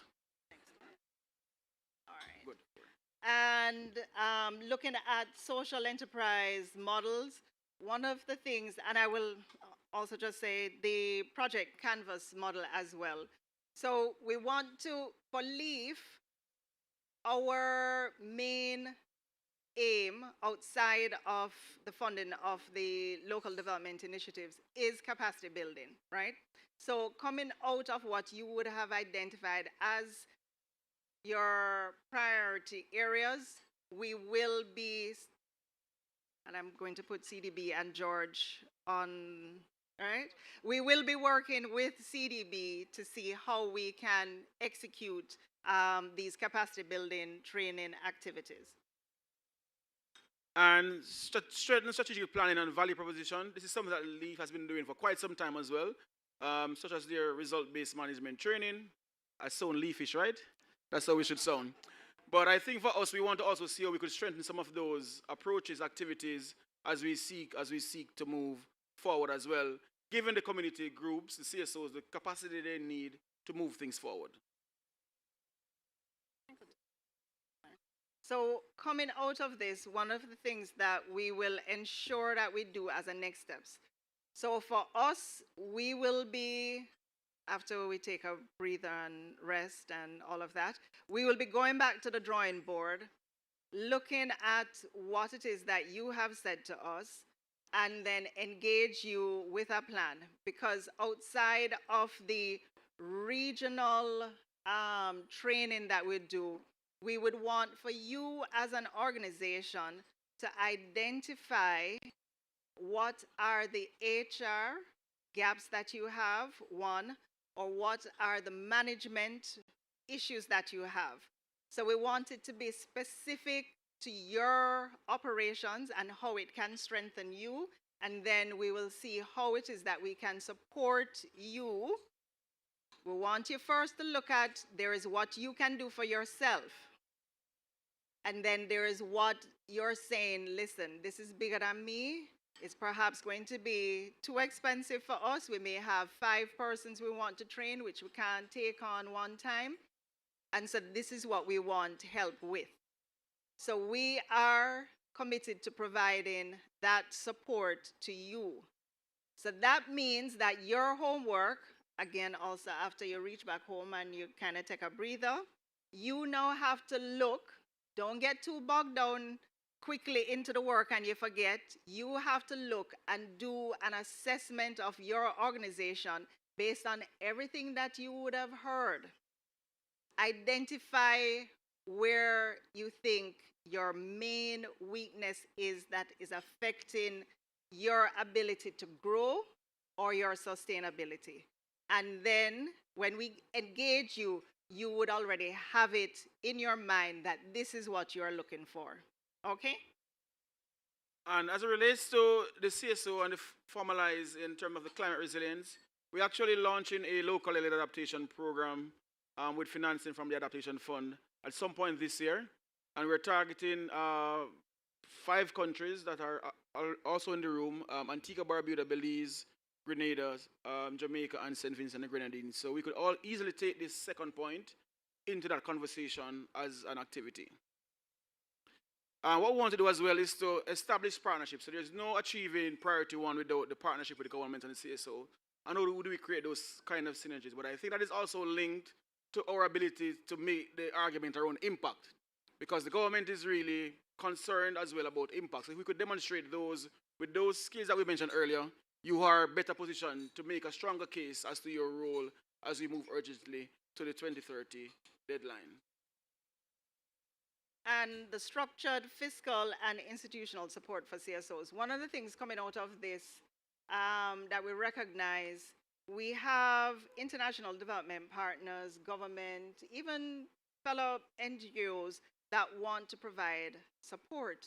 But you have, as Dr. Knife would have mentioned, CSOs operating at various levels. So one of the things that we would like to see which would support this is if we can then have whether categories of CSOs that across the region, if we say as an IDP that, listen, we're going to provide funding to support CSOs that are at level 1 or category 1, what does that mean? If we're then going to engage the financial sector or even government and we say, listen, we have done the research and what we have found is that the majority of CSOs in your country are operating at a level 1, which means that they are not registered. They do not have banking systems in place. So that is where the support is needed from you as a government in ensuring that there is an enabling environment. So that is one of the things that we would like to look at to see how we can support the CSOs in being able to identify where do we fit, what are the gaps that we have, and where are the support areas that we need, and to align our budget allocations to those support. All right, good. So that's the end. Put your hands together for the next steps. Yeah, I think for us as well at CDB, one of the things that we're looking to execute within this year is to start the preparation of our first civil society engagement strategy that would also look at creating dedicated support to civil society going forward and having a consistent approach around engagement of civil society, not just in form of events like these, but how do we provide platforms or interaction with civil society groups.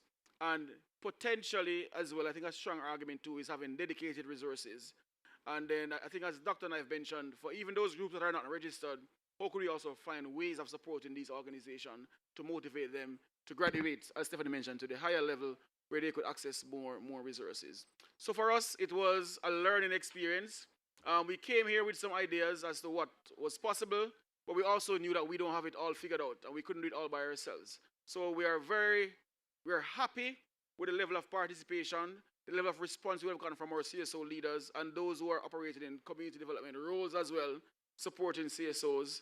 And we are quite optimistic and dedicated to all these next steps as we realize that the solution to the issue that we are experiencing must take place outside of this conference room. Thank you. So my last act, I'm going to ask you all, please, if you could just stand.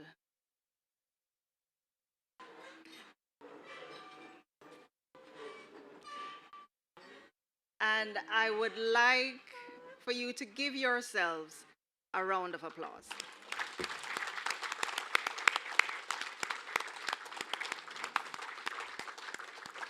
Thank you for being here. Thank you. I know it was hard for many of you to commit to one whole, almost a week of being away, because one of the things with CSOs is like we never have time, right? So thank you, thank you, thank you so much for being here. Thank you for being a part of this journey. Thank you for the work that you do. Don't lose heart. Keep doing what you're doing. I think there's a song like that, right? Keep doing what you're doing, and we will see each other again. So, again. Thank you. Back over to you. Oh.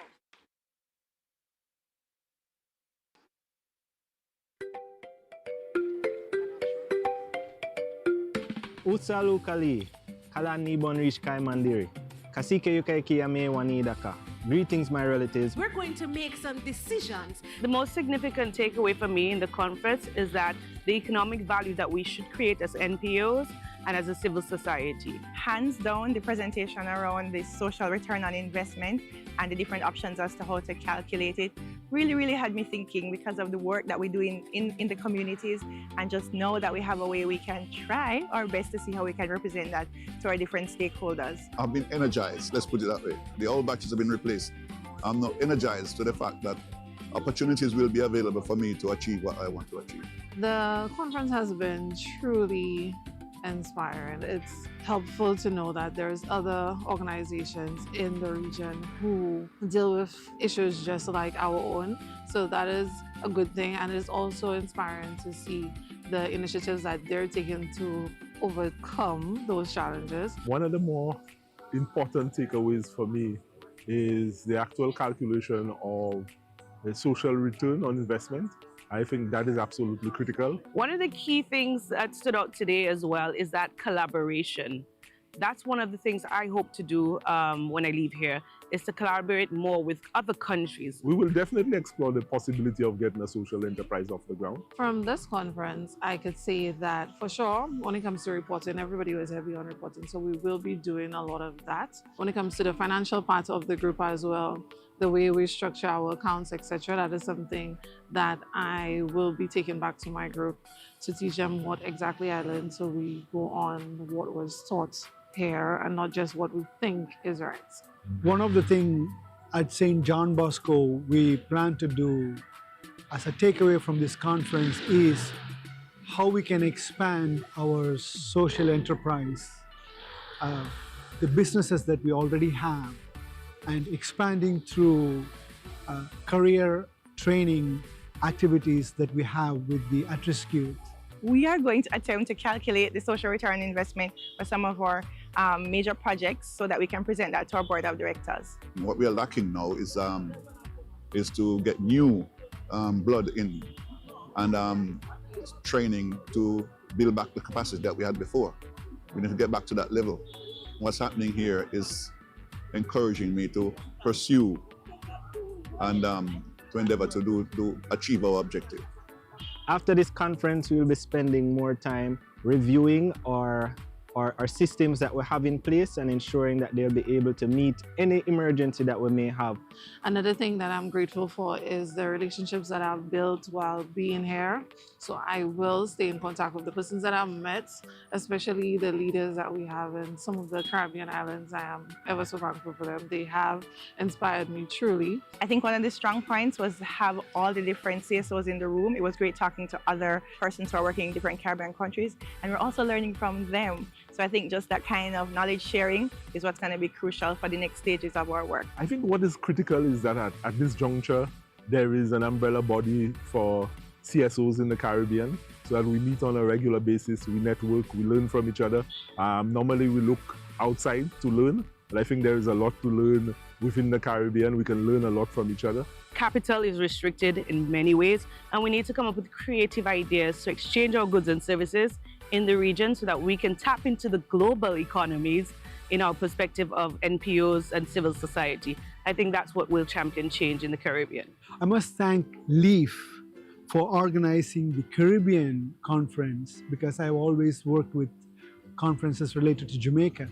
And it's very interesting to see people from Grenada, Belize, Guyana, St. Lucia to be here and then sharing thoughts and ideas of what other Caribbean islands are doing and in relation to what we are doing in Jamaica. I want to say a big thank you to the organizers, the LEAF team, the CDB team. We're totally grateful for this kind of coming together, for the collaboration and just the idea generation that happened in the room. I really appreciate the fact that the CDB and the groups that are partnering have put a lot of effort into not only highlighting the problems that they've observed, but putting forward the solutions. So let's work together to build stronger Caribbean community.